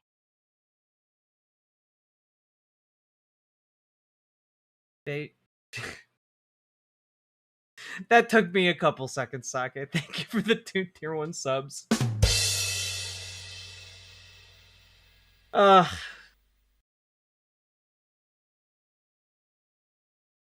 God. Anyway, folks, if you got anything out of that, hit the like button, hit the subscribe button, leave a comment, let me know what you think. Let me know what you think about Vichy Dems as like a title for absolute quislings like this.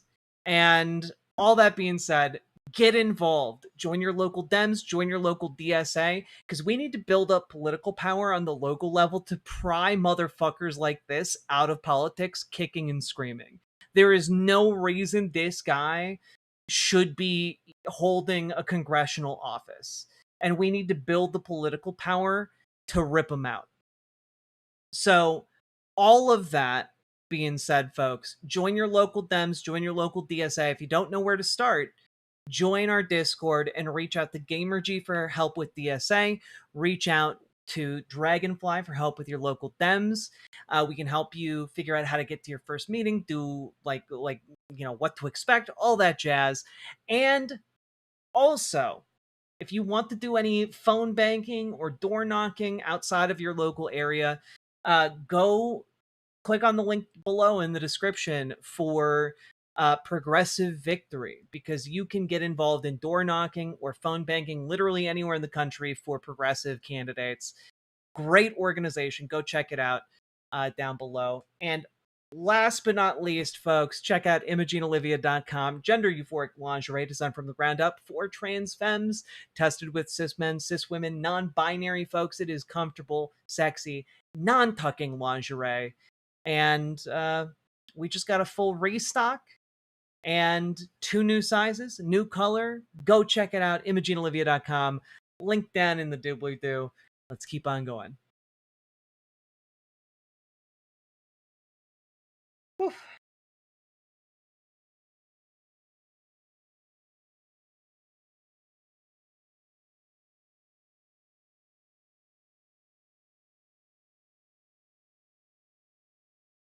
Oof.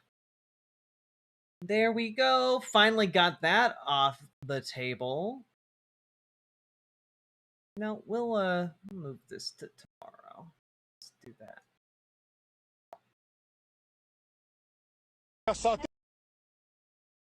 Yeah, there we go. Fuck, we might have to do the Haley Stevens Abdul El Sayed debate tomorrow. I have predictably added too much to my plate. Am I going to cover the Hunter Biden interview? No. I am not.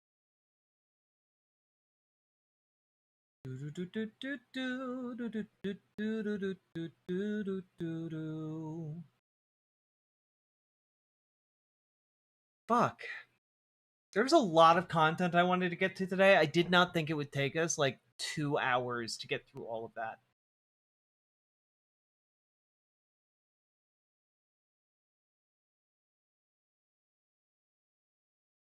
I thought Hunter Biden died. No? Get a bigger plate? I would, but I got shit I gotta do. You know, fuck it. We'll do this 2028 segment. And we do have to talk about the Iran war. Fuck, we have fuck, I haven't covered any of the things in the show title. Fuck, dude. No. Ugh.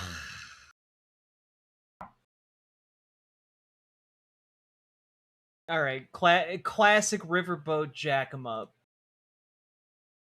We're going till dawn, Shimps. I don't have the ability to do that. But we will at least. Bad streamer. I know. I need to stop promising topics in my titles. Do Iran first. It's important. All right, you can do that.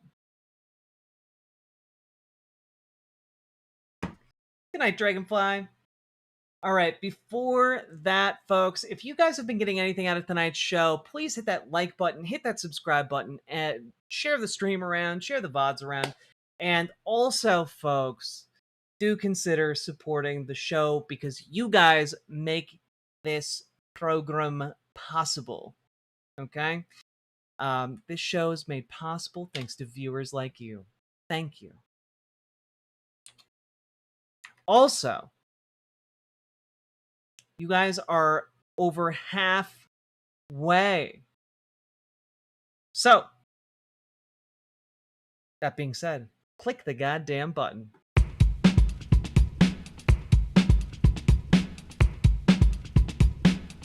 Go, go, go. Click the button. Click the button.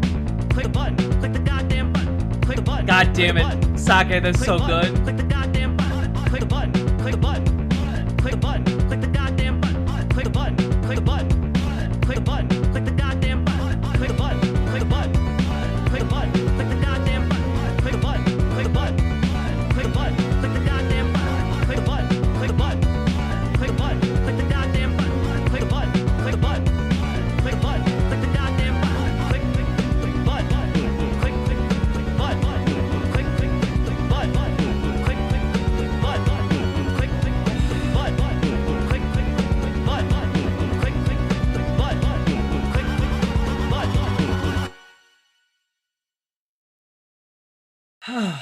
There we go.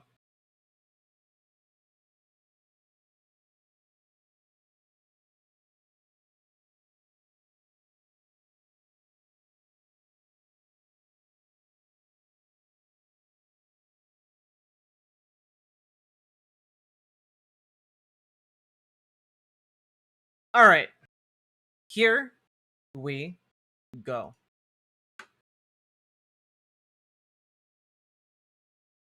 So, folks, we have to talk about the Iran war and how it is continuing to spread, and the more and more countries are becoming involved, and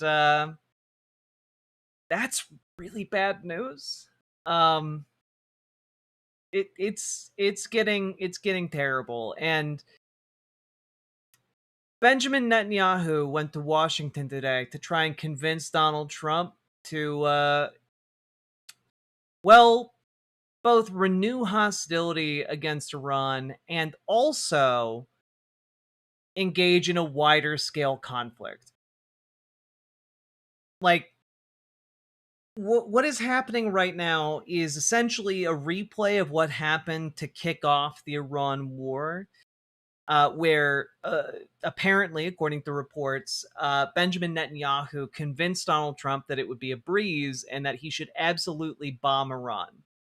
And essentially, the meeting today is along those same lines, but again, in the middle of the war. And that's awful. That's terrible. And also worth noting that, well, everything is going to shit all at once. And it's important that we have an idea of where all of this is going to shit. So let's break out the map, everybody. So you have Iran, right? Obviously. You have Saudi Arabia over here. You got Yemen down here. And then you have the Caspian Sea up here. So what is happening right now is effectively Iran has been selling supplies and munitions to Russia, as Russia has been engaged in its war against Ukraine. And today, Ukraine bombed that supply line that was and said Iran was allegedly the shipment that they hit that was an Iranian shipment was supplying arms and ammunition to Russia. Iran, of course, denies this, but of course they would. And what this indicates is that perhaps Ukraine is now going to escalate its involvement in the Iran war from not being involved to being active in bombing different targets across northern Iran as well as targets in the Caspian Sea. And this, of course, it marks a major escalation because Iran has also sworn some form of retaliation against Ukraine. So, at this time, neither has declared war against the other, but it's one of those situations that could pop off and create one unified conflict in a way that should be deeply terrifying to any sane person, right? Yeah, like nearing a World War III type situation where Russia and Iran are aligned against Ukraine and the United States. And obviously, this is extraordinarily bad.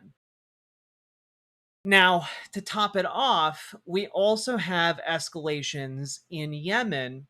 Specifically, the Houthis have been trying to make good on their promise to block the Red Sea passage through the Bab el-Mandeb Strait. Now, that is effectively a way, and the Bab el-Mandeb, you can see at the very bottom here, is this little connective area, and would effectively choke off the Suez Canal.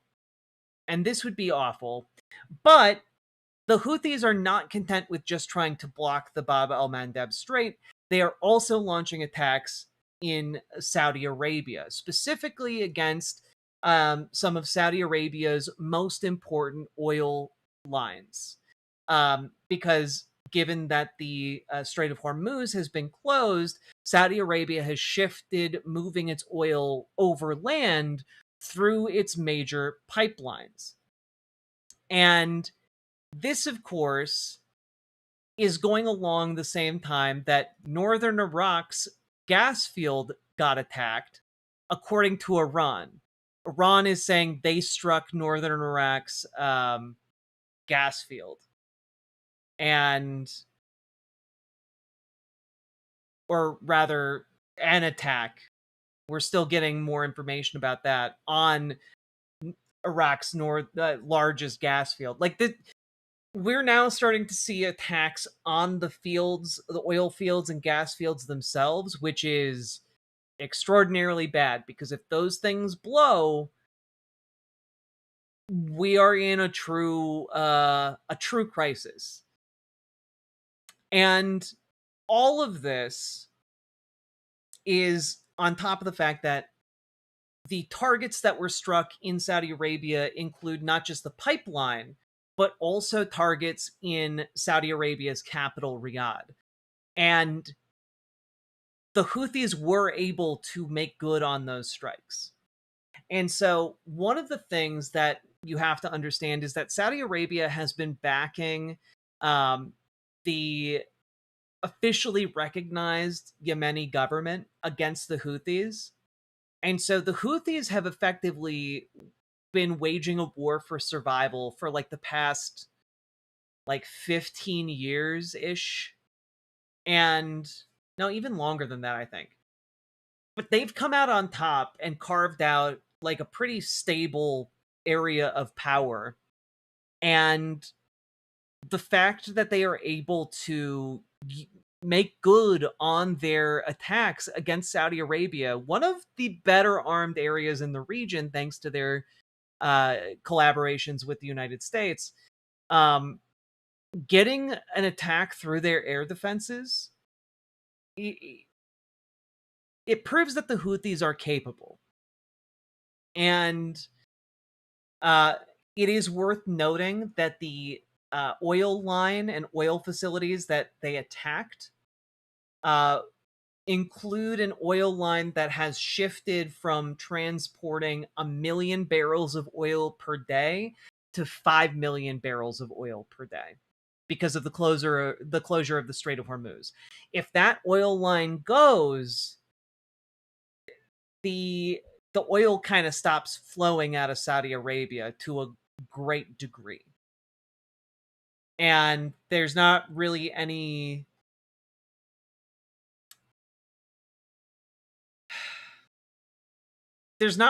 much that can be done here, because Saudi Arabia did attempt a counterattack, but because the Houthis are used to being bombed and attacked by Saudi Arabia, they've been able to maneuver their military equipment in such a way that they suffered virtually no military losses as a result of Saudi Arabia's retaliatory strikes. And their media is saying that those strikes hit only civilian targets. There has been no impact on their ability to actually carry out strikes. Now, Donald Trump is trying to distance himself from the conflict that is brewing between Saudi Arabia, the Houthis, and the blockage of the Bab el-Mandeb Strait by saying, "Oh, the United States has nothing to do with Yemen." But like, that don't fly, because obviously what's happening here is that, and this is, by the way, echoed by the Yemeni government here. The Houthis are seeking to mirror Iran's Hormuz model in Bab el-Mandeb. This is according to Yemen's foreign minister Afra al-Zuba, who said they want a peaceful resolution to the conflict with the Houthis, but prepared for escalation if the group continues to push us, which would, again, be essentially plunging Yemen into yet another era of prolonged civil war. It's worth noting that the Houthis control by far the largest and most important parts of Yemen. So the officially recognized Yemeni government doesn't really have as many teeth as one might think in order to actively stop what the Houthis are doing. And all of this, here's actually a map of the kind of 2026 lines of where control is. So, there's Saudi Arabia, here's Yemen. So you have essentially four different factions really, controlling various areas of Yemen. But the Houthis control this almost fortress-like area over here that includes Sana'a and Hodeidah.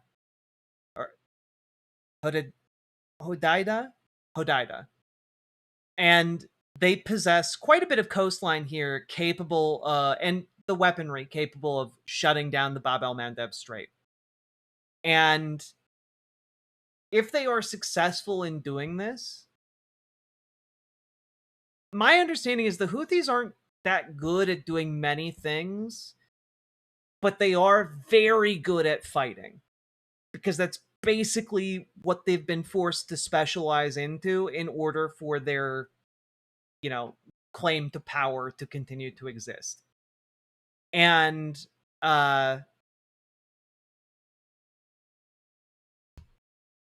yeah, if they are successful in shutting this down,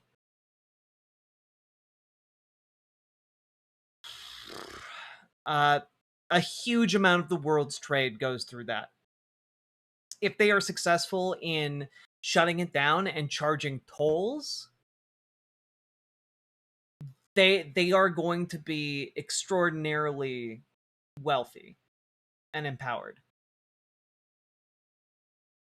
And so there is a geopolitical crisis brewing there's not really a good or clean resolution here. And I want to make clear, Donald Trump is the one who let all of this out of the bottle. Donald Trump is the one who instigated this for no reason. Donald Trump is the one who has repeatedly thrown U.S. troops into danger. This is entirely manufactured by Donald Trump. The only reason the Houthis are doing this is because Iran did it and got away with it. There's nothing stopping the Houthis from doing this successfully. So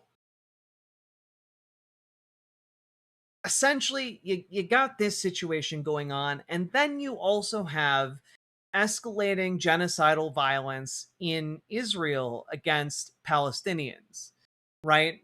And, over the past year and a half, there's been 3,033 settler attacks, all backed by the IDF, against Palestinian civilians in the West Bank. And this is escalating to a great extent now. In the past several months, these attacks have escalated by about 50% compared to the previous rate, which was still insanely high. So a genocidal level of violence is being enacted within Israel itself as well, which is going to provoke more violence in the region and instability. And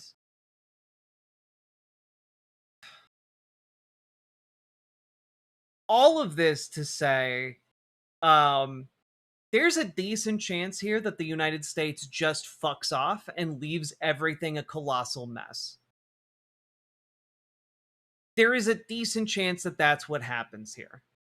Because, as reported in the media just a couple days ago, Trump holds off on major escalation against Iran as advisors raise concerns. What's very interesting about this headline is it doesn't mention that one of the main concerns is the fact that we are rapidly, and I've talked about this in the past, running out of anti-air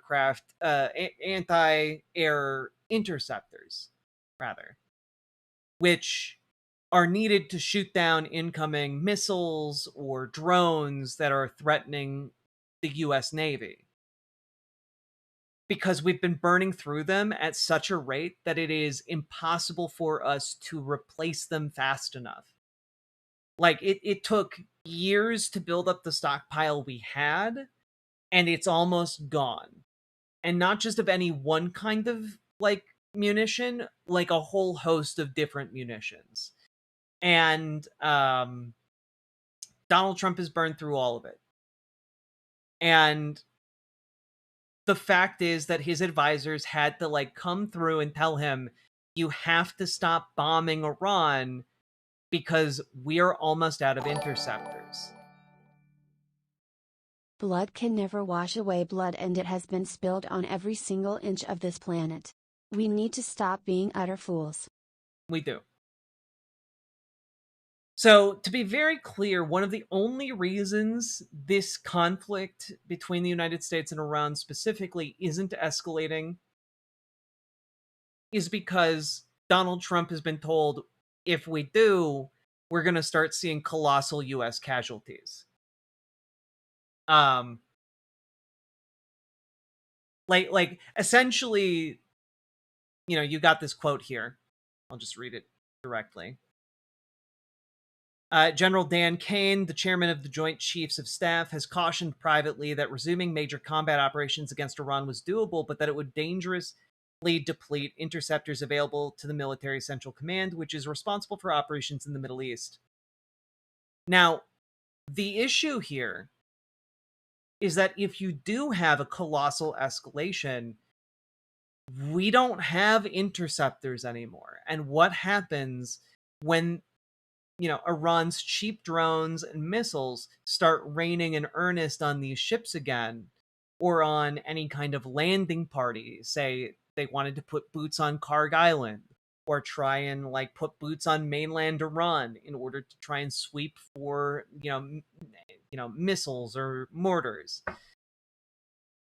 What happens then is thousands of dead US soldiers.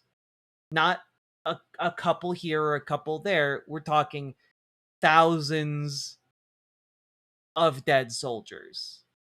And frankly, US civilians are not used to seeing those kinds of casualty numbers anymore. And Donald Trump knows that that would be effectively the end of anything that he could ever do. So all of this is, you know, putting the United States in a position where, at the very least, Donald Trump feels like he has to pretend to negotiate again while he tries to figure out what the fuck to do. And I mean, I gotta be honest, this entire thing is just a colossal shit show. You also have Trump's Board of Peace apparently saying, well, maybe we can't do full peace, but maybe we can do maybe we can, the best we can do is a couple huts in the middle of, you know, Gaza. What if we built a couple huts in, like, the no man's land that Israel has established? Wouldn't you like to live in, like, the firing range of the IDF in Gaza? Like, it's truly just abysmal. Everything Donald Trump touches, it turns to ass. And I mean, like, truly, every Republican is still trying to ride Donald Trump's dick throughout all of this. But, like, look at this exchange from Meet the Press. Like, this is, oh god, Mike Waltz. Yeah. He's the UN ambassador. I forgot who he was for a split second. A lot of names to track for someone who's not good with names and faces. But Mike Waltz is the ambassador to the United Nations, and let's just see how he does on Meet the Press, shall we? World's economies hostage. You raise assets. I want to ask you about the assets. NBC News is reporting the Pentagon is actually rationing some defense weaponry amid diminishing supplies. Is America backing away from a larger military attack because its military stockpile has been depleted?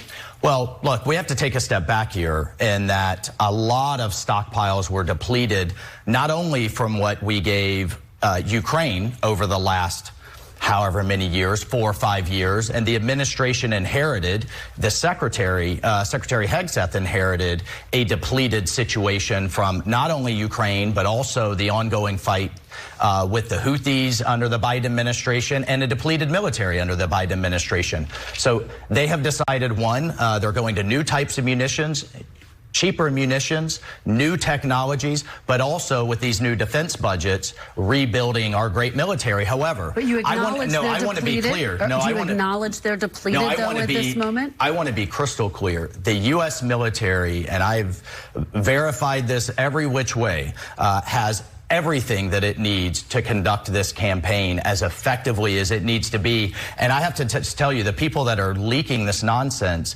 deserve to be in jail. Well, world's economy. Wild stuff. Like, boy howdy, does Mike Waltz just fill you with confidence that the United States is just A-okay. My source is trust me, bro. Trust me. Now, worth noting here, this is an analyst for Al Jazeera from 18 hours ago. It's a roller coaster. Nations fast running out of oil reserves. The global oil market is running on borrowed time as countries exhaust reserves used to cushion the impact of major supply disruptions. It's really quite dire, said Kona Hack, a commodities and macroeconomist describing the market since the US-Israel war on Iran began in February as experiencing the biggest supply shock ever. Oil prices reached over $100 a barrel, went down to $70, and back up to $100. It's a roller coaster. It's the kind of uncertainty that shippers, oil producers, and oil consumers all hate. Hawk said China has helped ease pressure on the global market by reducing exports of refined petroleum products, allowing it to import less crude oil. That's been a huge source of relief for the oil markets over the last 5 months, but how long can they do that? Other countries are drawing down strategic inventories built up over many years. Stocks are becoming quite tight. We're running on borrowed time. And like, so just to be clear, one of the reasons the global economy is currently operating is because China has been absorbing a lot of the oil shock by simply like not purchasing it, leaving more to be purchased by other countries. And while it does this, it is also economically maneuvering so that essentially more countries start doing trades in the yuan. Because it seems kind of like one of their major plays over the long term is to try and essentially have their own version of the petrodollar, or perhaps, replace the petrodollar with the petro yuan. And that would allow them to economically do even more things, right? And it would strategically disempower the United States economy. And all of this indicates that Donald Trump is kind of fucked. Like there's no clean way out of this.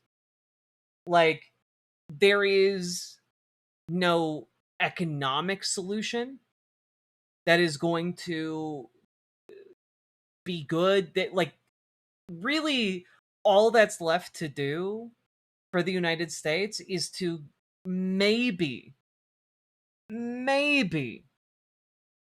get Iran to agree to reopen the Strait of Hormuz and not charge tolls.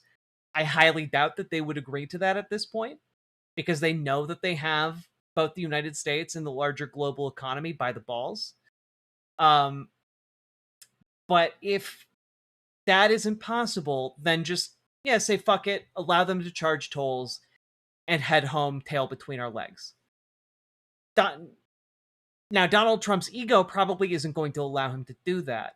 But given the situation with the munitions, there's not enough left to support a major field operation.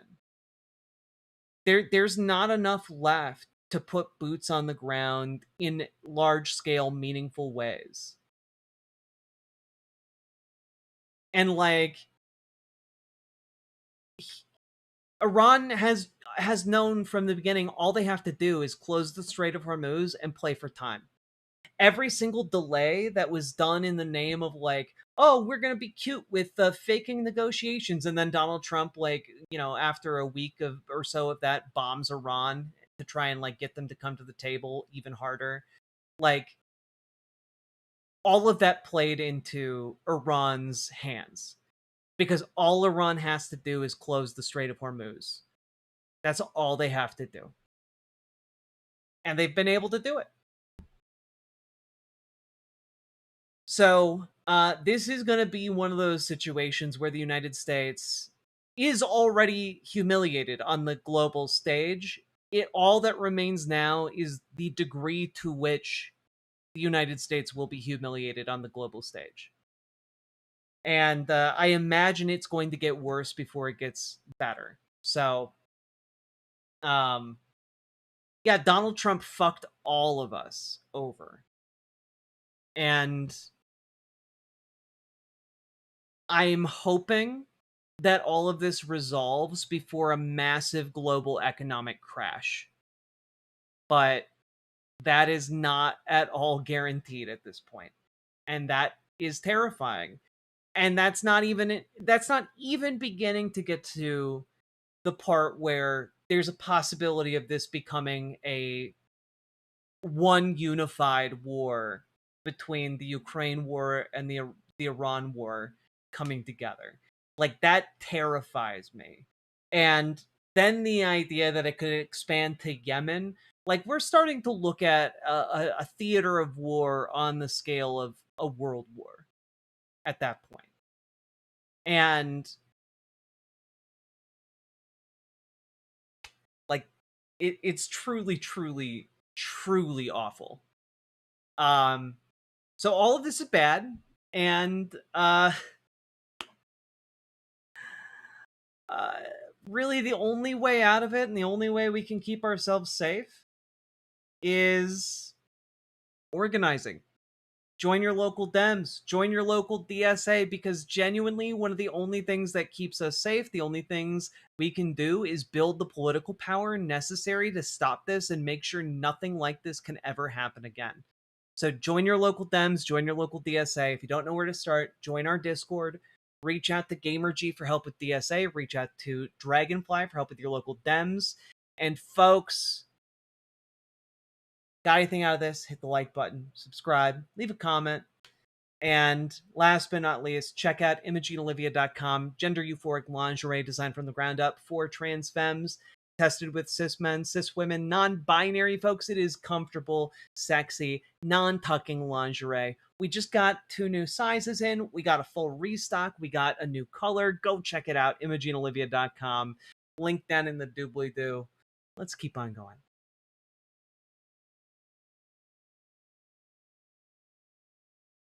Oof. We did it. We made it. We made it through Iran. We did it, everybody.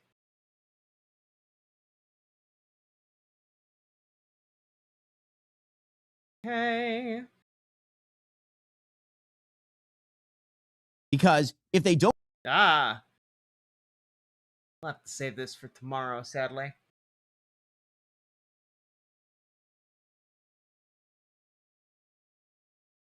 I guess Iran really didn't need a nuke? Guess not. Guess not. How long does it take to practice a DreamWorks smirk? I don't know. What do you mean? It's 5 a.m., save the rest? You're right. The next segment I had planned would take about an hour. Fuck. All right. We'll go to bed. We'll resume tomorrow. Appreciate all y'all. Thank you for being here. And thank you for supporting the show. Y'all, genuinely from the bottom of my heart, I am so grateful you guys support the show financially and allow me to do this, because it's a great job. It's a hard job, you know, a time-consuming job, and like I have IRL responsibilities, sadly. But like you guys allow me to do this, and I think I like to think that it does good. So continue to get organized, folks. Continue to love each other. Continue to be excellent to one another. And I will see you all tomorrow. Bye.